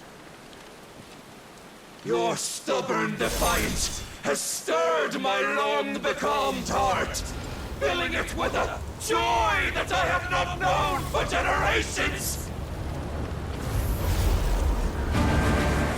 had thought the tantalizing kiss of self-indulgence, a dream forever out of reach. And now that its sweet ruin courses through my veins, I shall not be quick to relinquish it. Show me your one mythos, that I might revel in it!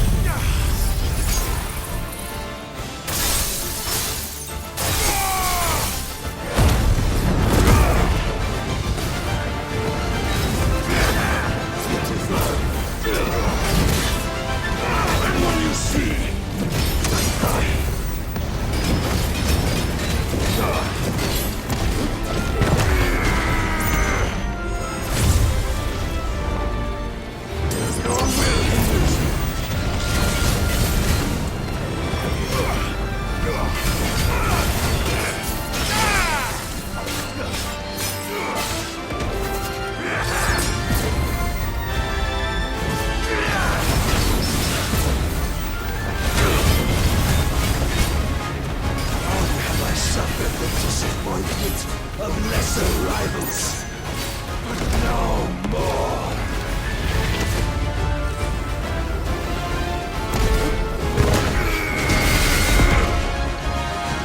Oh, my constant congregation, salvation is come. Rejoice as our souls are granted peace unending. How do you know this day will come? What proof have you? Your mere existence is proof of the Lord's grand design.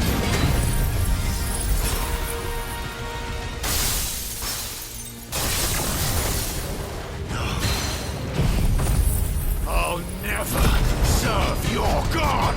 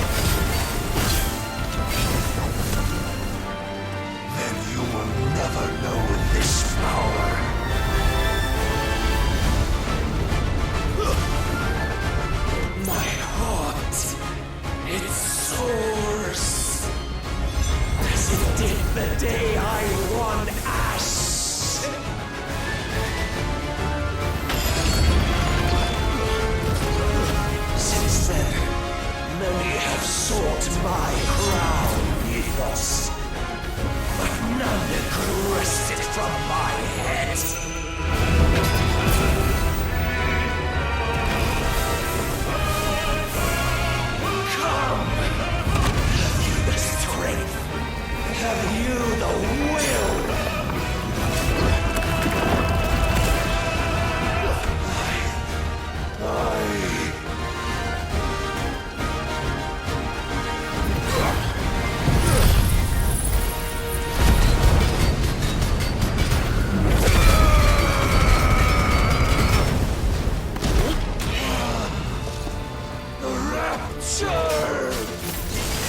am yours, Mythos. Claim me as your prize!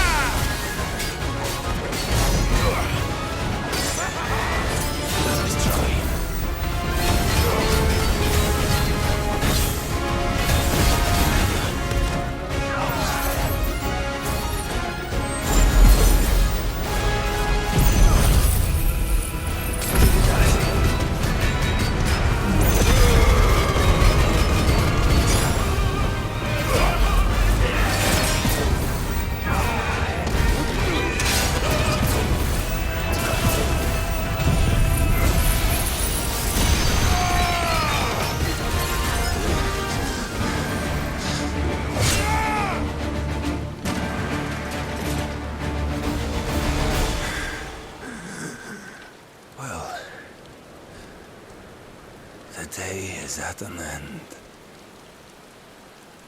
And we both know the truth. It is I who stand victorious.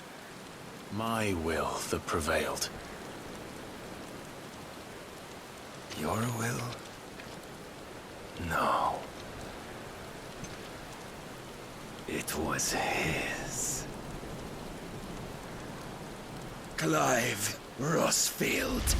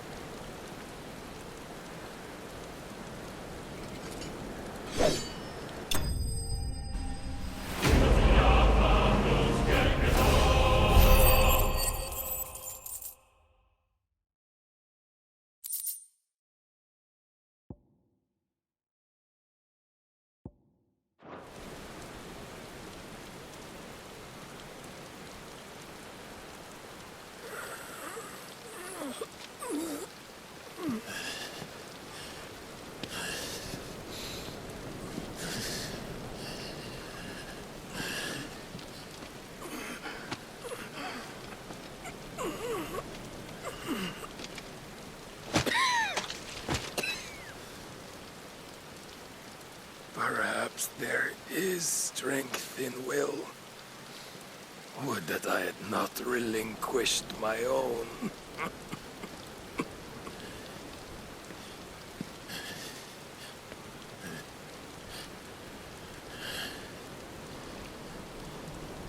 You relinquished nothing. What was it, if not will, that made you strive for a new world? Strive to win your master's approval?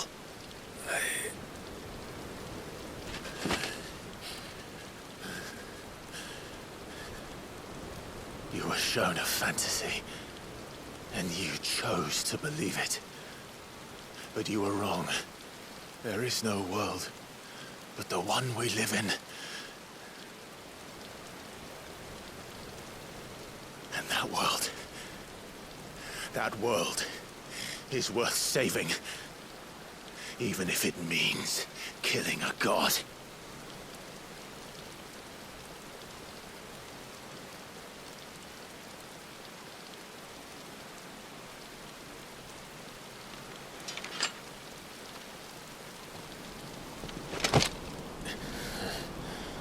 Bold words from one who has served the Lord so well. This is pointless.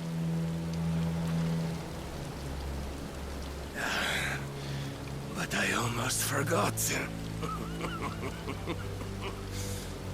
I promised that I would make you presentable. Did I not?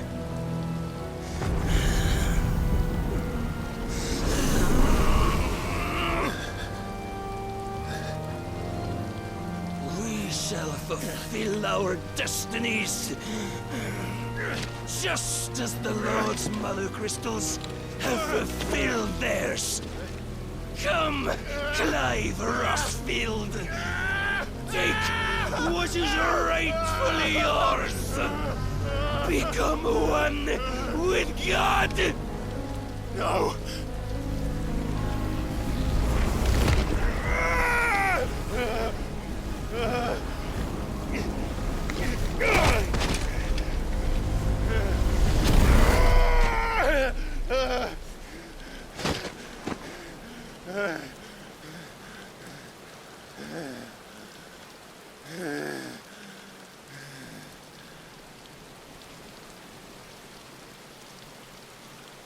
At long last, salvation.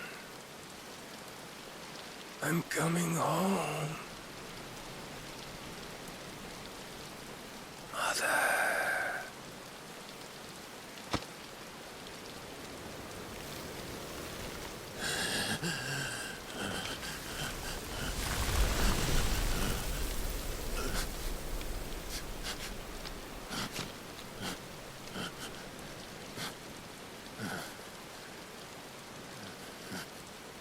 Tell me, how does it feel?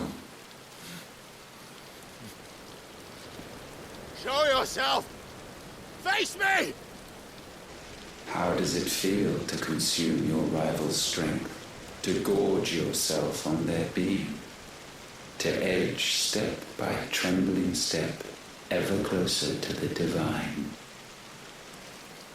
With or without a will, you are still but a vessel, our vessel. Behold, how your body shudders in anticipation of its fate.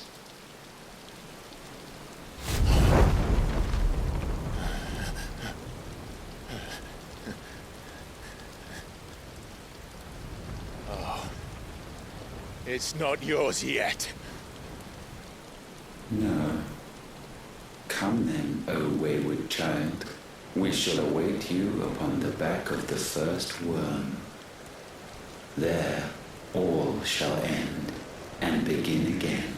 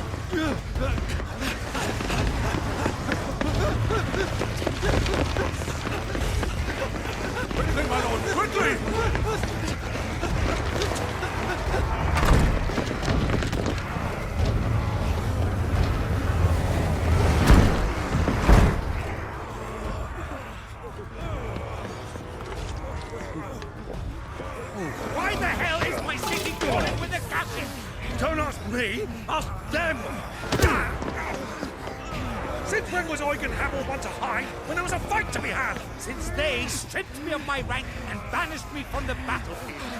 Now I'm stuck wiping the backsides of this one while the city burns and my wife tells off with a man half my age! And then you turn up! What the hell are you doing here anyway?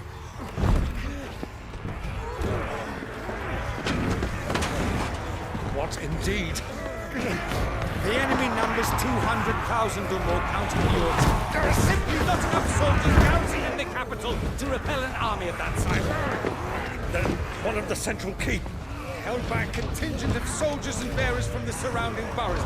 They are the sole reason it still stands. And all it took was an army on their doorstep to bring them together. The prospect of death does put things into perspective. Perspective. Perhaps it's what we've lacked all along.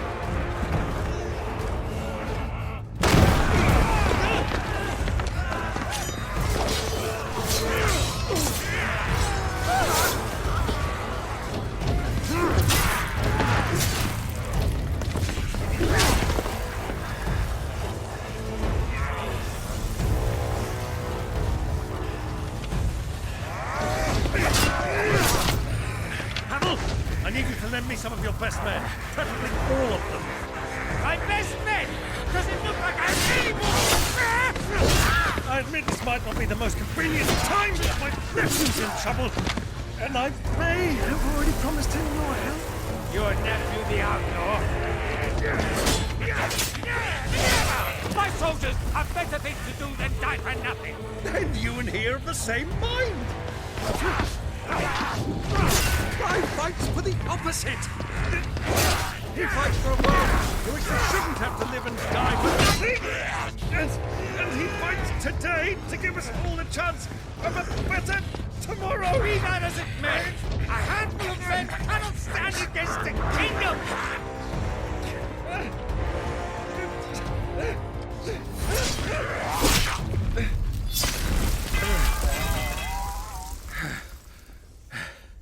Then mayhap they are the wrong men. Well, I'll be damned.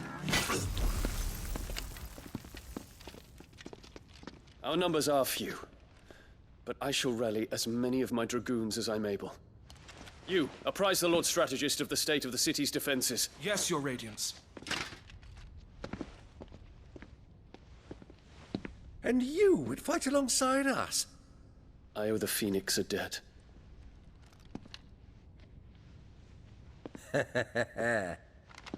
Does this vouch for my nephews? Aye, but I still have my doubts about you. Which we can discuss later. Indeed. You said you had men garrisoned in the keep. Captain, do you know how many yet remain? Allow me to confirm. Commander? Whatever their number, Randalar will be needing Gather the them bodies all. and build a pyre in the courtyard. Quickly. Terence. My lord.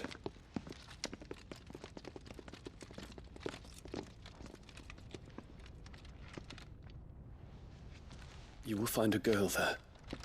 A girl? We are in the middle of a war. I owe her my life, and I always pay my debts.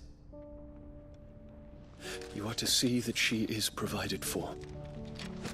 Dion, I cannot leave. But you shall. If I am ever to be worthy of the forgiveness of our people, then I must earn it.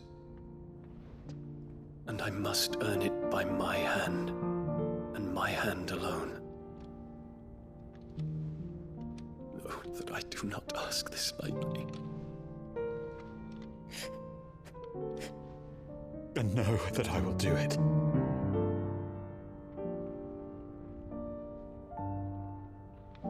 Farewell, Terence.